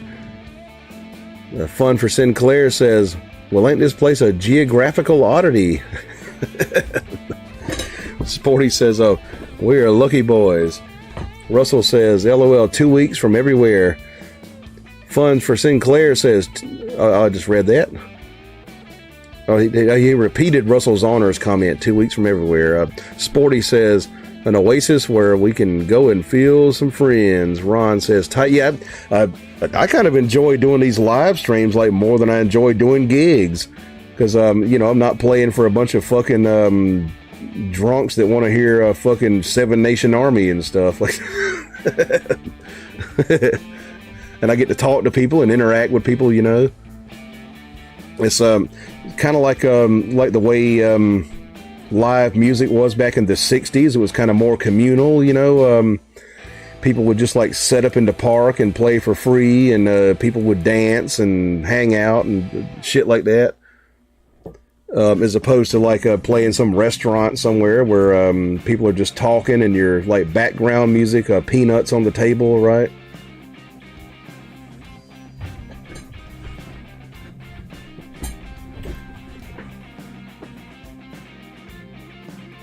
Blackie Ted says, are you not drinking tonight? Yeah, I'm drinking. Yeah, taking some shots. Ryan McGowan says, I know the feeling. Nobody yelling Freebird. Right. I did get, I got one Leonard Skinner request tonight for Curtis Lowe, and I politely told the poor man that I'd retired from playing Leonard Skinner.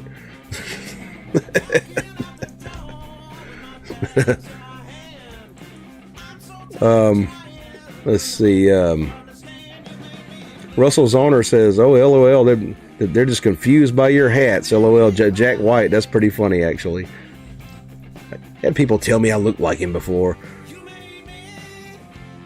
Fun for Sinclair says, we love interacting with you too, Ed. Good company here. Oh, yeah. Appreciate that, man. Sporty says, we are distinguished ears who want to hear some fine picking. George Ordway says, Seven Nation Army in you. I don't know the damn words to it, actually. Rat's Ass says, does not drink much. Well, shit. Okay. Like my turkey. Cheers. George Ordway says, just kidding. Ron says, shot. Yeah, we'll do a shot. Give me 1 second. I'm going to step outside and take care of some man business, and I'll be right back.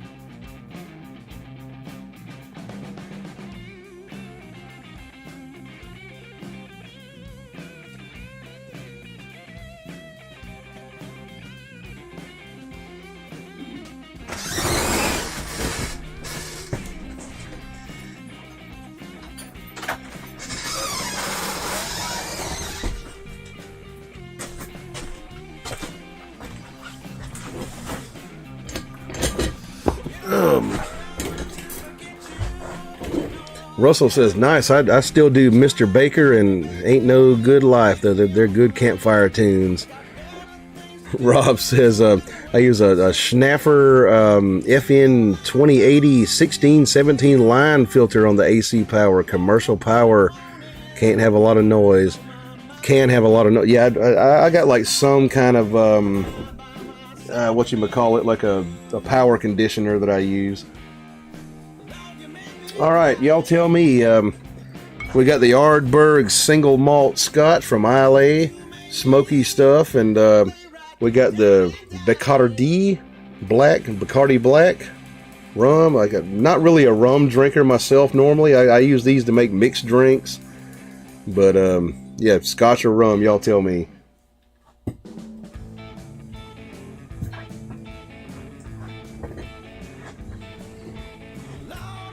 Ron says that you have to bring out the coon skin in a cool evening one night. It's over here. Hang on.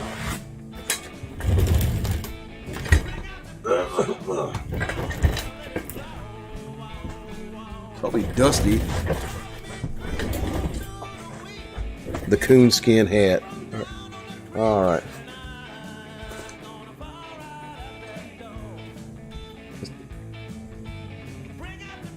It's really important that you put the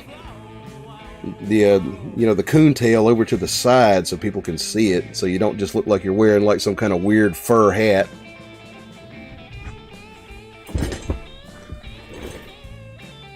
Sporty says we can make up new lyrics. George says, seriously, any Jethro Tull in your catalog? I might do one in a bit. I know the lyrics to a couple, maybe Thick as a Brick or something. Sporty says Scotch. Martian Murray Scotch. Ron says Scotch. Fun for Sinclair says stick to Scotch. All right. George Ordway says Scotch. Sporty Otter says, George, if you promise to comment, I will make a Tull video for you. Say your name even. To get it on this side. Yeah. Yep.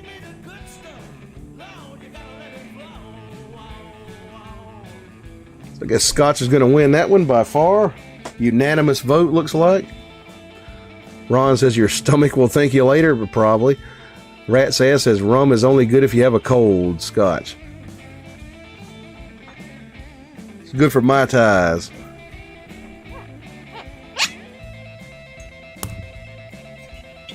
Where's the patented Ed Phillips shot glass? Where'd I put it? Look, right here. All right, the patented Ed Phillips shot glass, available below in the merch link.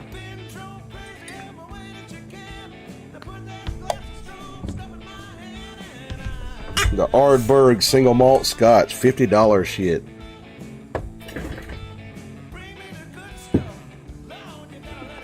All right. Cheers, Kim Pai, L'chaim, Saludos, all that good stuff. Bottoms up.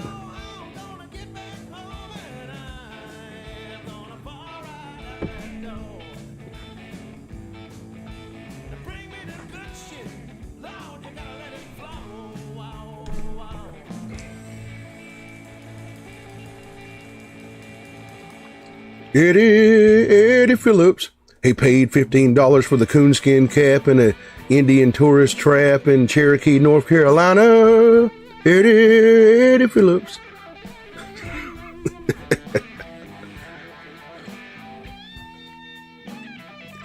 Ron says your head too. Sporty says don't like rum much. Ron Swanson says it's too cool. It's so cool. They're talking about the hat, I guess. Sporty says LOL. Somebody screenshot him. I did one stream with this thing on. It had the damn tasseled buckskin jacket too. It was cold enough to wear that in here. Fun for Sinclair says good point, Ron. Ron says and hurricanes. Sporty Otter says now he should sing in 1814 we took a little trip. Yeah, talking about that old song about the 1812 war. Johnny Horton, yeah. Rat's Ass says, I remember wearing a tail on my head one night. She kept me warm, bless her soul.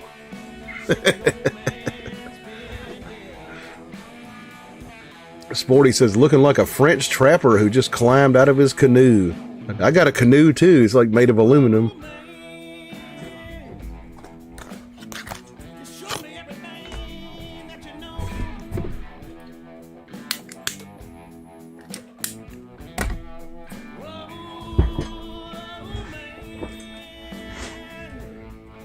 Frank Morgendorfer says, you've got quite a look going on there. Is this stage clothes or do you walk around like that? I just kind of collect weird hats and stuff. It's like a thing I do, you know. Haven't worn this on stage. I have worn my buckskin Indian jacket on stage a few times. George says, Sporty, great. I'm a man who wears man hats. Sporty says Edward's outfits becoming a thing. Yeah, I've got a lot of weird clothes. Yeah, mostly from being a musician. This just comes from being a hat collector. Ron says, I still say it has 2 times. I still say it was 2 times. I wore it once, I think. Maybe once or twice. I don't know. Like on the show here, Rat's Ass says, true, Sporty, it's becoming a thing. Sporty Otter says a bonding thing. She says, Edward never imagined being a fashion icon, right?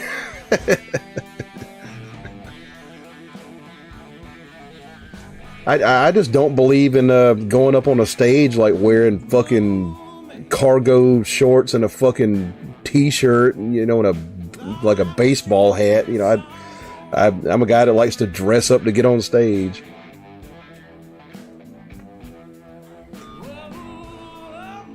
Ron says, yes, Rat's Ass is warm and cozy. I think it's kind of warm on your head, yep. Ron says, I just bought a sick cowboy hat for the rodeo. Oh, that's cool, man. Most of my hats that look like cowboy hats are more like technically fedoras, just like wide brims, like a straight up cowboy hat, you know, with the 10-gallon shit going on. Like I probably wouldn't look right in one of those.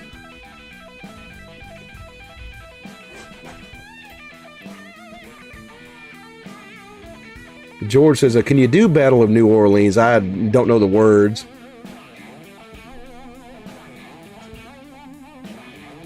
Sporty says, I love that part too, costuming myself for music. I mean, yeah, like look at good bands from fucking 40, 50 years ago. You know, they fucking put clothes on when they went on stage. You don't want to go up on stage like you just got like out from under a fucking car changing oil or something, you know. It's called stagecraft, right? Like I was kind of a drama dork in high school. Like I learned to dress up and look good and light myself properly and all that stuff.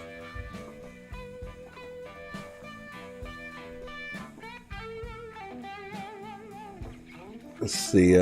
Ron says, I do the wild horse race. Wild horse race? That's kind of weird.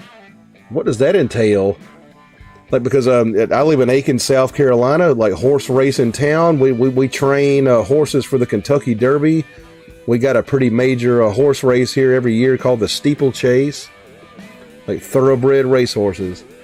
Fun for Sinclair says, I love my Indiana Jones hat. I wish I had an Indiana Jones hat, man. See, yeah, he wore a fedora, right? Yeah. Rob says, you're not Jimmy Buffett? Never, no. Frank says that if you play any tull, you got to add a cape and a codpiece to your current outfit and strut. Right. Yeah, I got to stick my leg up, right? Yeah. Sporty says, I'll give you 8 from 10 points for today's look. I appreciate that. I do know a little bit about fashion. I'm about like probably 15 or 20% gay. You know, not dick sucking gay, but gay enough to know good clothes. Ron says they release wild horses and 3-man teams, saddle them up and ride them across the line. Huh. That's kind of interesting shit. Is this like a rodeo thing up there?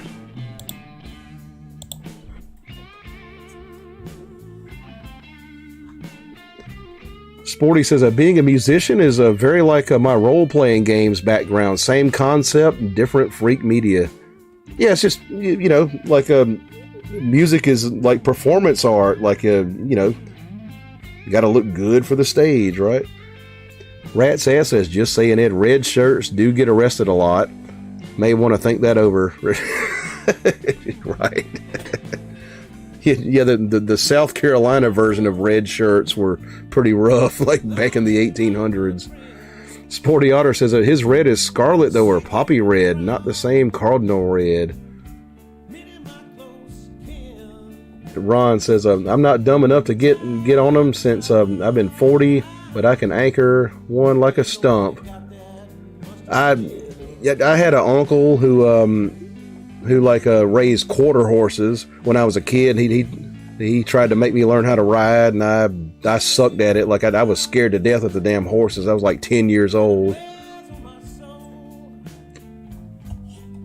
Like when one reared up on me one time, I was like, "Get me off of this goddamn thing!" Ron says, "I'm not." Read that. He says, "1 lap, wild horse race. That's crazy." Like Stein Eric Volstad says, "Looking good. Appreciate that, man." Sporty says, "It's true. What we wear says a lot that the mouth doesn't have to." Yeah. It says a lot about your self-respect and, you know, what you think of yourself and stuff like that.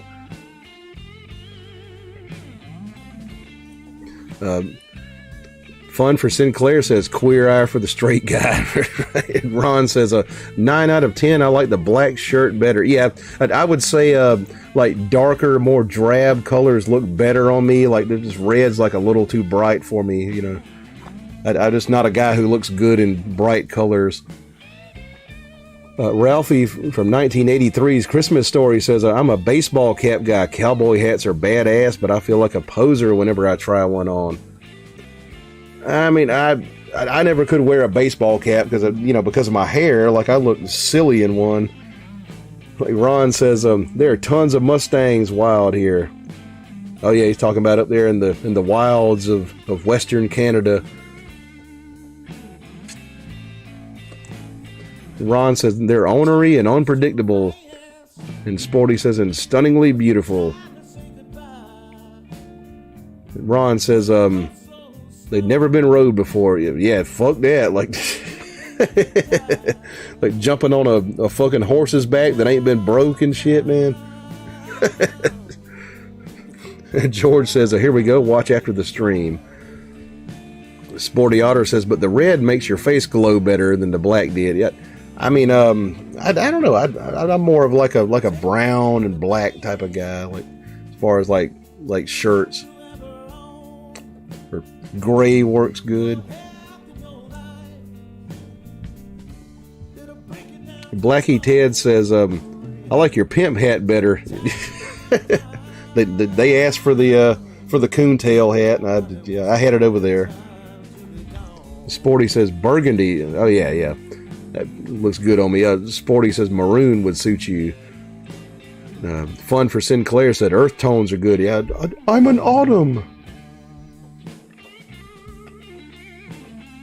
Mass Mofo says, what kind of slide do you like? Glass, metal?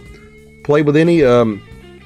I tend to be into metal slides, actually. I think glass slides are kind of too, I don't know what it's like, muddy, like are lacking in sustain and stuff like that.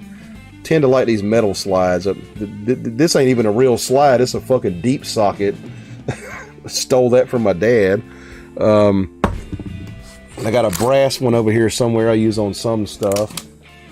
Well, I don't know where it went, but Ron says, I love horses. I grew up with them. I used to ride bareback when I was 5 on them. But damn, I didn't get along with them like when I got on them. I was like scared of them and shit. It's kind of a pussy when I was a kid. Like I was like, oh, get me off of this goddamn thing. Like that one fucking reared up on me and shit. And this is right when Christopher Reeve like had that accident too, where he broke his neck.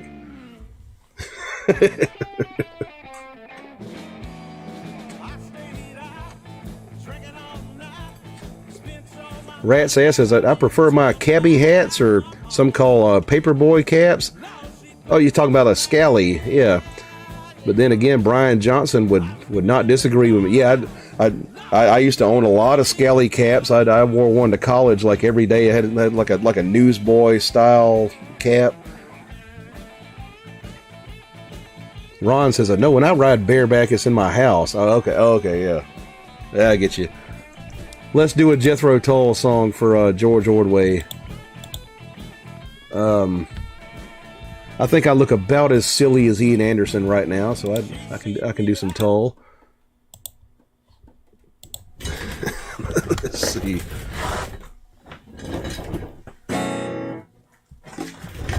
Play as much as I can remember. 3rd fret capo on this one. Yeah. Is that the record right there? Yep, there's the record. 2 copies of it.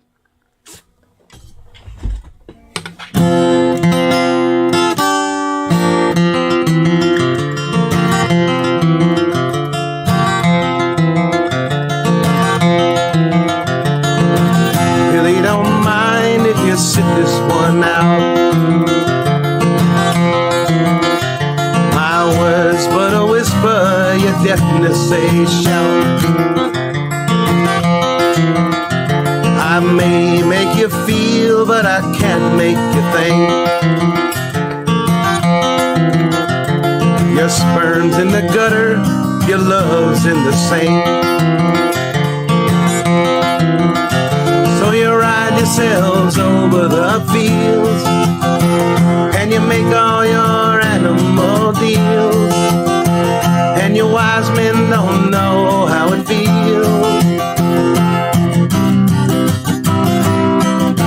to be thick as a brick.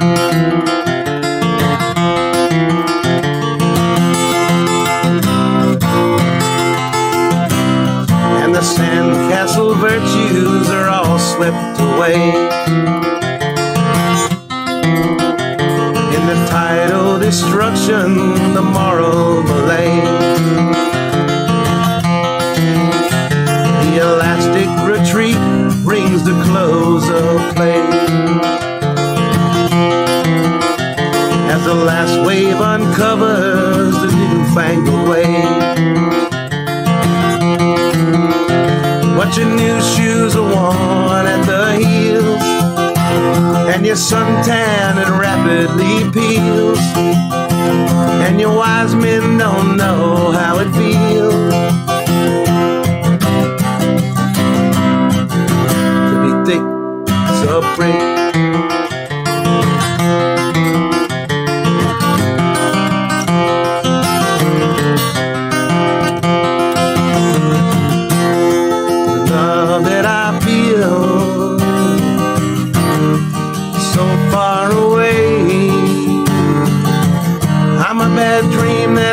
Just had today, shake your head, said it's a shame, wrong chords.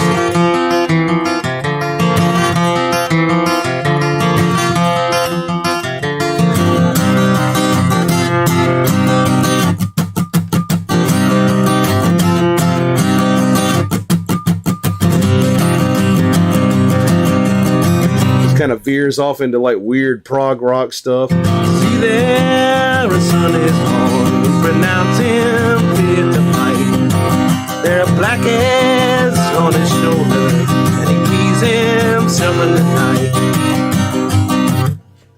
Let's see. We make a man of him. Hey, don't know the shit after that.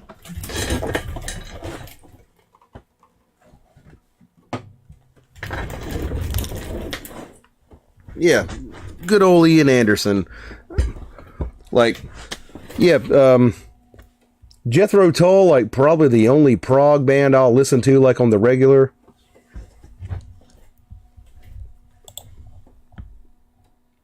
And Sebastian says, hey brother, still watching? Do you know My Sunday Feeling from their first album? Like, let's see. don't know the words to it. That old feeling.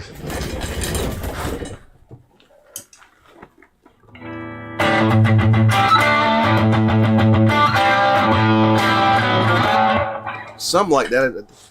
Can't half remember it. Yeah, Jethro Tull's first album was a blues album, actually. Yeah. They had a song called Sunday Feeling, just straight up blues song.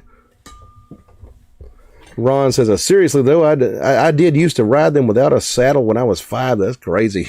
Sporty says, Barr was special. Yeah, and Ian fired him. Fucking crazy. Like Sporty says, that bit here is magic. How it flows hooks me every time. George says, always amazing. Appreciate that. Ron says, I was charged with feeding them by myself by 8 in the winter, too, different times. It's like illegal to feed them, or you were like made to feed them. Rat's Ass says, but damn good at what he did. Yeah, brilliant songwriter. Sporty Otter says, Edwards pitch suits. It's like milk suited Ian's tea. Edwards pitch suits this like milk suited Ian's tea. I'm about like in his range, like his vocal range.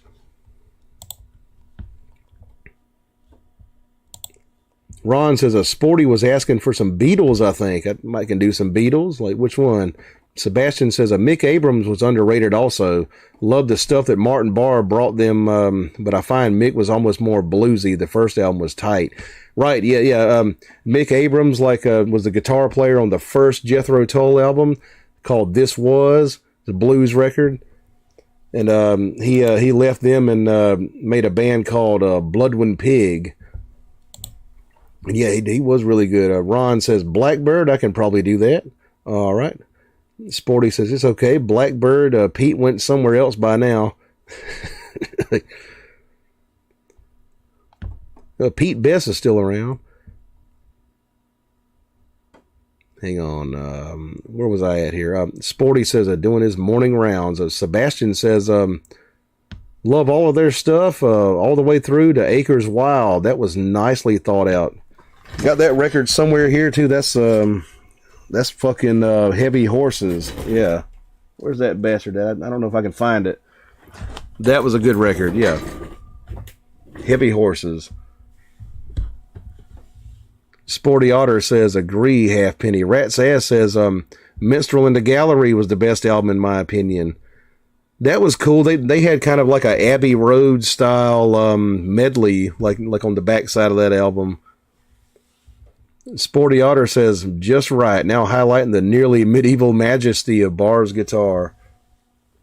And Ron says, I might have to learn this one. It's a good one to know, fun to play. George says, nice. Sporty says, damn fine tune. And Ron says, cool, appreciate y'all. George says, thanks. Fun for Sinclair says, Jethro Tull on acid is the best. One time I heard Ian say, he regretted he never tried drugs. He's like, I have the occasional beer. Sebastian says, a Passion Play album was a musical masterpiece. Almost like it more than The Wall by Pink Floyd, although Aqualung is probably their best album. If I had to pick a favorite, I would probably pick Songs from the Wood.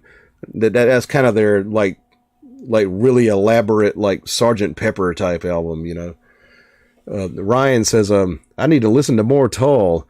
I'm only really familiar with Aqualung. Yeah, that was their biggest album in America. That was a really good album too. Sporty says, fun and let's see, Sluxy, and the Banshees live on acid is the worst. Sporty says, they made it really hard at Lollapalooza in my youth. Fun for Sinclair says, LOL. Sporty Sebastian says, great job, brother. Appreciate that. Ron says, I flew off one time into a pile of my dad's logs and hit my head. Oh, Jesus Christ. Yeah, hit my head on a few of my dad's bullshit out in the yard, too. Sebastian says they did Cat Squirrel, a Cream cover on the first album. Also, yeah, Cat Squirrel was a blues song by a guy named Dr. Ross, the harmonica boss. Cream did a version of it, and then Jethro Tull basically did Cream's version. Sebastian says, do you know that one? Yeah. I mean, know the riff to it.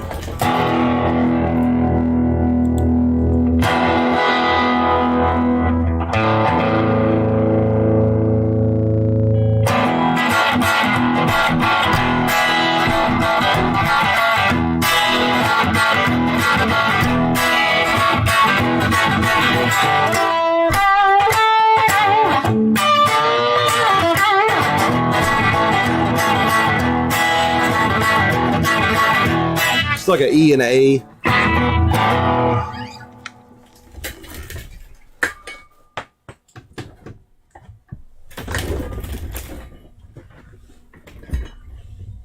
Ron says, my dad said it was time to start looking after the animals, so I did wanting to be a big man. We used to hunt in the mountains with him. That's pretty cool, man. But my dad took me hunting one time, squirrel hunting, and we didn't shoot anything. We used to go fishing together all the time. Ron says, funny that I liked punk when I turned 14.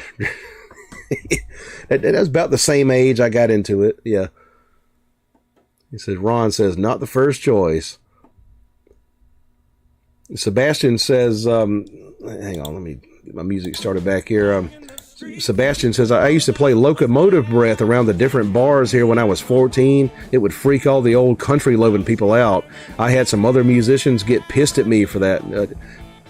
People love it around here. I play Locomotive Breath sometimes.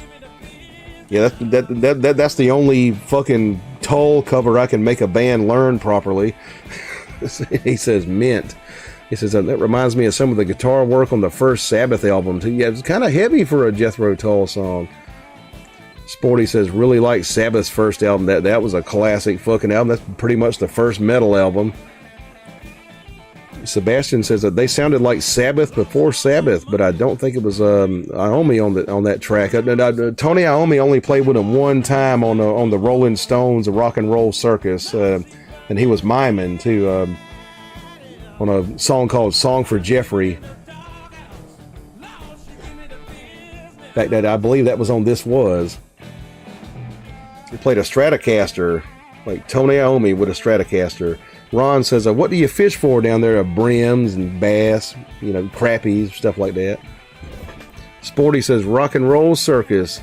I've watched that 900 times. Yeah, it's like a very early Jethro Tull gig on there. Okay, let's do some Blackbird for Sporty. I think she requested that earlier. And Taj Mahal was there too. So hot. Yeah, he was on there.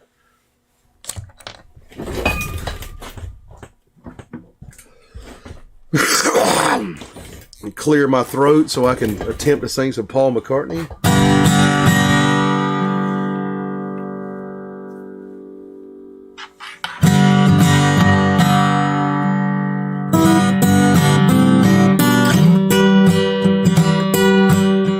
Blackbird singing in the dead of night.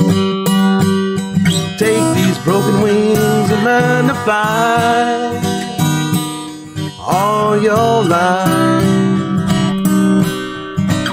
Only waiting for this moment to arrive.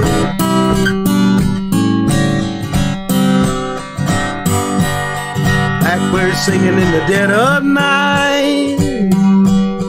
Take these sunken eyes and learn to see all your life. You were only waiting for this moment to be free.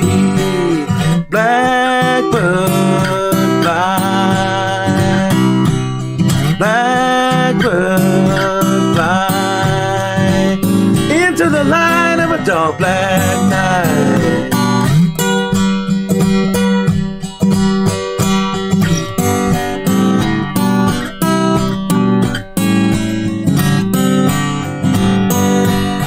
Blackbird fly, blackbird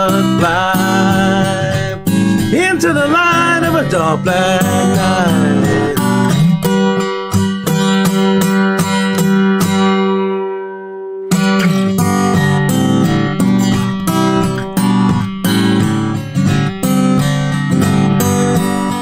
Blackbirds singing in the dead of night. Take these sunken eyes and learn to see all your life. You were only waiting for this moment to be free. You were only waiting for this moment to be free. The Beatles there from the White Album.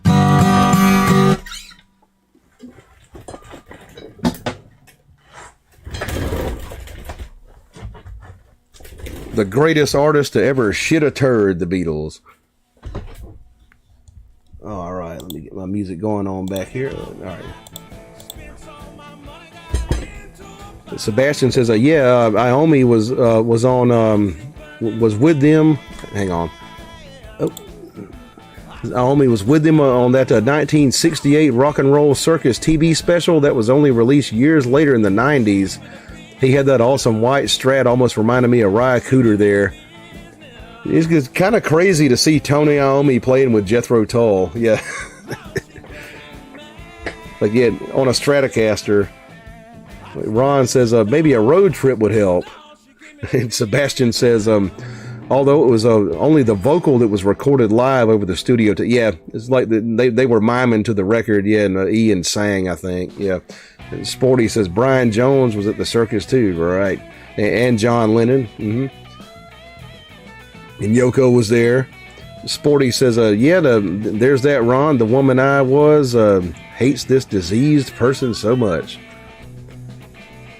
You know, Sebastian says, which actually sounded more like leveled compared to the main studio take of the tune, like for a song for Jeffrey, like his vocal sounds buried. Yeah, it's weird how they mix that, like on the record and shit. It's like he's like distant, you know. Ron says, have your patrons been going up? Not much lately, but yeah, y'all consider signing up for the Patreon.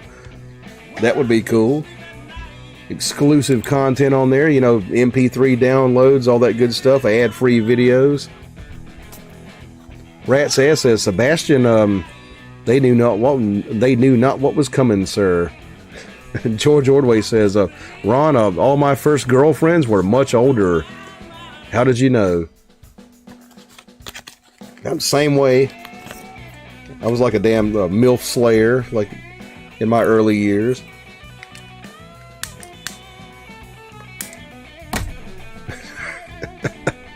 Rob says McCartney's acoustic has a pick board on top of the whole thing. I didn't know that.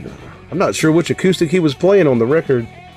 Sporty says subs, yeah, I'm building a very small circle with them, but I'm nowhere near earning. George Ordway says first not fist. Ron says, I've been there, Sporty. Self-loathing is tough on a person. I hated myself at one point when I was at my sickest physically. I've learned to accept it. I mean, yeah, there's some point in everybody's life where you're like, man, I fucking suck, you know. But, I mean, like, nobody sucks, like, too fucking bad. I mean, you know, I don't think, like, we're all a bunch of fucking meth heads here and shit, like, or, like, Nazis or whatever.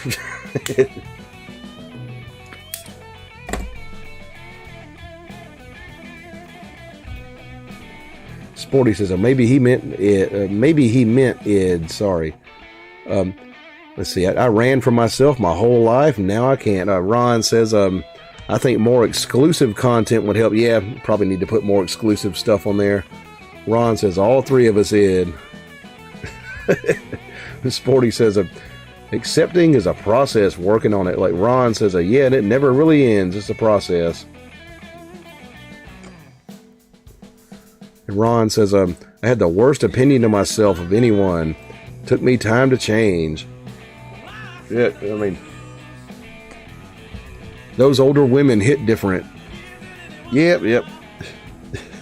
I was kind of a MILF guy until I, got to be like 40, and now I'm the same age as all the MILFs and stuff. So.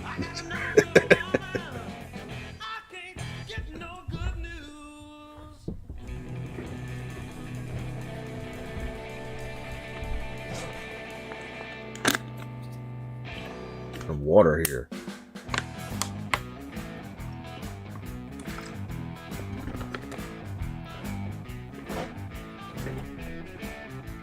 Funds for Sinclair says, amen, Ron. Sporty Otter says, very different. All right, Ron.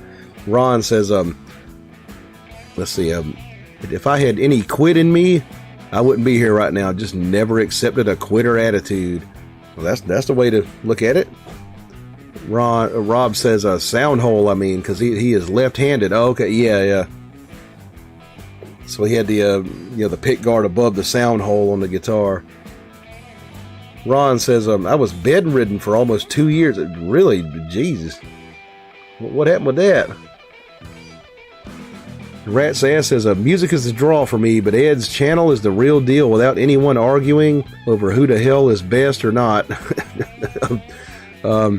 Opinions and assholes are cheap, but the love of music is real. Cheers.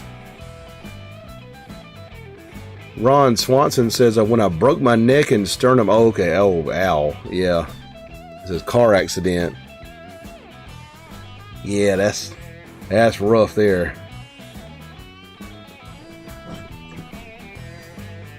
Kind of glad I never had like a really terrible injury. Like I've thrown my back out a few times, but that's about it. Can't move for about 2 weeks. I'm glad you got through that, man. Sporty says, hallelujah to the rat's ass. Ron says, the firefighters arrived first. They couldn't believe I was alive. Damn. Sporty says, I've noticed that there are the sharing artist who realize it's a community and the selfish artist. Just about every artist goes through like some period where they start like sniffing their own farts and stuff. Like I've seen it happen to people.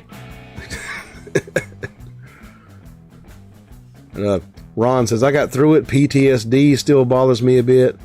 Oh yeah, being stuck in a bed for 2 weeks was like enough for me. Like I couldn't imagine being stuck in one for 2 years. Yeah, I'm glad you got through that shit. Sporty Otter says, glad you're still here, Ron. Martian Murray says, damn, neck and sternum got you coming and going. Ron says, enough about that shit. George says, working with 3 doors down to help them out of the boondoggle was amazing. Just talking about the future helped them along. And Ron says, I'm alive, well, perseverance is calling card for us humans. And that's pretty much, yeah. We're like cockroaches, we're tough to eradicate. Yep. The unspecified channel says, holy heck, dude, still jamming with it. What a champ. Oh, yeah, pretty late on here. I started late. It was like 10 o'clock. Thomas Newberry says, I got hit by a train once. True story. Held up the trains for hours in an induced coma for 3 weeks. Good times. Like in a car or just like kind of hanging out on the train track? Sporty Otter says, oh, my goodness, Thomas. Ron says, that's what causes the nerve problems in my hand. Oh, okay, yeah. Sporty says, I'm glad you're still here too. Jesus. Ron says, Thomas gets it, rough man.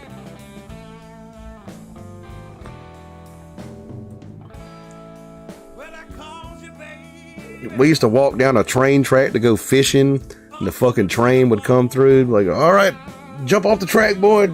Fucking train coming. And like if I'd been on the fucking trestle where I couldn't jump off, would have been fucked.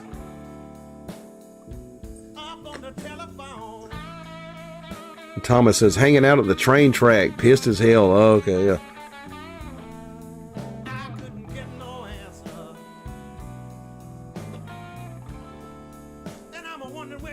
Ron says, I knew a guy who died that way, Thomas, drunk as hell. Yeah, there was a early family member of mine, my great-grandma's brother, was a professional boxer, actually, and he passed out drunk on a fucking train track and got ran over and killed.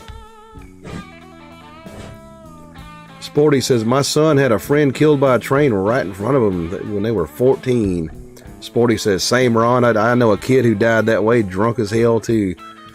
Ron says, I've done it too, got away with it though.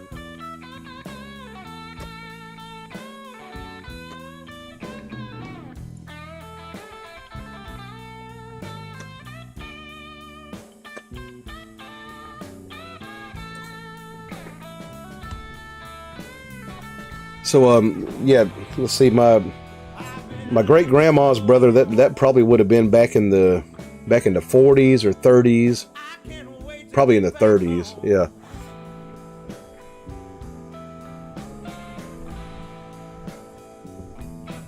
Ryan says, I didn't realize people had so many problems with trains. Rat Sass says, Blackfoot train. I used to play that one. I've kind of retired from playing Blackfoot, but I'll do the riff for you.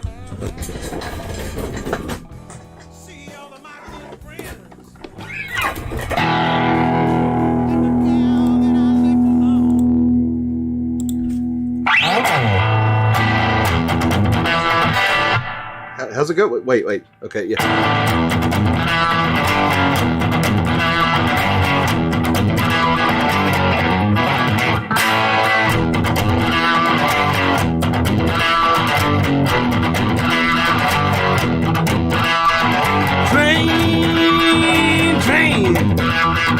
Take me on out of this town.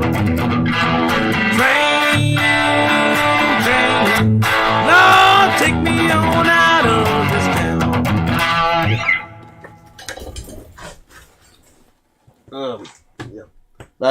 Yeah. I announced my retirement from Southern Rock earlier.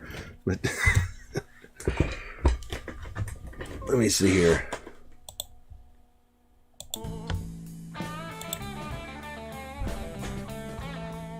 Sebastian says, I'm glad you made it through that, Ron. Yes, perseverance is key to having mindset. We do the best we can, and that's all we can do. But number one goal in this dimension is to stay alive and survive, pretty much.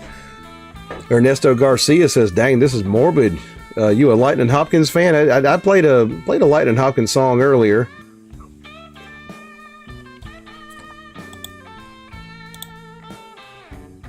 See, Ron says, thanks, guys. Don't touch me, I'm crazy. He says, my granddad threw a guy in front of a train because the guy was touching kids. This was West Virginia in the 30s. Italians. I didn't know there were Italians in West Virginia in the 30s. Damn. Throw the pedo in front of the train. Ron says, means a lot. George Ordway says, Tush plus ZZ Top hits. Might play some ZZ Top in a bit. Unspecified Channel says, Statesboro Blues, your version is superior. Oh, yeah, I played that earlier, actually. Yeah, the old Blind Willie version. Sebastian says, I still play that one. That's another one from the set I used to play when I was 14. I still do that one. Might start doing Slow Ride in my set soon and open A tuning. Good old Foghat there. Yeah, I still got my dad's old pictures from the 1970s, like when he saw Foghat and took pictures of him. Ron says, Ed, can you do a thing once in a while where you get to vote and pick the guitars you bring out? Okay, we'll do it right now. Like, we'll vote for next show, like this Wednesday. Let's see. First, we got to kind of do like a general vote, like for which brand, and then we'll do the vote for the damn the specific model. What do y'all say for Wednesday? Gibson, Fender, Epiphone, or PRS? Oh yeah, Gretsch, I forgot about that. Sporty says, I haven't thought about Slow Ride in 2 decades, I bet you. Ron says, You couldn't kill me with an ace. That was what my grandpa used to say. Rob says, free bird, free the bird. Oh, hell no. I'm retired from that shit. Mad Max says, I just finished playing my Les Paul. Any beer? I got a beer. I'll drink one. Shit. Sporty says, I vote for the Resonator. Talking about electrics here. I always got the Resonator. Frank says, Gretsch. Ron says, sure. Ernesto says, Gibson SG. Ron says, PRS. Thomas Newberry says, me too. Sporty. Martian Murray says, Fender. So we got like everybody voting a different brand.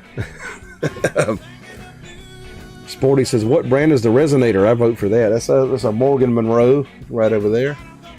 Sebastian says, yeah, I just discovered Foghat's cover of Terraplane Blues. Dave's voice is wicked on that track. Almost sounds like a prime era Robert Plant, Steve Marriott. Oh, I didn't know they did that. Yeah, I got a 1970s picture of Lonesome Dave Peverett with like metal flake, like metal sparkle tennis shoes on. George says, you all have fun with the votes. Sebastian says SG. Ron says shot in a chaser. Yeah, we'll do that. All right, get a beer here.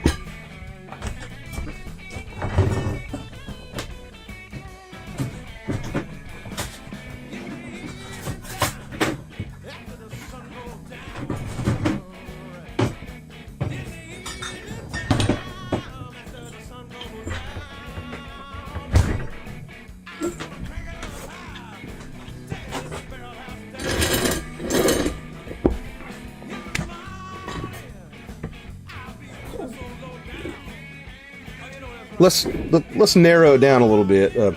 Gibson, Fender, Gretsch. Like,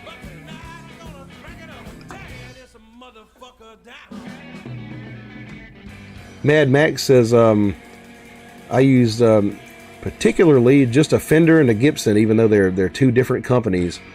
I bring like a Fender and a Gibson, or like a Fender and some kind of humbucking guitar to like most of my gigs, like so I have like that choice between pickups. Martian Murray says I changed my vote to PRS. Ron says if it's a Fender, bring out that Mustang. If it's a Gibson, the SG. So we got a couple of votes for the SG. Frank says Gretsch. Sporty says the E guitars. Epi. Vote for Epi. Sporty says Ruby Slippers Epi. Ron says he has a Lucille as well. That's a Epi too. Yeah. Thomas Newberry says, get out there and buy a National Resonator or it's all over. Mike can borrow one from a buddy of mine that's got one. Sporty says Gretsch. Ernesto says whiskey water all day. Ron says Gibson. Rat's Ass says one of your mods could bring it up for you. Mass Mofo says my friend made a Jackson sound good. That's a metal guitar there. George says Floyd Rose pickups. Mad Max says Orville Gibson and Leo Fender. I got a couple of votes for the SG. Okay, what else say? SG or Gretsch? Yeah, got a couple of votes for the Gretsch. Let's do a shot here.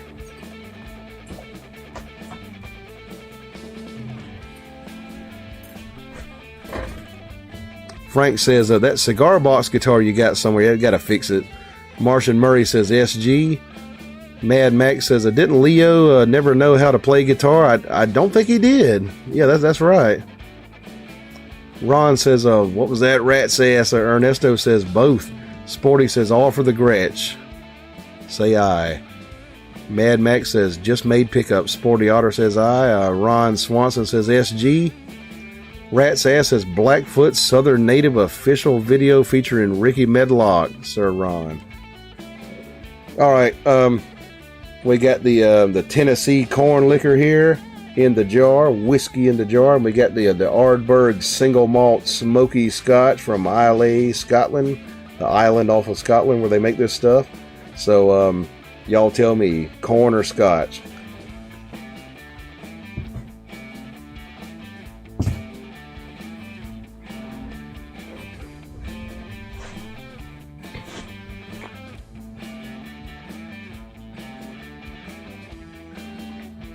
Ron says the steel resonator and the cigar box are in the shop. Yep.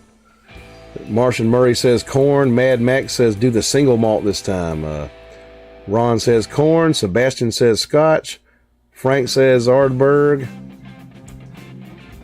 Let's see. Ron says clear. Ernesto says a whiskey in the jar by Metallica.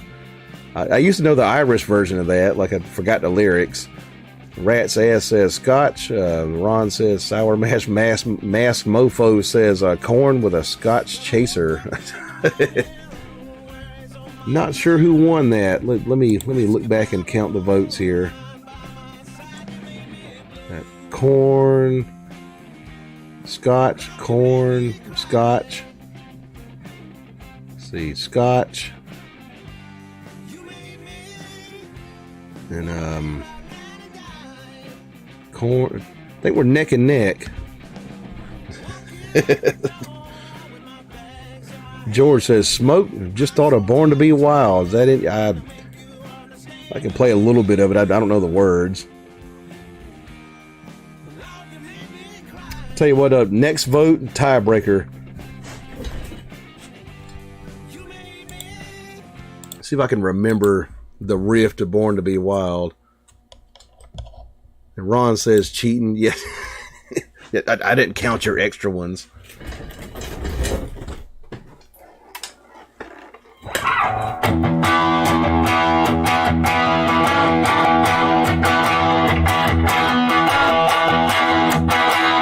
Out of tune.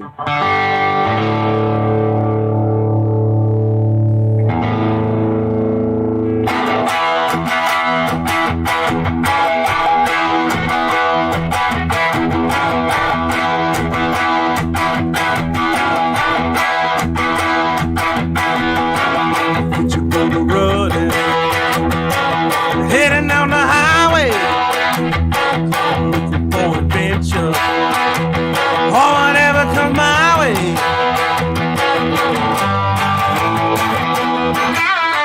Don't know the words, but that's one song I'm semi-retired from too.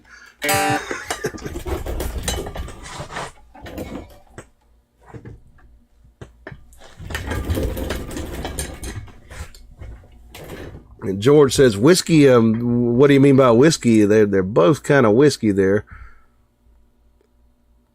And Ron says if it's white whiskey, I'll dig it out the jar. I think George is probably going to be the tiebreaker, but I don't know what he means by a whiskey. Both whiskeys there. Mad Max says I love horror and music, to be honest. That's cool. Thomas Newberry says thanks, Rat. Mad Max says is that Steppenwolf? Yeah. And he says Easy Rider.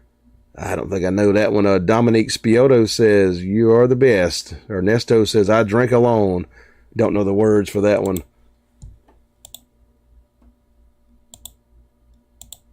Let me see.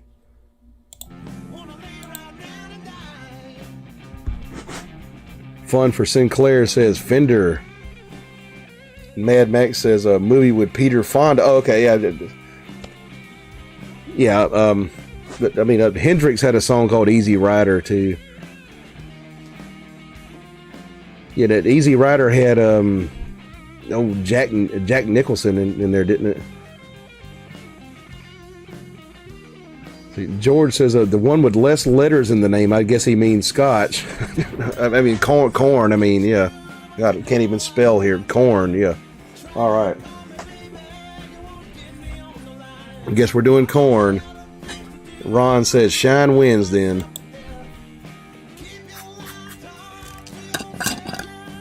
There's one thing about me, man. Like, I was at the top of my class, like, all the way through school. And couldn't win a spelling bee for shit. Like, I wasn't good at spelling. Let's see here. The patented Ed Phillips shot glass.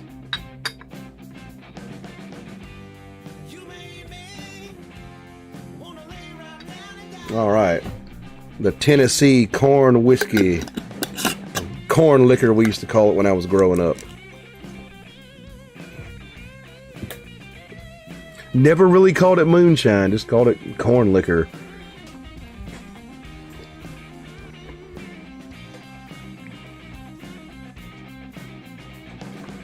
Dominique Spioto says, so much respect here and now. I took an extra pill tonight, guys. Uh-oh. He says, right on. Mad Max says, never was good at school, but loved literacy and books. That's cool. I read me a bunch of books. Ernesto says, couldn't win a spelling bee, starts wearing a coon hat. Mass Mofo says, corn seems fitting with the hat. I fucking won every award, like every scholastic achievement award in school. Like I was like apparently the fucking smartest kid at half the schools I went to. And dropped out of high school. Still went to college though. All right, here we go. Corn liquor, L'chaim, saludos, cheers, Kim Pie, all that good stuff. Bottoms up. Here we go.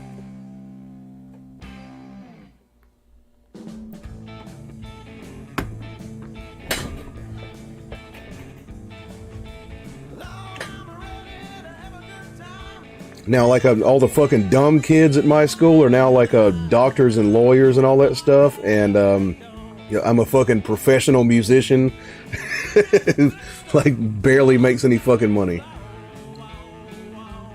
Let's see.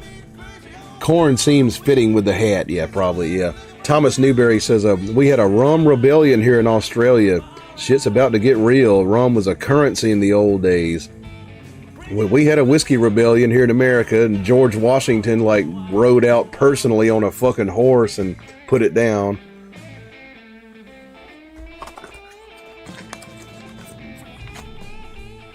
Martian Murray says, still proud of my victory in my first grade spelling bee. Cool, cool. Dominic Spioto says, extra pill is less pain. Says, bottoms up. Mad Max says, same, could have went to Berkeley, but stayed at home. Yeah, I just stayed in South Carolina when I went to college. I went to USC.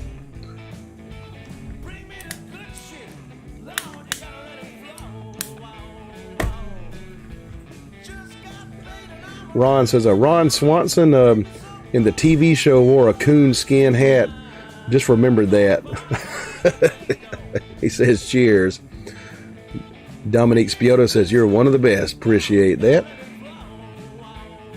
Ron says, George Washington was one of the greatest moonshiners. Yeah, he made like rye whiskey and sold it, yeah, legally. He wasn't like bootlegging or nothing, but he made liquor. Mad Max says, knew few women in Boston love music.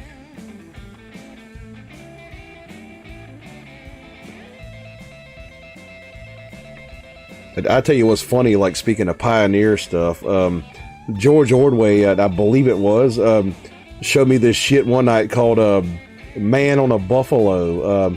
Like these songs, like there was some like fucking 1970s pioneer show about a guy on a buffalo, and some smart asses about 10 years ago made some songs like paired with the movie, and it was funny as hell.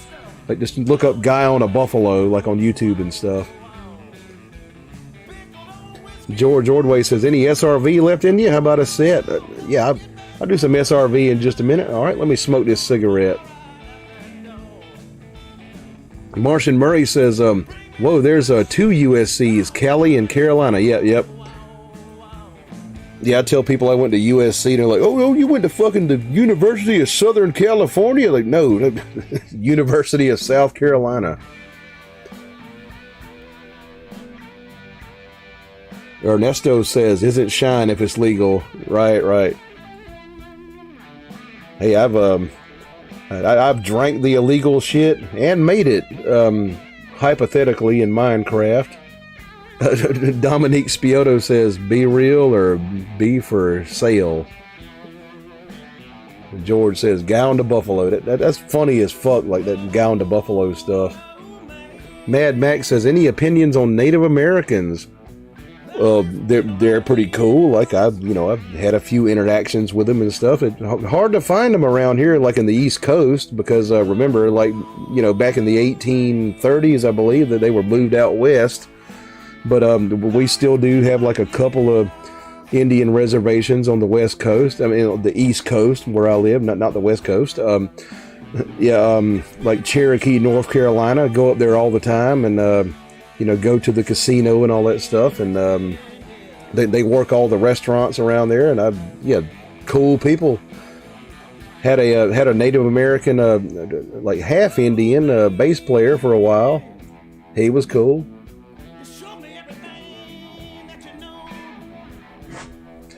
My I had a great grandmother who was like, if not a full blood, like a pretty solid Indian.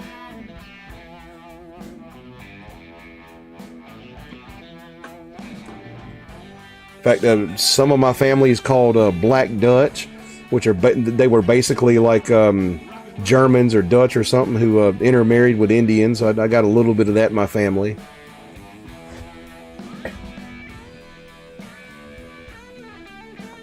Ron says, a college is mostly a waste now. Too many delusional professors teaching kids with no sense. Gender studies, critical race theory, and dumb shit like that. Yeah. Like if you're gonna go to college and take that plunge, like just get into STEM and don't get a stupid degree. In fact, I mean, a bachelor's these days is almost like a high school diploma, pretty much. I mean, yeah, it's kind of like a money racket now. Mass Mofo says, I want you to play some slide, but not if it messes up your guitar. I'll play some slide. Don't touch me, I'm crazy, says, I looked up Man on a Buffalo and got some really weird stuff. The Rat's Ass says, Shine in Western North Carolina is still secret, better than Turkey, but you learn to pace yourself. That I had some Western North Carolina moonshine from Raymond Fairchild, the banjo player, directly from him. Good shit.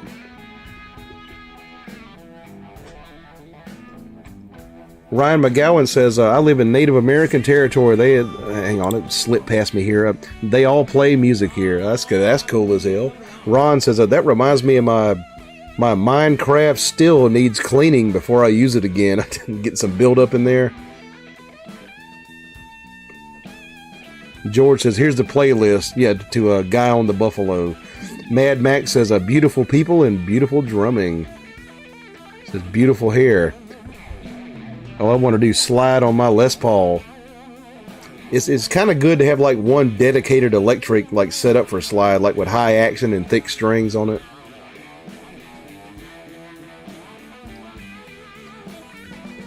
Ernesto says, I'm native to Texas. Didn't grow up on a res, but most of my family's from Mexico, and like I took a 23andMe. My ancestors are from Texas. Oh, okay, yeah.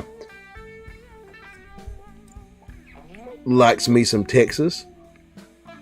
Rob Loblaw says, you could have been a physicist, but now your name is on the mailbag list. The Clash.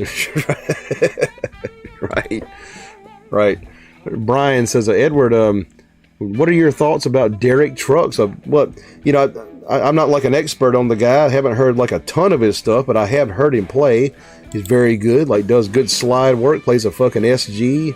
Like, yeah, he's good on guitar. Ron says, yeah, big business now. Ernesto says, what used to be Mexico? Right, yeah. About like a third of America used to be Mexico.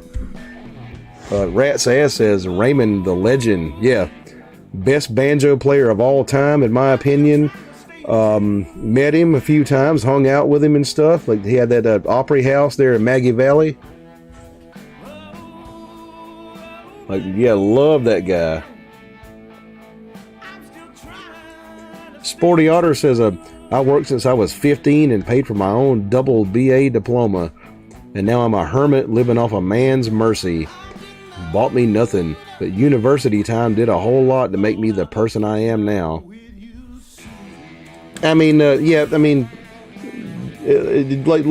back when you and me went to college, like years ago, they actually taught you how to think and stuff. I don't know if it's that way now. Like, I think it's like maybe an extension of high school these days. Frank says, what do you think of the slide work of Ron Wood in the 60s and 70s? The Rolling Stones like had some pretty good blues stuff. Like I have to give that to them. Now I'm more of a Beatles guy, like as far as the whole Beatles and Stones argument. Now Sebastian Halfpenny, if he's still here, his mother like made me sit down and watch or listen to the whole record of damn it, what was it? Famous Rolling Stones album in the 60s, about 69. Brain fart. It was the one with God damn it. Yeah.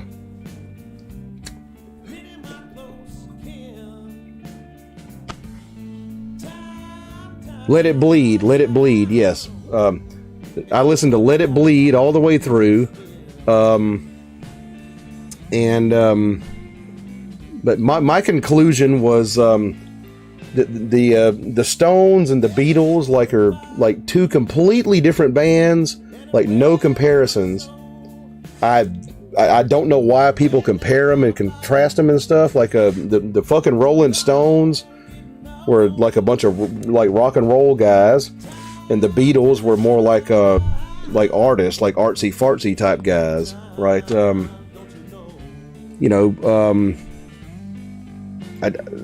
One is fucking Apollo, one is fucking Dionysus. Best way to put it. You got like just a garage rock, like a rock and roll band versus a bunch of art guys. Like this, yeah.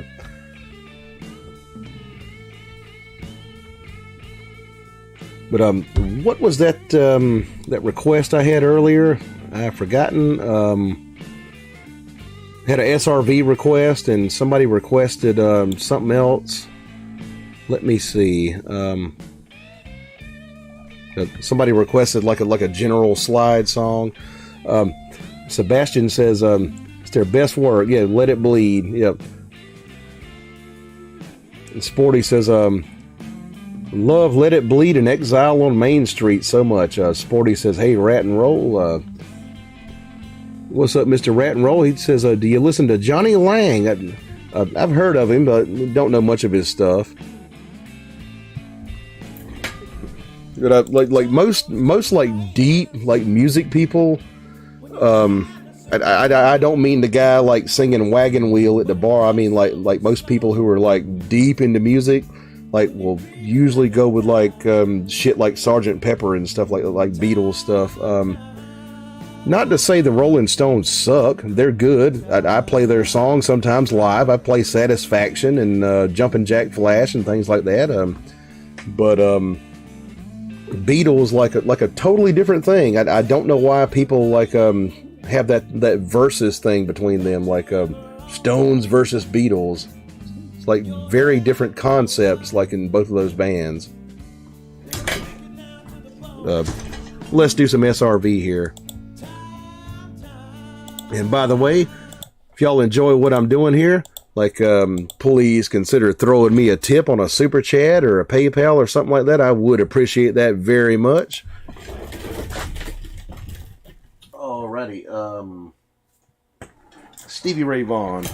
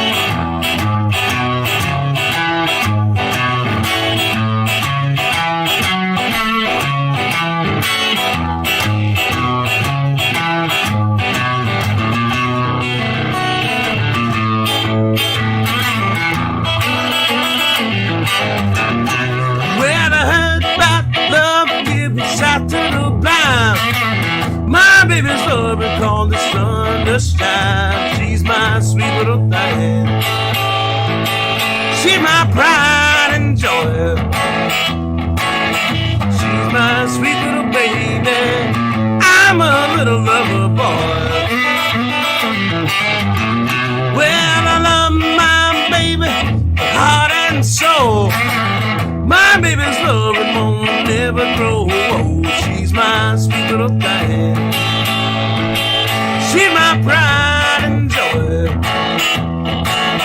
She's my sweet little baby. I'm a little lover boy. Love my baby, she's long and lean. Stick with her if your man get mean. She's my sweet little thing. She's my pride and joy. She's my sweet little baby. I'm a little lover boy.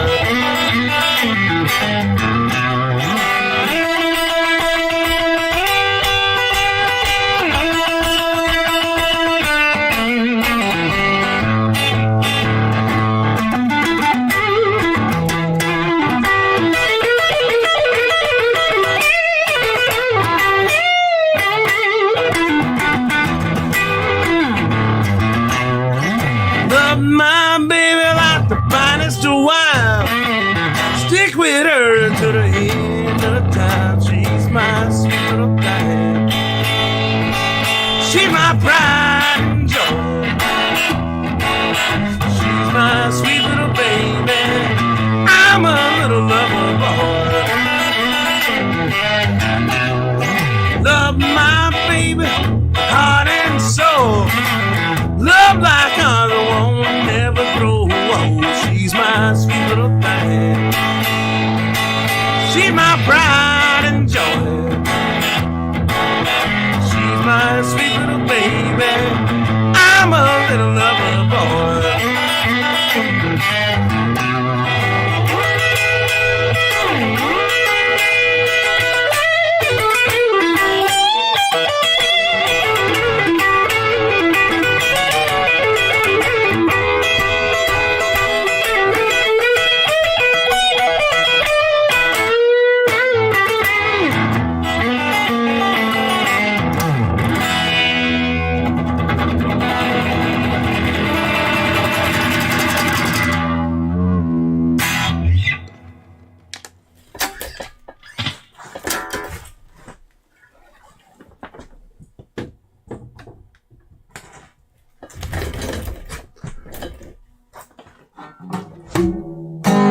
And somebody said something with a slide. Okay.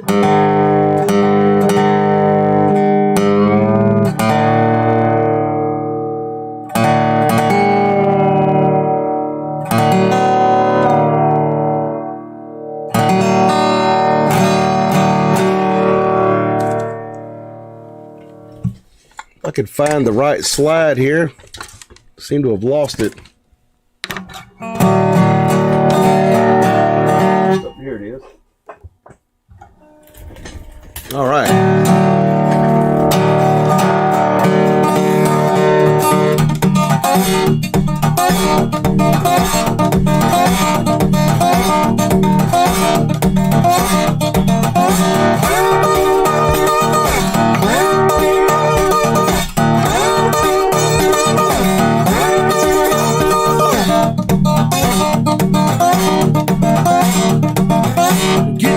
Cap, mama, and your gown, baby. Night before day we're gonna shake 'em on down, but I must holler.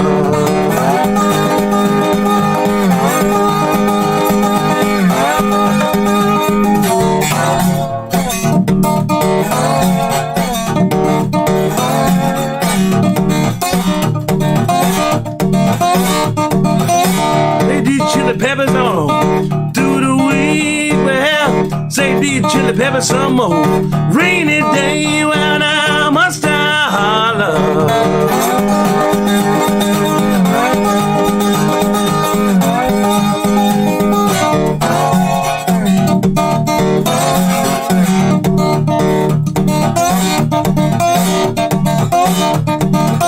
Hey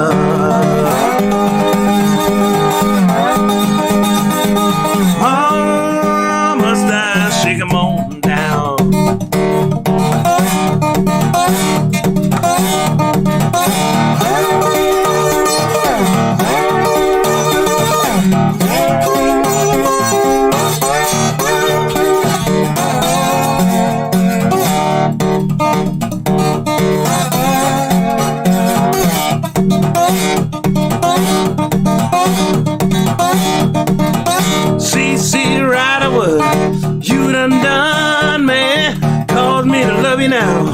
Your man done come in, how must I holler?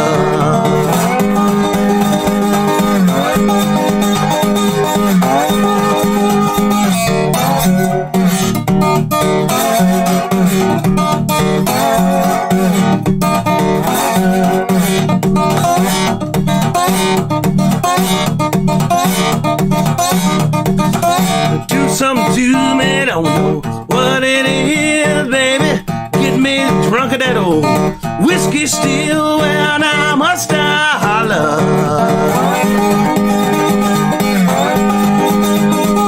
Well, must I shake 'em on down?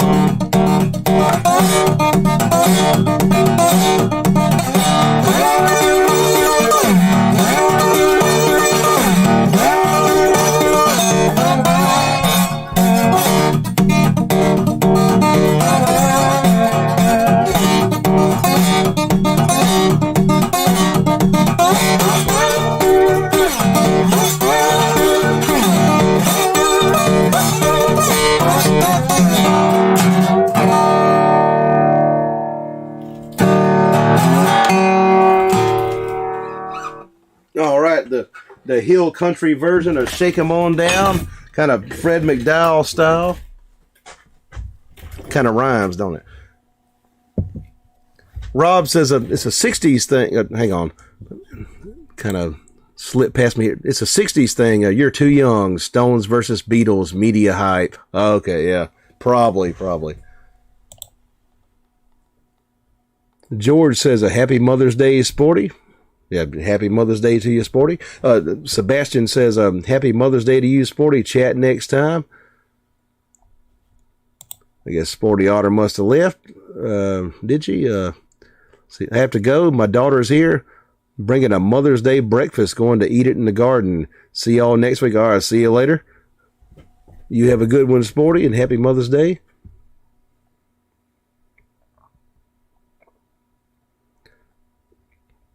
Dominique Spiotto says, rhythm and blues, everybody. Yeah, get this music started back here. Sebastian says, I like the tempo on this rendition of Shake 'Em On Down. Ed almost reminds me of Bron Rar Stomp by Led Zeppelin at that speed. I can kind of see that, yeah. Like, never knew the right pronunciation of Bron Rar because it's like a Welsh name, but it's like that fucking cottage they stayed in, yeah, when they wrote that album. Mass Mofo says, don't we want this song to end? Dominique Spiotto says, so badass. Sonny Ray says, dig. Mass Mofo says, beautiful. Appreciate that, y'all. Dominique Spiotto says, I dig it. Ron says, that was crazy, brother. Killed both. That SRV was insane. Appreciate it, man. If not a fucking SRV guitar, by the way. Like, very inappropriate guitar for that.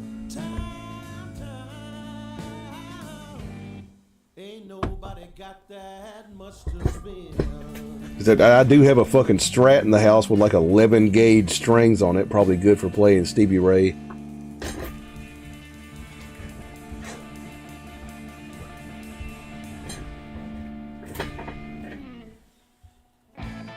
Mass Mofo says it all sounded fantastic. Appreciate that, man.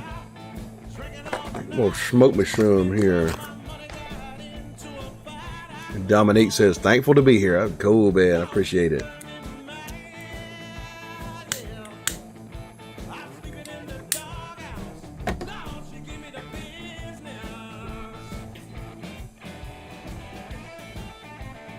Ron says, a one for the road. I would love to do that. I got to go in a minute. All right. Yeah, let's do one for the road. Yeah, it's like 3:30 here, man. George says, I use the stones for my magic trick. Handcuffed from end to end in a pool. Had to find my pick and unlock my restraints. Still there. Was so successful. Shit. Philo says, the clink of bottles as you put your guitar down. Sounds like Santa's sleigh bells. What a beautiful sound. Yeah, I got these bottles beside me here. Dennis Troy says, me thankful too. Appreciate it. Ron says, cool show tonight, no doubt. Dominic Spioto says, love to all. Okay, here we go. One for the road before I get off of here. Got the Ardbeg Scotch here, single malt Scotch from Islay. And we got the Bacardi Black Rum here. Y'all tell me, rum or Scotch?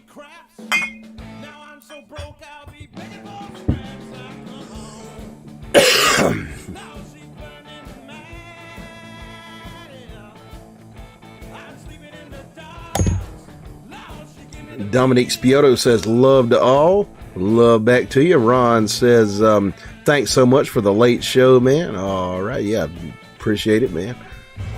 George says, smoke him if you got him. Martian Murray says Scotch. Philo says rum. Ordway says Scotch. Spioto says Scotch. Having a cough and spill here. Fuck. Sebastian says rum. Thomas Newberry says rum, and he says not at all.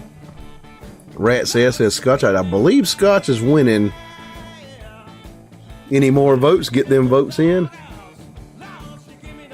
45 people at 3:30 in the morning. That's pretty cool.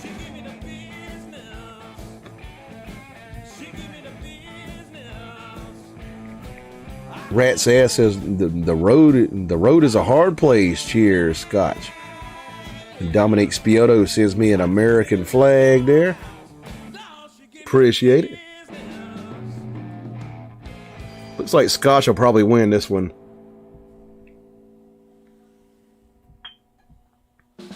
And Ron says Scotch. All right. He says, look at you. Yeah, wearing a fucking coonskin hat. Like a goddamn, like, fur trapper or something. Let's see here. Where's the patented Ed Phillips Scotch glass? Yep. Dominic Spioto says, Scotch it up, brother.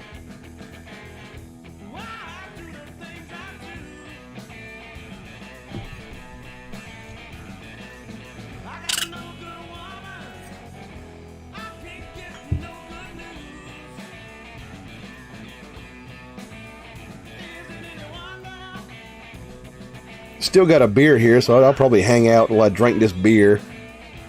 But let's do this shot of Scotch here. Alrighty. Here we go. L'chaim. Cheers, y'all. Saludos. Kim Pie.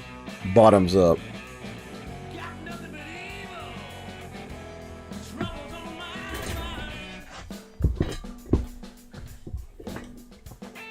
Mass Mofo says Scotch is my vote too. I'm having Jack and Coke.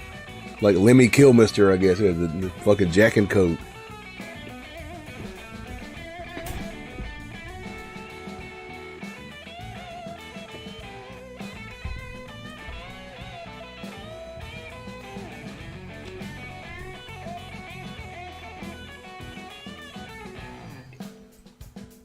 George Ordway says, pray for Brad if you do that. Three Doors Down tour canceled, friends. Yeah, the guy in Three Doors Down, one of the guys in there has like a stage 4 cancer. Kind of unfortunate.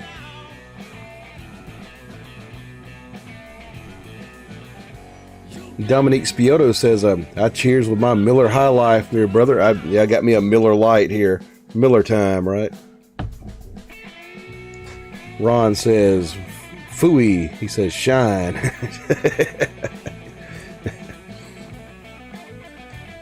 think I've had enough of that damn shine. Sebastian says, cheers. Have a great night, Ron. Chat next time. Ron says, once I brought the jar out. And he says, who?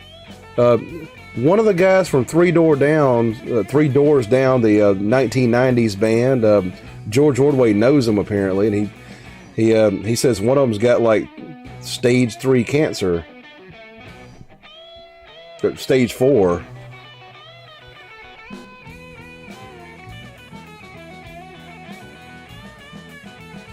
And Dennis Troy says, yep. And Sebastian Halfpenny says, I'll keep Brad and the band in my thoughts, George. Strength and courage sent to him during the battle. Ron says, crazy, poor bastard. Not sure which band member it was, like the singer, the guitar player. Philo says, my doctor told me if I kept drinking like I do, they'd donate my liver to science fiction. Cheers to all. Yeah, they might donate my liver to the like the study of the color yellow, I guess, or at least my skin. Mass Mofo says, I'm gonna have to try to rewind at the end and re-listen to that slide work. Love that slide, just sounds special. I appreciate that, man. George Ordway says, lead singer. Oh, okay.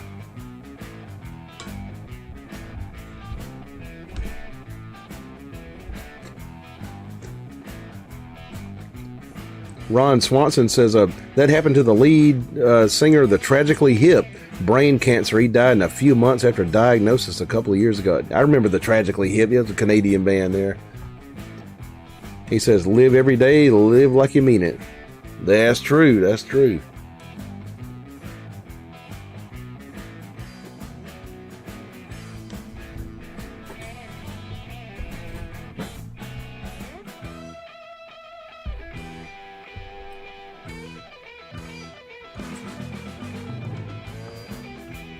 Sebastian says, yes, Gord Downey from the Tragically Hip. I watched that final show. Their first album up to here is awesome from start to finish. See, I don't know too much about them. I can't remember what their fucking hit was. George Ordway says, love the T-Hip. Ron says, gotta go, guys. It's been real. Take it easy, brother. See you later, Ron. Yeah, I probably won't be on here too much longer either. Probably see you Wednesday. Sebastian Halfpenny says, then Saskadelphia, that EP that was supposed to be their double in Road Apples. Ron says, have a good night. You have a good night, man. See you later. Glad you showed up eventually, like a couple hours late. But yeah, I'll see you Wednesday, man. Sebastian Halfpenny says, cheers, Ron. Chat next time. Have a good night. George says, stay smooth, Ron.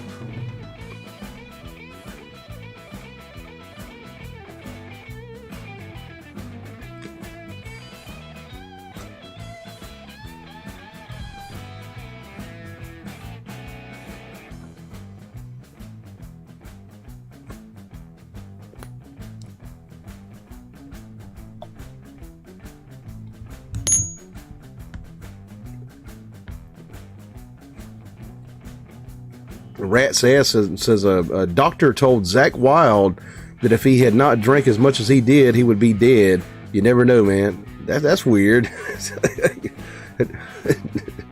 How do you not drink enough?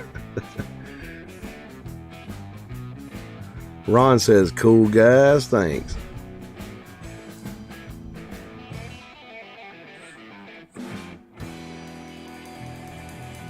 Ron says, wife thanks you for letting me go. Tell her you're welcome.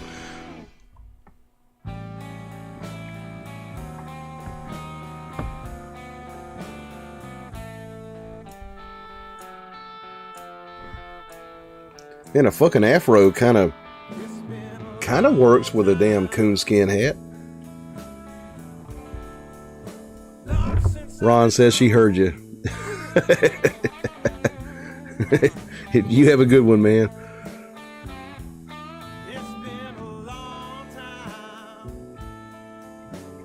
Ron says, you look wild. Yeah. Look like I probably could live in a fucking teepee or something, or a cave or somewhere. Yeah. He says, thanks, brother. You're welcome, man.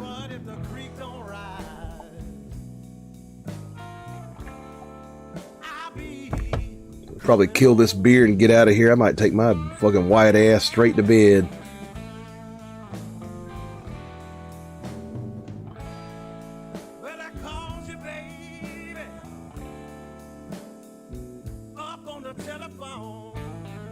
Got questions, comments, y'all. We got 47 concurrent viewers going on right now.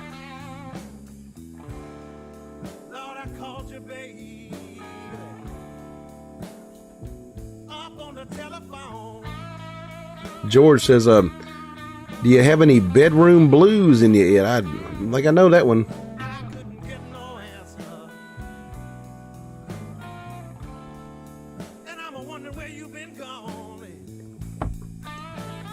Let's fucking see how bad the hair has gotten. It's kind of gotten crazy, like long and stuff. Yeah. There's a damn afro for you.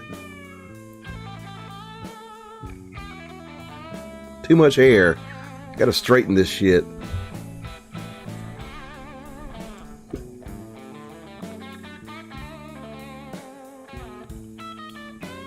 Nope. Other way. Gotta make a coonskin hat look good. You gotta get like the right angle on it. Mass Mofo says, love your choice of music. Appreciate that, man. Rat's Ass says, Daniel Boone was a badass. You kind of resemble the Trailblazer. I think it was like Davy Crockett that wore the hat, like the coonskin hat. Ryan McGowan says, just wanted to say I appreciate the late night stream, dude. Keep my company while I write. Cheers. Oh, yeah. You're welcome, man. George says, just play. I might play one for the road in just a minute. Martian Murray says, can see the humidity. Yeah, it's kind of humid in here, yeah. Been like raining all damn day. You know, when the fucking humidity goes up, the hair goes poof. Philo says, just woke up in a pool of my own piss, then had another shot of bourbon. The wife is slightly annoyed. But haven't we all done that? I have, but yeah.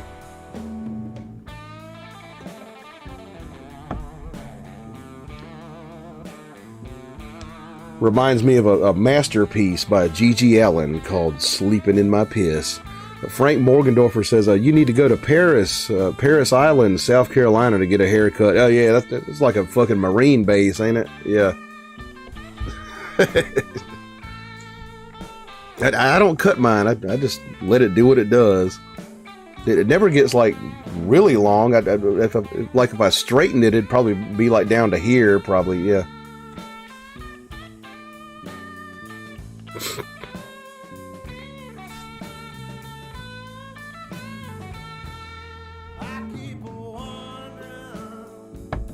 It's like a weird ass, like Scots-Irish type of thing, I believe.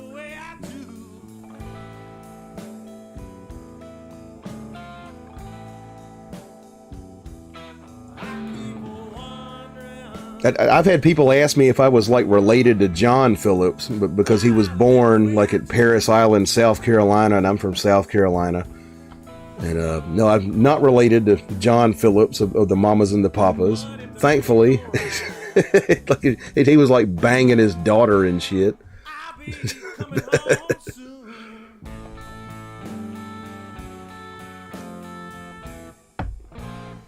Martian Murray says, my hair is similar. It doesn't seem to go far past my shoulders. Like, yeah, like if I straighten this shit, like it'd probably be like down to here somewhere.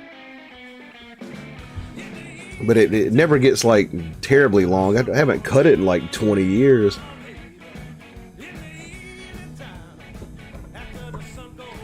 Mass Mofo says Scots-Irish, Black Dutch. Yeah, got both of those in my family. Yeah, like the Black Dutch. For those of you who don't know, or they were kind of like I don't know if they were Germans or Dutch. They intermarried with Indians. Like got some of that on my dad's side of the family. It's a little bit of Indian blood in there.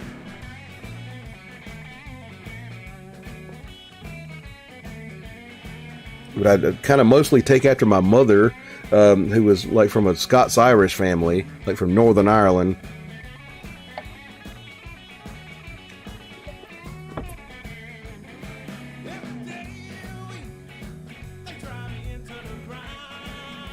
The Mass Mofo says we're a bunch of mutts. Yeah, basically. But my fucking dad, like, he had the Black Dutch on his side. Like, his hair was pin straight and black. And, like, yeah. I mean, like, pin straight.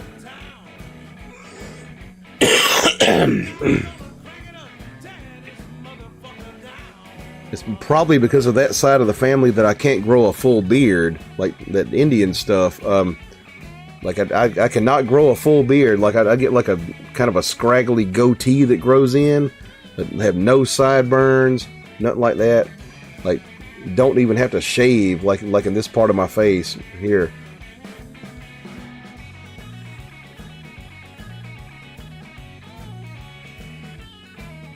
I'm just a low testosterone beta male pussy. Can't grow a beard.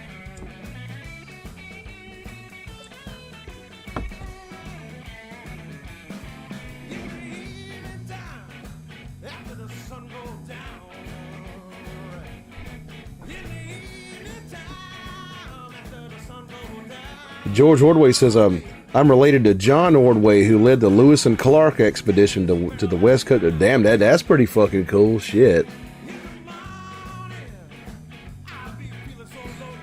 I'm an ancestor, not an ancestor, a descendant of a guy like who's kind of famous around this area in South Carolina from the Revolutionary War, named John Ryan. Supposedly he was like partly the basis for the character in The Patriot, is played by Mel Gibson. It's kind of based on Francis Marion and John Ryan. Yeah. Chad says, "Holy shit, Ed, you still here?" Yeah. Probably get off by 4. That sounded wrong. Get off of here by 4.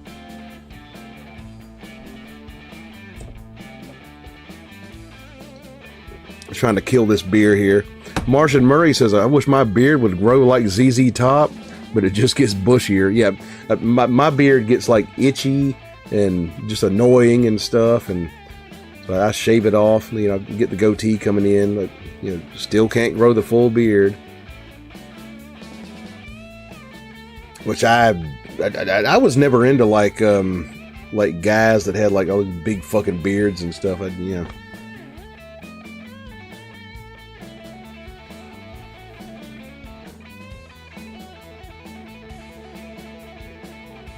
Maybe chicks like that. I don't know, but I wouldn't think so. It looks kind of weird, like a guy with like a big fucking Taliban beard, Rat's ass says, "Ed, you're a trooper, sir. Cheers to you and the wife. Have a great night and a better today, all. All right, catch you later, Rat's ass. You have a good one." Chad says, "I grew a beard for the first time over the winter." I just always thought it looked like not getting laid material. I don't know, like maybe some girls are into fucking big ass beards, but I never kept one. Like I grew the goatee out like for a while, like in college, but usually just kind of get this stubble here and then shave it off and grow some more stubble. The chance is it's gone right now.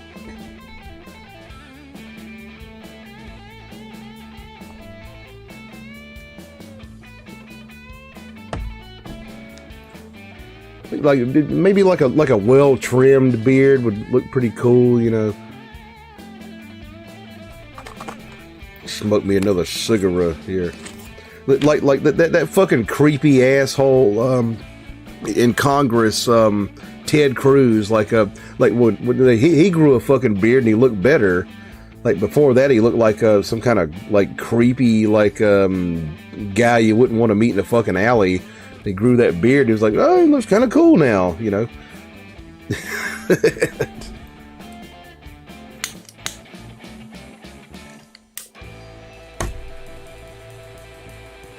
Mass Mofo says, "I've never known the mind of a woman. Who knows what they think?" Yeah, they are kind of different. Yeah.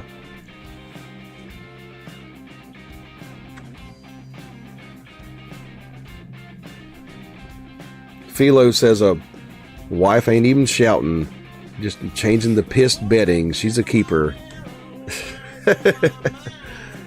Yeah, definitely. Stick with her. Mass Mofo says, Ted wore a lot of makeup though. Ted Cruz, yeah. He kind of looked like Grandpa Munster, like before he grew the beard.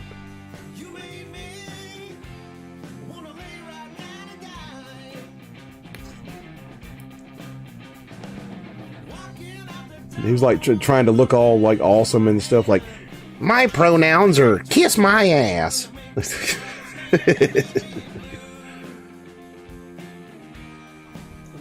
George Ordway says, my beard looks like one of Burnwood sport, a Bumwood sport. Okay, you got like a long scraggly one, like aqualung beard.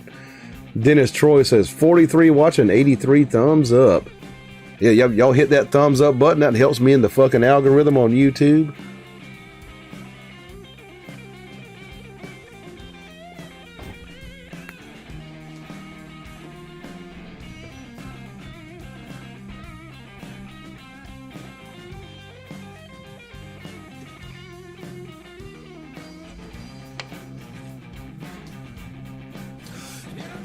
And Mass Mofo sends me a thumbs up. Thank you for that, man.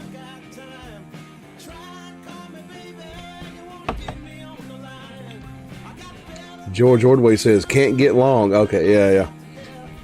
I think the longest my goatee got was like about like that maybe.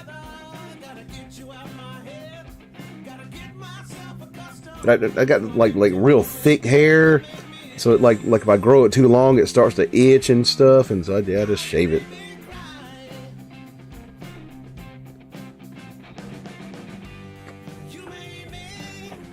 Kind of wish I could get sideburns though. I can't grow sideburns. Martian Murray says that my beard's probably kind of bummish looking. I had an old man give me 27 cents one day. No, like me, I had like some guy come up to me one time, like I was sitting on a bench at a Walmart. Okay, like just my normal demeanor, like when I'm in public, I kind of look like down and out and stuff, like whatever. Just naturally look that way. Like this guy walks up to me and says, "Hey man, it gets better, man. Everything gets better." This guy had a teardrop tattoo on his eye, so he'd apparently been in prison and probably killed somebody or something. I'm just sitting there like, what? Just minding my own business. Like, I just kind of look sad, like when I'm in public, like just sitting there going, yeah, you know. Philo says a thumbs up for them blues, Edward. Awesome. I appreciate that, man.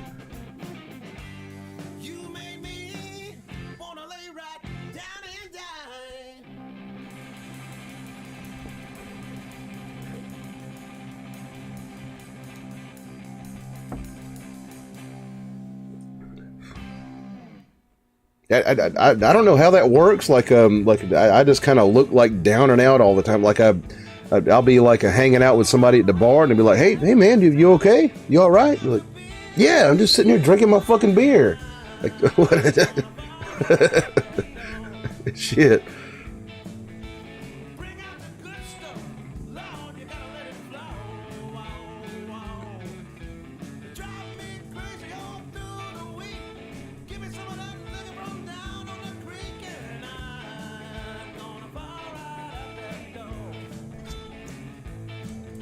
I used to be called Male Daria in school. Like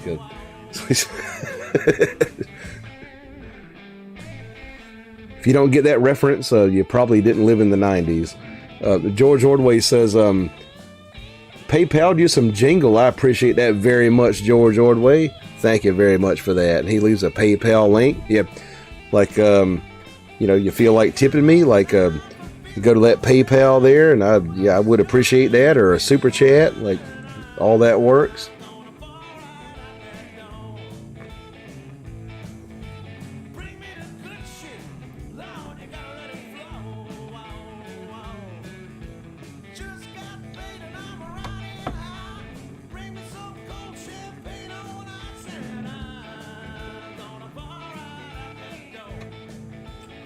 Got to buy some more of them Chinese eggs. Like if people used to pay me like $20 to eat those fucking those 1,000-year Chinese, like, you know, aged eggs and stuff, like duck eggs.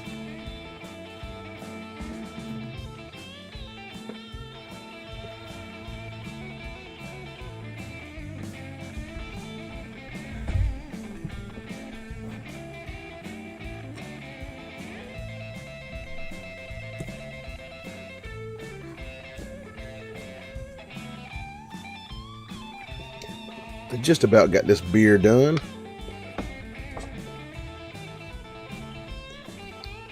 Let's read this can here. A fine Pilsner beer. Not really. A fine Pilsner is fucking a Pilsner Urquell from the Czech Republic. George says, were they tasty? They're not good. They're not like... they're not as fucking horrible as they look. Like they're black and they got like a green yolk, but they're, you know, just kind of meh. Like wouldn't eat them every day, but they're, you know, tolerable. They fucking look scary. Yeah, the Chinese century eggs they call them, or 1,000-year eggs. Different names for them. Philo says Jack Butler's gonna like you. Talking about that Crossroads movie. Like I saw it like 20 years ago. Like I know a little bit about it. It had a girlfriend like make me watch it. Jack Butler's gonna like you. Had like Steve Vai at the end. Martian Murray says, I wonder how people thought to make those eggs. I have no idea. Chinese people are very strange. I know them very well. They used to take them in like they'd mix like rice hulls with chimney ash and clay, and the lye from that ash would like chemically change the egg. And these days, they just like soak them in lye. And the eggs get these like snowflake patterns on them, like crystals, like some kind of crystals of some kind of chemical. They like some taste like fucking ammonia, like piss and ammonia and stuff. Like some don't. Just kind of depends on what batch you get. Mass Mofo says, I think I'd boil a chicken egg in coffee and make it look weird. It probably could. Yes, they do have eggs in China that are soaked in tea. Philo says, that's the one. Steve Vai can really play. I believe when that movie was made, like Stevie Ray was still alive. Like I can't believe they didn't call Stevie Ray for that scene.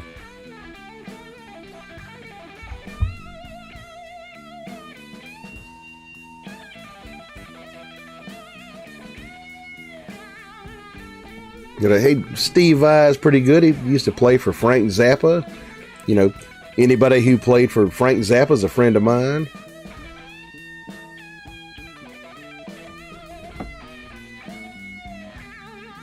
$3:55 now, about to be 4 o'clock. Probably about to get the fuck out of here. Y'all want to do one more shot? What do y'all think? George says, I hear that train a coming. It's a rolling round to Bend. Talking about a Folsom Prison. I actually played that one earlier.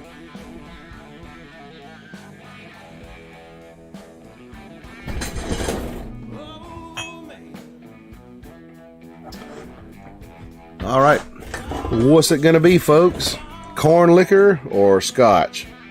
Got the Ardbeg single malt scotch from Islay and got the Tennessee corn liquor. Y'all tell me, like one for the road.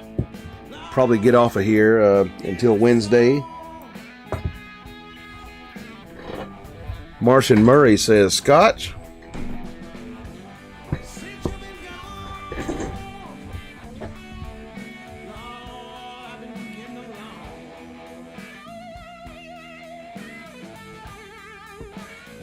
One vote for scotch. Y'all get them votes in.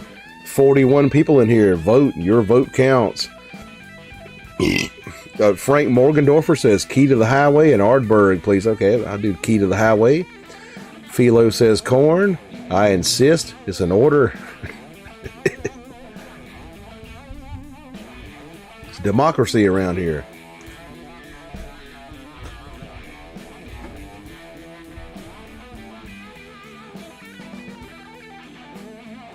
Scotch winning so far. Get them votes in. Tell you what, while y'all vote, I'll play Key to the Highway.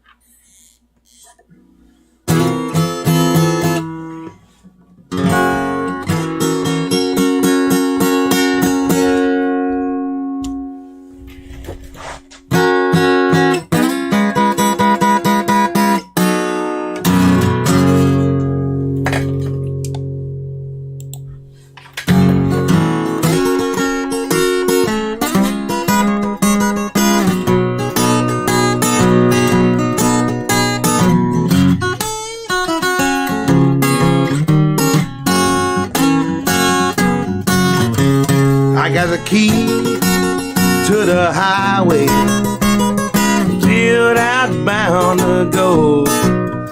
Gonna leave it running, cause walking is much too slow. I'm going back to the border, where I'm better known, cause you ain't done nothing but road good man way from home. Give me one more kiss, mama, just before I go. I won't be back, I'm leaving it on no more.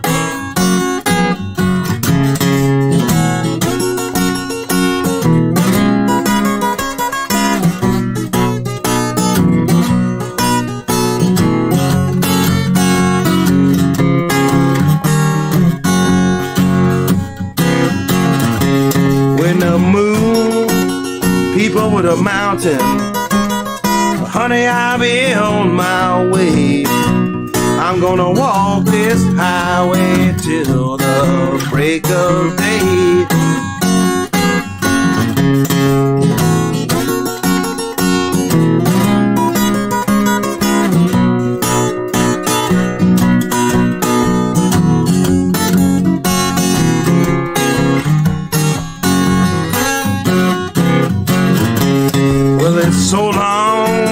So long, baby, I must say goodbye.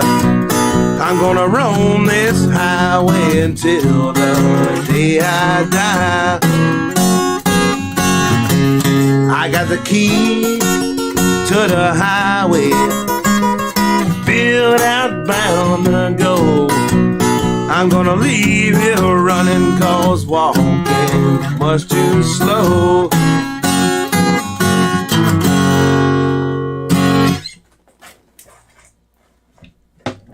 There's Bill Brunsey's signature tune there, Key to the Highway, with his famous chord progression right there, the Brunsey chord progression, the 1-5-4.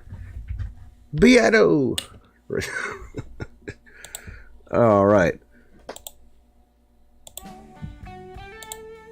All right, it is 4 o'clock, y'all. Let's do one shot for the road. We got a vote for Scotch, a vote for Corn, a vote for Scotch.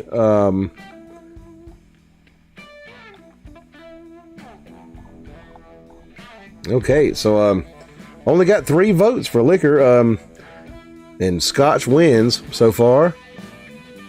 Any more votes on the liquor? Just tell me corn or Scotch, corn liquor or Scotch whiskey.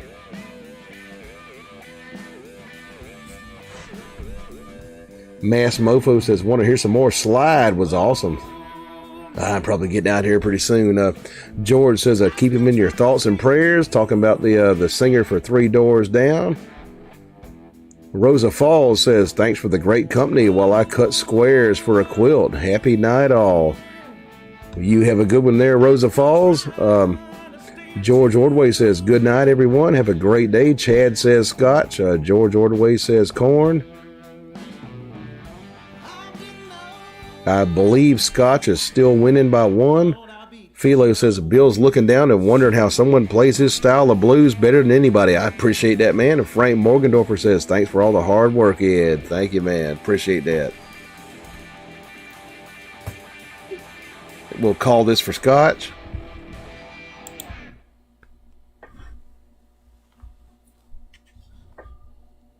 Get the music started back here.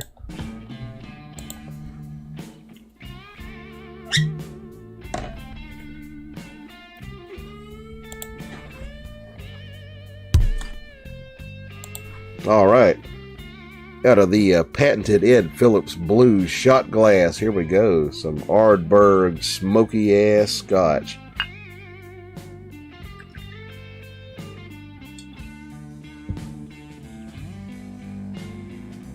Where'd that cork go? Yep.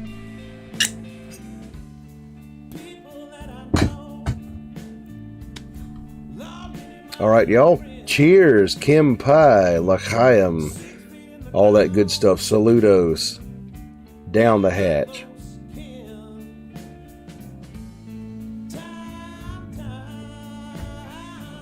Philo says corn and Scotch. Hick.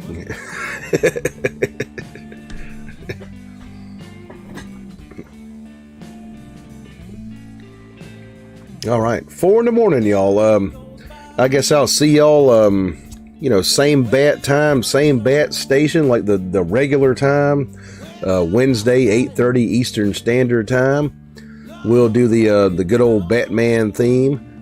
To get out of here, Sebastian says, all right, brother, thanks for the chat and tunes. Once again, I'm heading to bed, 5 a.m. here, chat soon. Great playing and singing tonight. Cheers. I appreciate that, man. Thank you very much. Mass Mofo says love.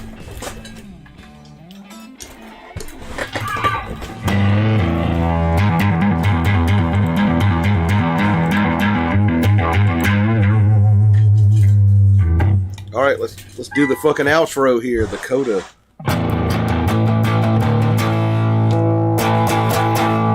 The right pickup.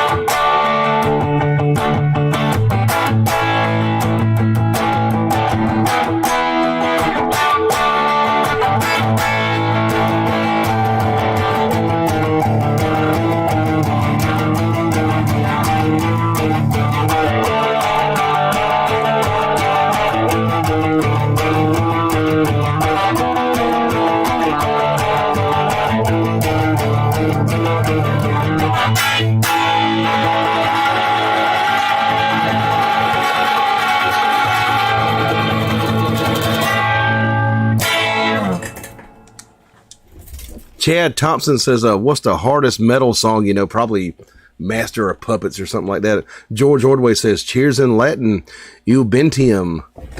Oh.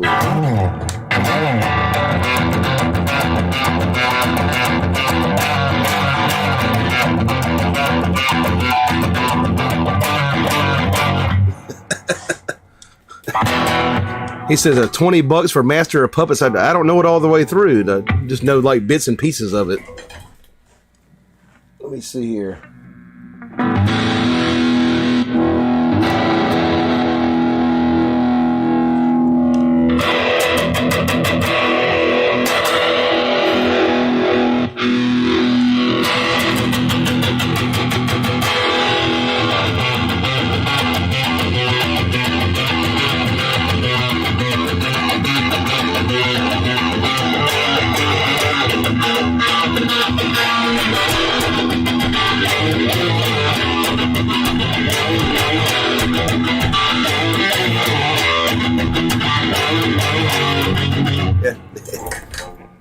Don't know it all.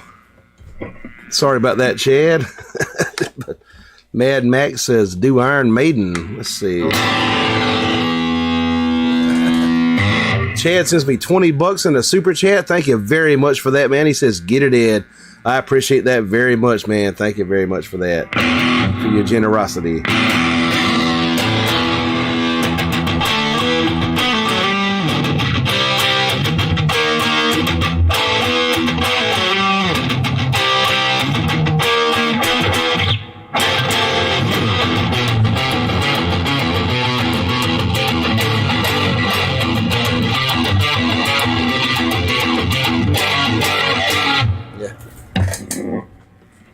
Wish I knew the whole thing for you. Now, Iron Maiden.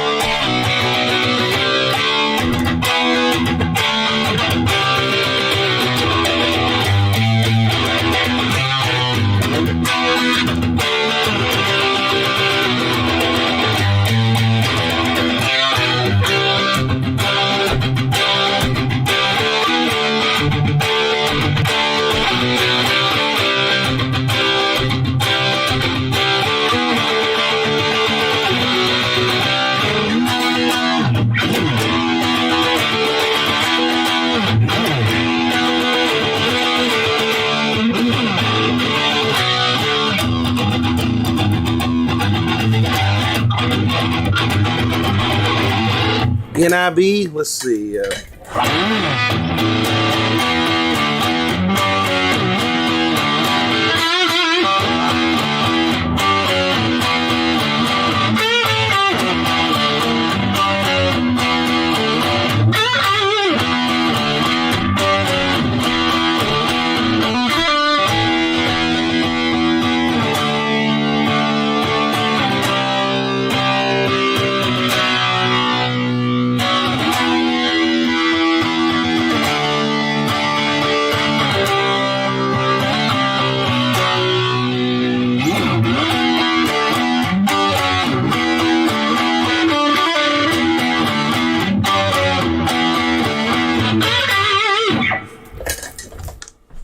Kind of from memory, like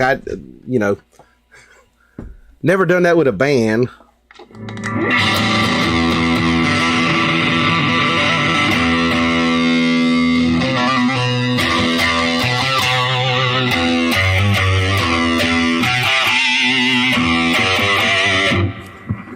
George Woodway says, In the Evening by my favorite Led Zeppelin song. Be my favorite Led Zeppelin song. That's one I don't know, actually.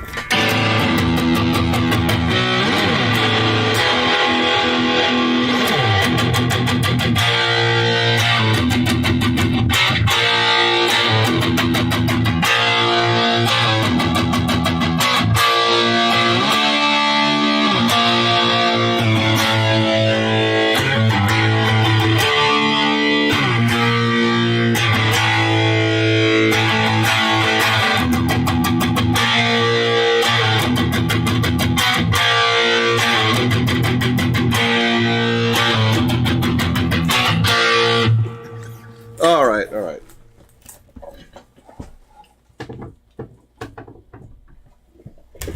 Time to check out, y'all. It's past 4. Yeah, see y'all next time. Same bat channel, same bat time, 8:30 p.m. Eastern Standard Time. Thank you for that super chat, Chad Thompson.